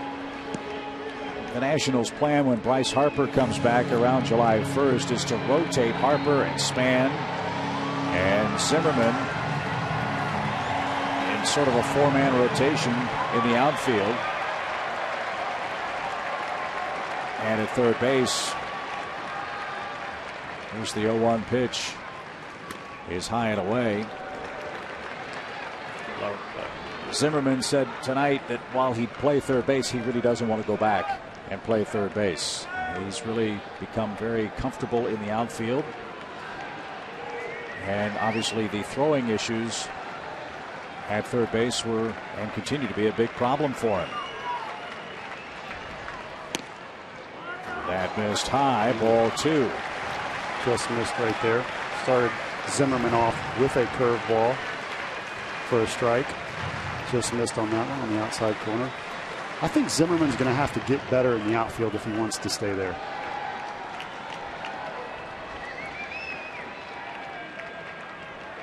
Two balls and a strike. That split the plate. He thought it was low. Nice pitch by the rookie coming back to even the count at 2-2. I agree with you. Maybe his throws are better, and I know this is what he is saying, but you know, you have to get good routes on balls, and there's no real time to learn that up here. I'm guessing they're thinking he's going to drive in more than he's going to let in the outfield. And they've taken off since he's come back after hurting himself in Atlanta. Ground ball to Freeman at first. He'll step on the bag, and the Braves have LaRoche in a rundown, and Simmons will tag him out. Nice double play started by the Braves first baseman. Washington is done in the 12th. We go to the 13th. Will it be lucky for Atlanta? We'll find out with Upton, Freeman, and Gaddis coming up.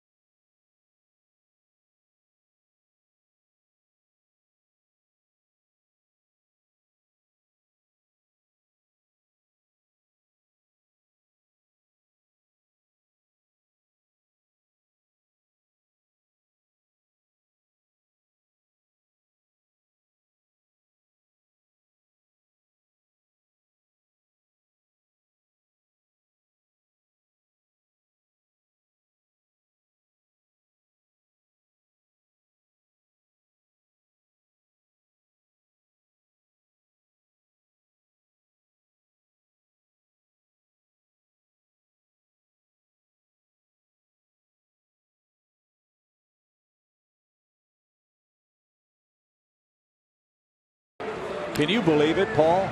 This is the third 13-inning game the Braves have played this week.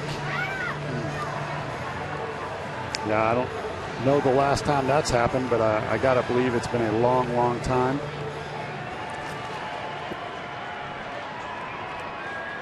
Not real good on a bullpen, as we talked about earlier. It doesn't just affect you for this game, but the games in the future as well, the next week, and even beyond that, when a guy pitches with a fatigued arm.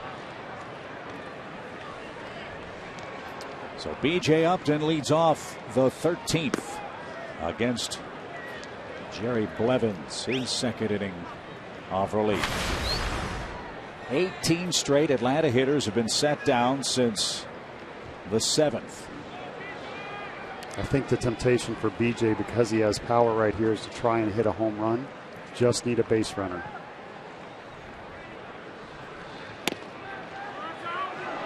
There you go. Nice patience right there. A pitch that could have gone either way. You just get on base, good things happen. Got Freddie Freeman and Gaddis hitting behind you. Jay Hayes getting hot. Chris Johnson's getting hot. Very important at bat.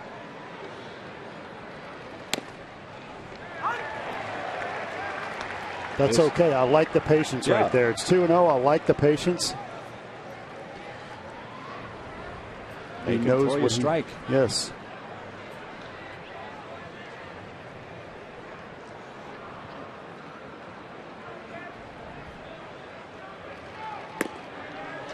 Now he's worked it 3 balls and a strike. How big's B.J. Upton's strike zone here? And if I can give a sign from the press box, it's going to be take. Can we make that happen? I don't know.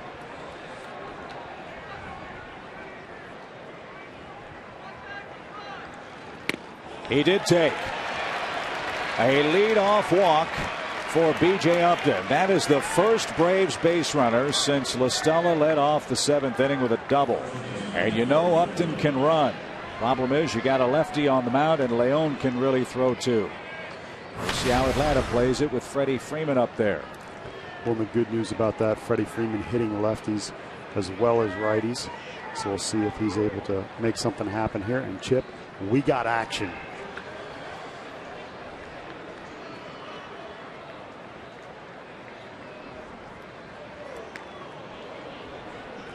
Little stutter step right there, draws a throw from Blevins. B.J. Upton with some good wheels. 11 stolen bases on the year. Don't have to steal in this situation, but if you pick something up, wouldn't be a bad idea either.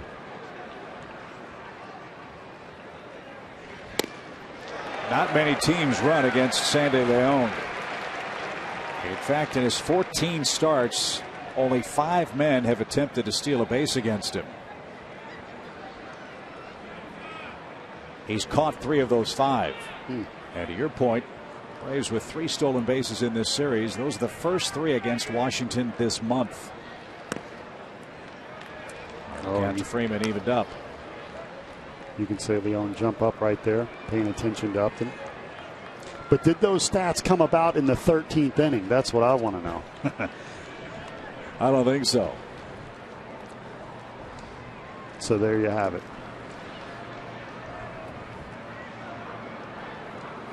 Upton has a big lead. Another half step.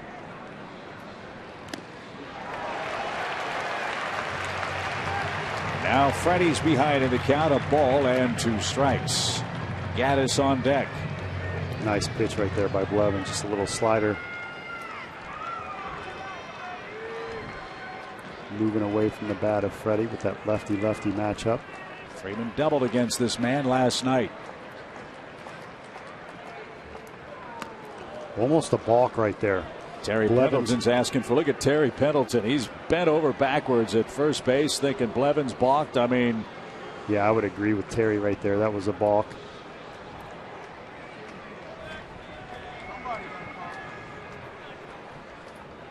Saying nobody's going to call it angrily.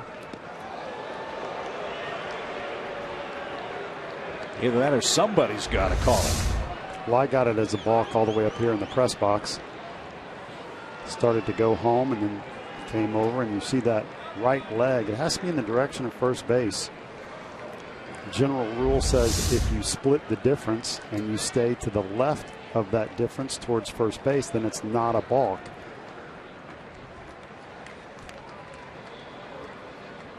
Upton inching out, not going, and Freeman takes high. Freddie did a nice job laying off that pitch right there. High fastball. I expect to see a breaking ball here. Doesn't mean that he'll throw it because it's a steal situation for Upton. If you're guessing that he's coming with that slider, you take a chance and try and steal that bag right here. Not going. And that just missed. Great eye by Freeman. How about that breaking ball? And starting out down the middle. Freddie doesn't bite. Lays off of it. Misses by a few inches off the corner. What a great eye from Freddie Freeman. Now is Upton running here with nobody out. No. And Freeman drives one down the left field line. Deep but foul. And we'll do it again. I think the Braves have read the numbers you quoted on Leon. Showing some respect right there. Not going on a 3-2 count.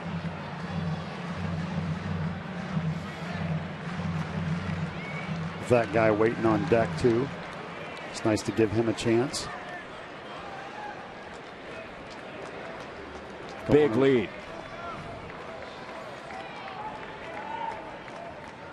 Runner goes. Freeman bouncing ball through the hole, right side of hit. Upton around second, on his way to third. The Braves have him at the corners with nobody out. Beautifully executed right there by Freddie Freeman. Pulling that ball in the hole as B.J. Upton goes, so it enables him to get to third base. Nice choice. Didn't run on the earlier 3-2. They run on this one. Fastball down the middle. Perfectly hit in that hole with enough steam on it to get through the infield. Good speed with Upton. They hold him up at third. I think the key to that at bat was laying off the 2-2 slider. He swung at that pitch, which was really tough to lay off. He had no chance. But he laid off of it, allowing him to get the fastball down the middle. Gaddis singled against Blevins last night. Infield comes in for Washington with Upton 90 feet away and nobody out.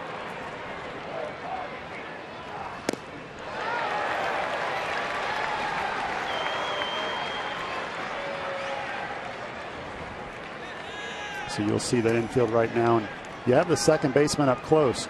Shortstop is midway back. The reason for that is if he pulls the ball, it's going to have more steam on it. So they want that shortstop back a little bit and play the odds. Lined into left field, a base hit, and the Braves lead. Evan Gaddis with a bullet to left. He's 2 for 2 against Blevins in this series, and Atlanta reclaims the lead 5-4. I see a lot of fight in the Atlanta Braves right now. You brought in 2 rookies on the mound. They've done the job. Now your bruisers at the plate getting the job done. Fastball in. There's better choices to Evan Gaddis, but you know what? They threw it. He hit it and continues to do the job night after night. Now Hayward lines one down the left field line. That's trouble if it's fair, but it slices out of play. How many times in the history of this game do you see it? A leadoff walk in the late innings causes big problems. It did for Atlanta in the 9th. It has for Washington in a fateful 13th. Upton took ball 4, went first to third on a Freeman single, and came home on Evan Gaddis's rope. Fantastic execution. Guys coming through. Broken bat roller. LaRoche will handle. He'll take it to the bag. A productive out. That advances runners into scoring position. Very productive out. I agree with you, Chip. I got so excited I talked over you right there. Broken bat, ground ball to first base. But you know what? That's one of the best things that can happen. As you said, moves the runners to second and third. We've only got one out. Chris Johnson, a great contact hitter. We'll take a sac fly. They're going to walk him, though. As hot as Chris has been, 4 hits in the series and 3 RBIs. They'll try to set up a double play with Andrelton Simmons. You talk about a roller coaster of emotions in a ball game and in a season series. Here we go again, Braves and Nationals. I like it. I like the rivalry. I like the energy. Last year, a few pitches at people. But hey, that's part of the game. We're all friends now, and this is a good, healthy rivalry. Johnson takes a walk.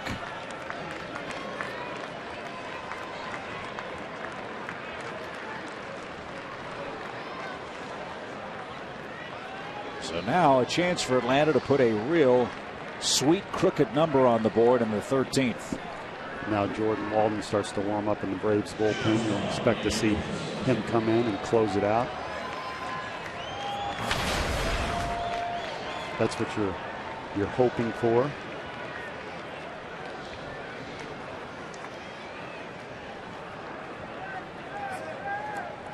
Sure would be nice to get an extra run right here. A little insurance run, a little cushion.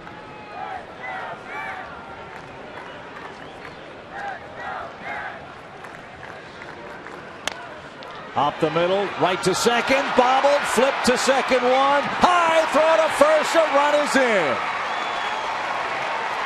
Washington's defense leads to an Atlanta run and a 2-run lead in the 13th.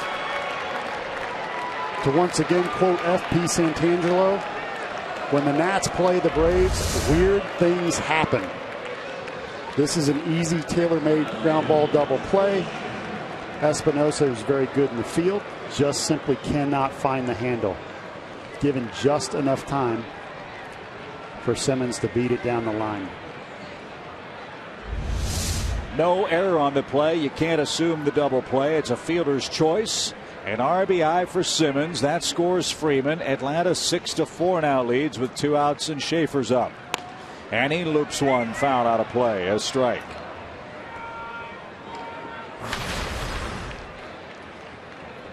A walk, 2 hits, a ground out, and a muffed short double play ball has plated 2 for the Braves in extra innings.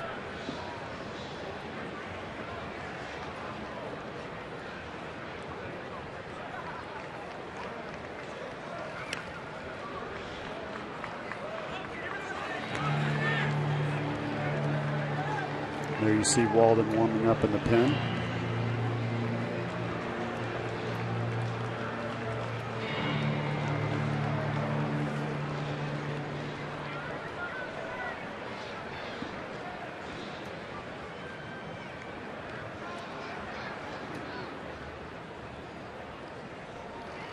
Swing and a miss. Atlanta finally breaks through in the 13th inning. It was the lucky 13th for the Braves. They cash in a leadoff walk and a muffed ground ball to second to turn a tie game into a 2-run lead. Evan Gattis put him in front, hopefully to stay. 3 outs to get for a 2-0 series lead.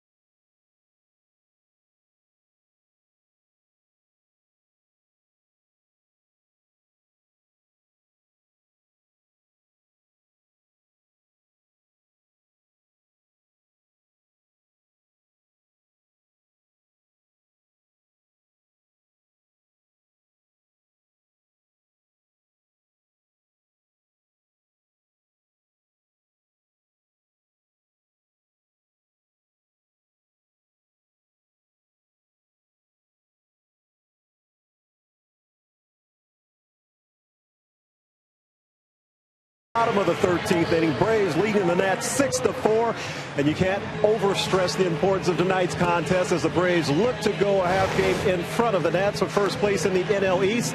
So what if it takes a third 13-inning game of the week for it to get done?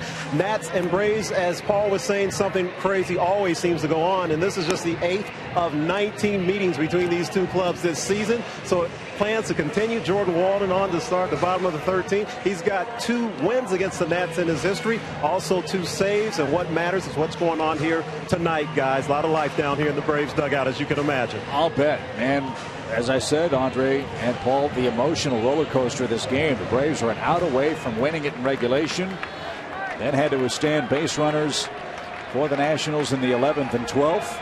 Finally broke through in the 13th. And now Walden looks for his 2nd save of the year. And he's got the bottom part of the order coming up. Desmond Espinosa and then Sandy Leon. Obviously, it's not over, but it's great that Andre tells us there's a lot of life in that dugout down there. They need a pick-me-up. They need to win this game. And again, it's a 2-game swing. Atlanta wins it. They're a half game in front. Washington had high hopes in this series of defending their home turf. Atlanta has come to town with other ideas. Line toward right. Hayward is going to catch that on the run. 1 out. Walden has closing experience, as you know. In 2011 with the Angels, he saved 32 games in 62 outings. He saved a game last year for the Braves. This could be his 2nd of the season. His first came April 19th against the Mets. Retired the only batter he faced with the bases loaded in the 9th inning in New York. I like the way this guy pitches, Chip. Comes right at you like a big freight train. The stutter step, upper 90s fastball, and a good split and slider. 1 ball, no strikes.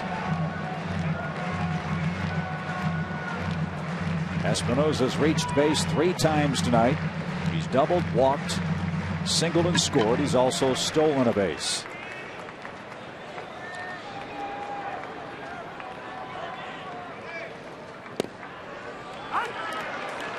And 1-1. There's that good split outside corner, about 10 miles an hour off his fastball. You were talking earlier tonight about Steven Strasburg's extension and how much more velocity the hitter reads as close to the plate as he is. I can't think of a guy that gets closer to the hitter at release than Jordan Walden. Yeah, I agree with you. And they did a study in the late 90s. The pitcher that let the ball go closest to home plate was Randy Johnson. As you see here, he comes. You're going to see a little stutter step with that leg. And look how far he jumps away and how late he can let the ball go here, which is just extremely effective. Randy Johnson in the late 90s let the ball go the latest to home. So not only was he 6'10" and throwing 98 miles an hour, but he let it go closest to the hitter, so it had the effect of being even faster. Are you ready for this? Number 2 was Greg Maddux. Really? Who's maybe 6 foot, 6'2" in high heels at best, right? And Maddux did a really nice job of finishing his pitches and stepping straight to the plate. And that surprises me because Greg wasn't a guy ever known for throwing with great velocity, great movement, yes, great accuracy, yes, but Greg didn't throw hard. He pitched a lot like you did, or you pitched a lot like he did, I guess is a better way of putting it. Correct. I mean, a lot of people tried to emulate him, but it was, he couldn't duplicate what he did. And, just fantastic little secrets, I think, that made him so effective.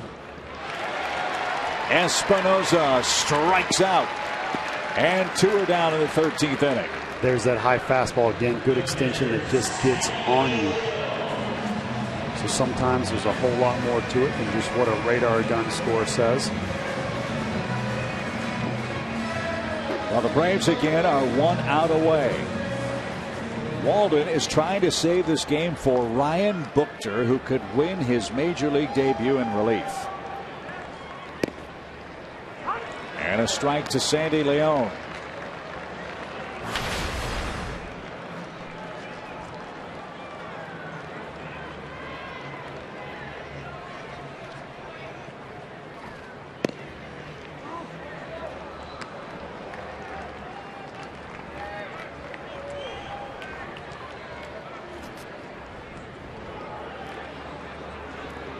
Phil Falco there, Braves strength coach.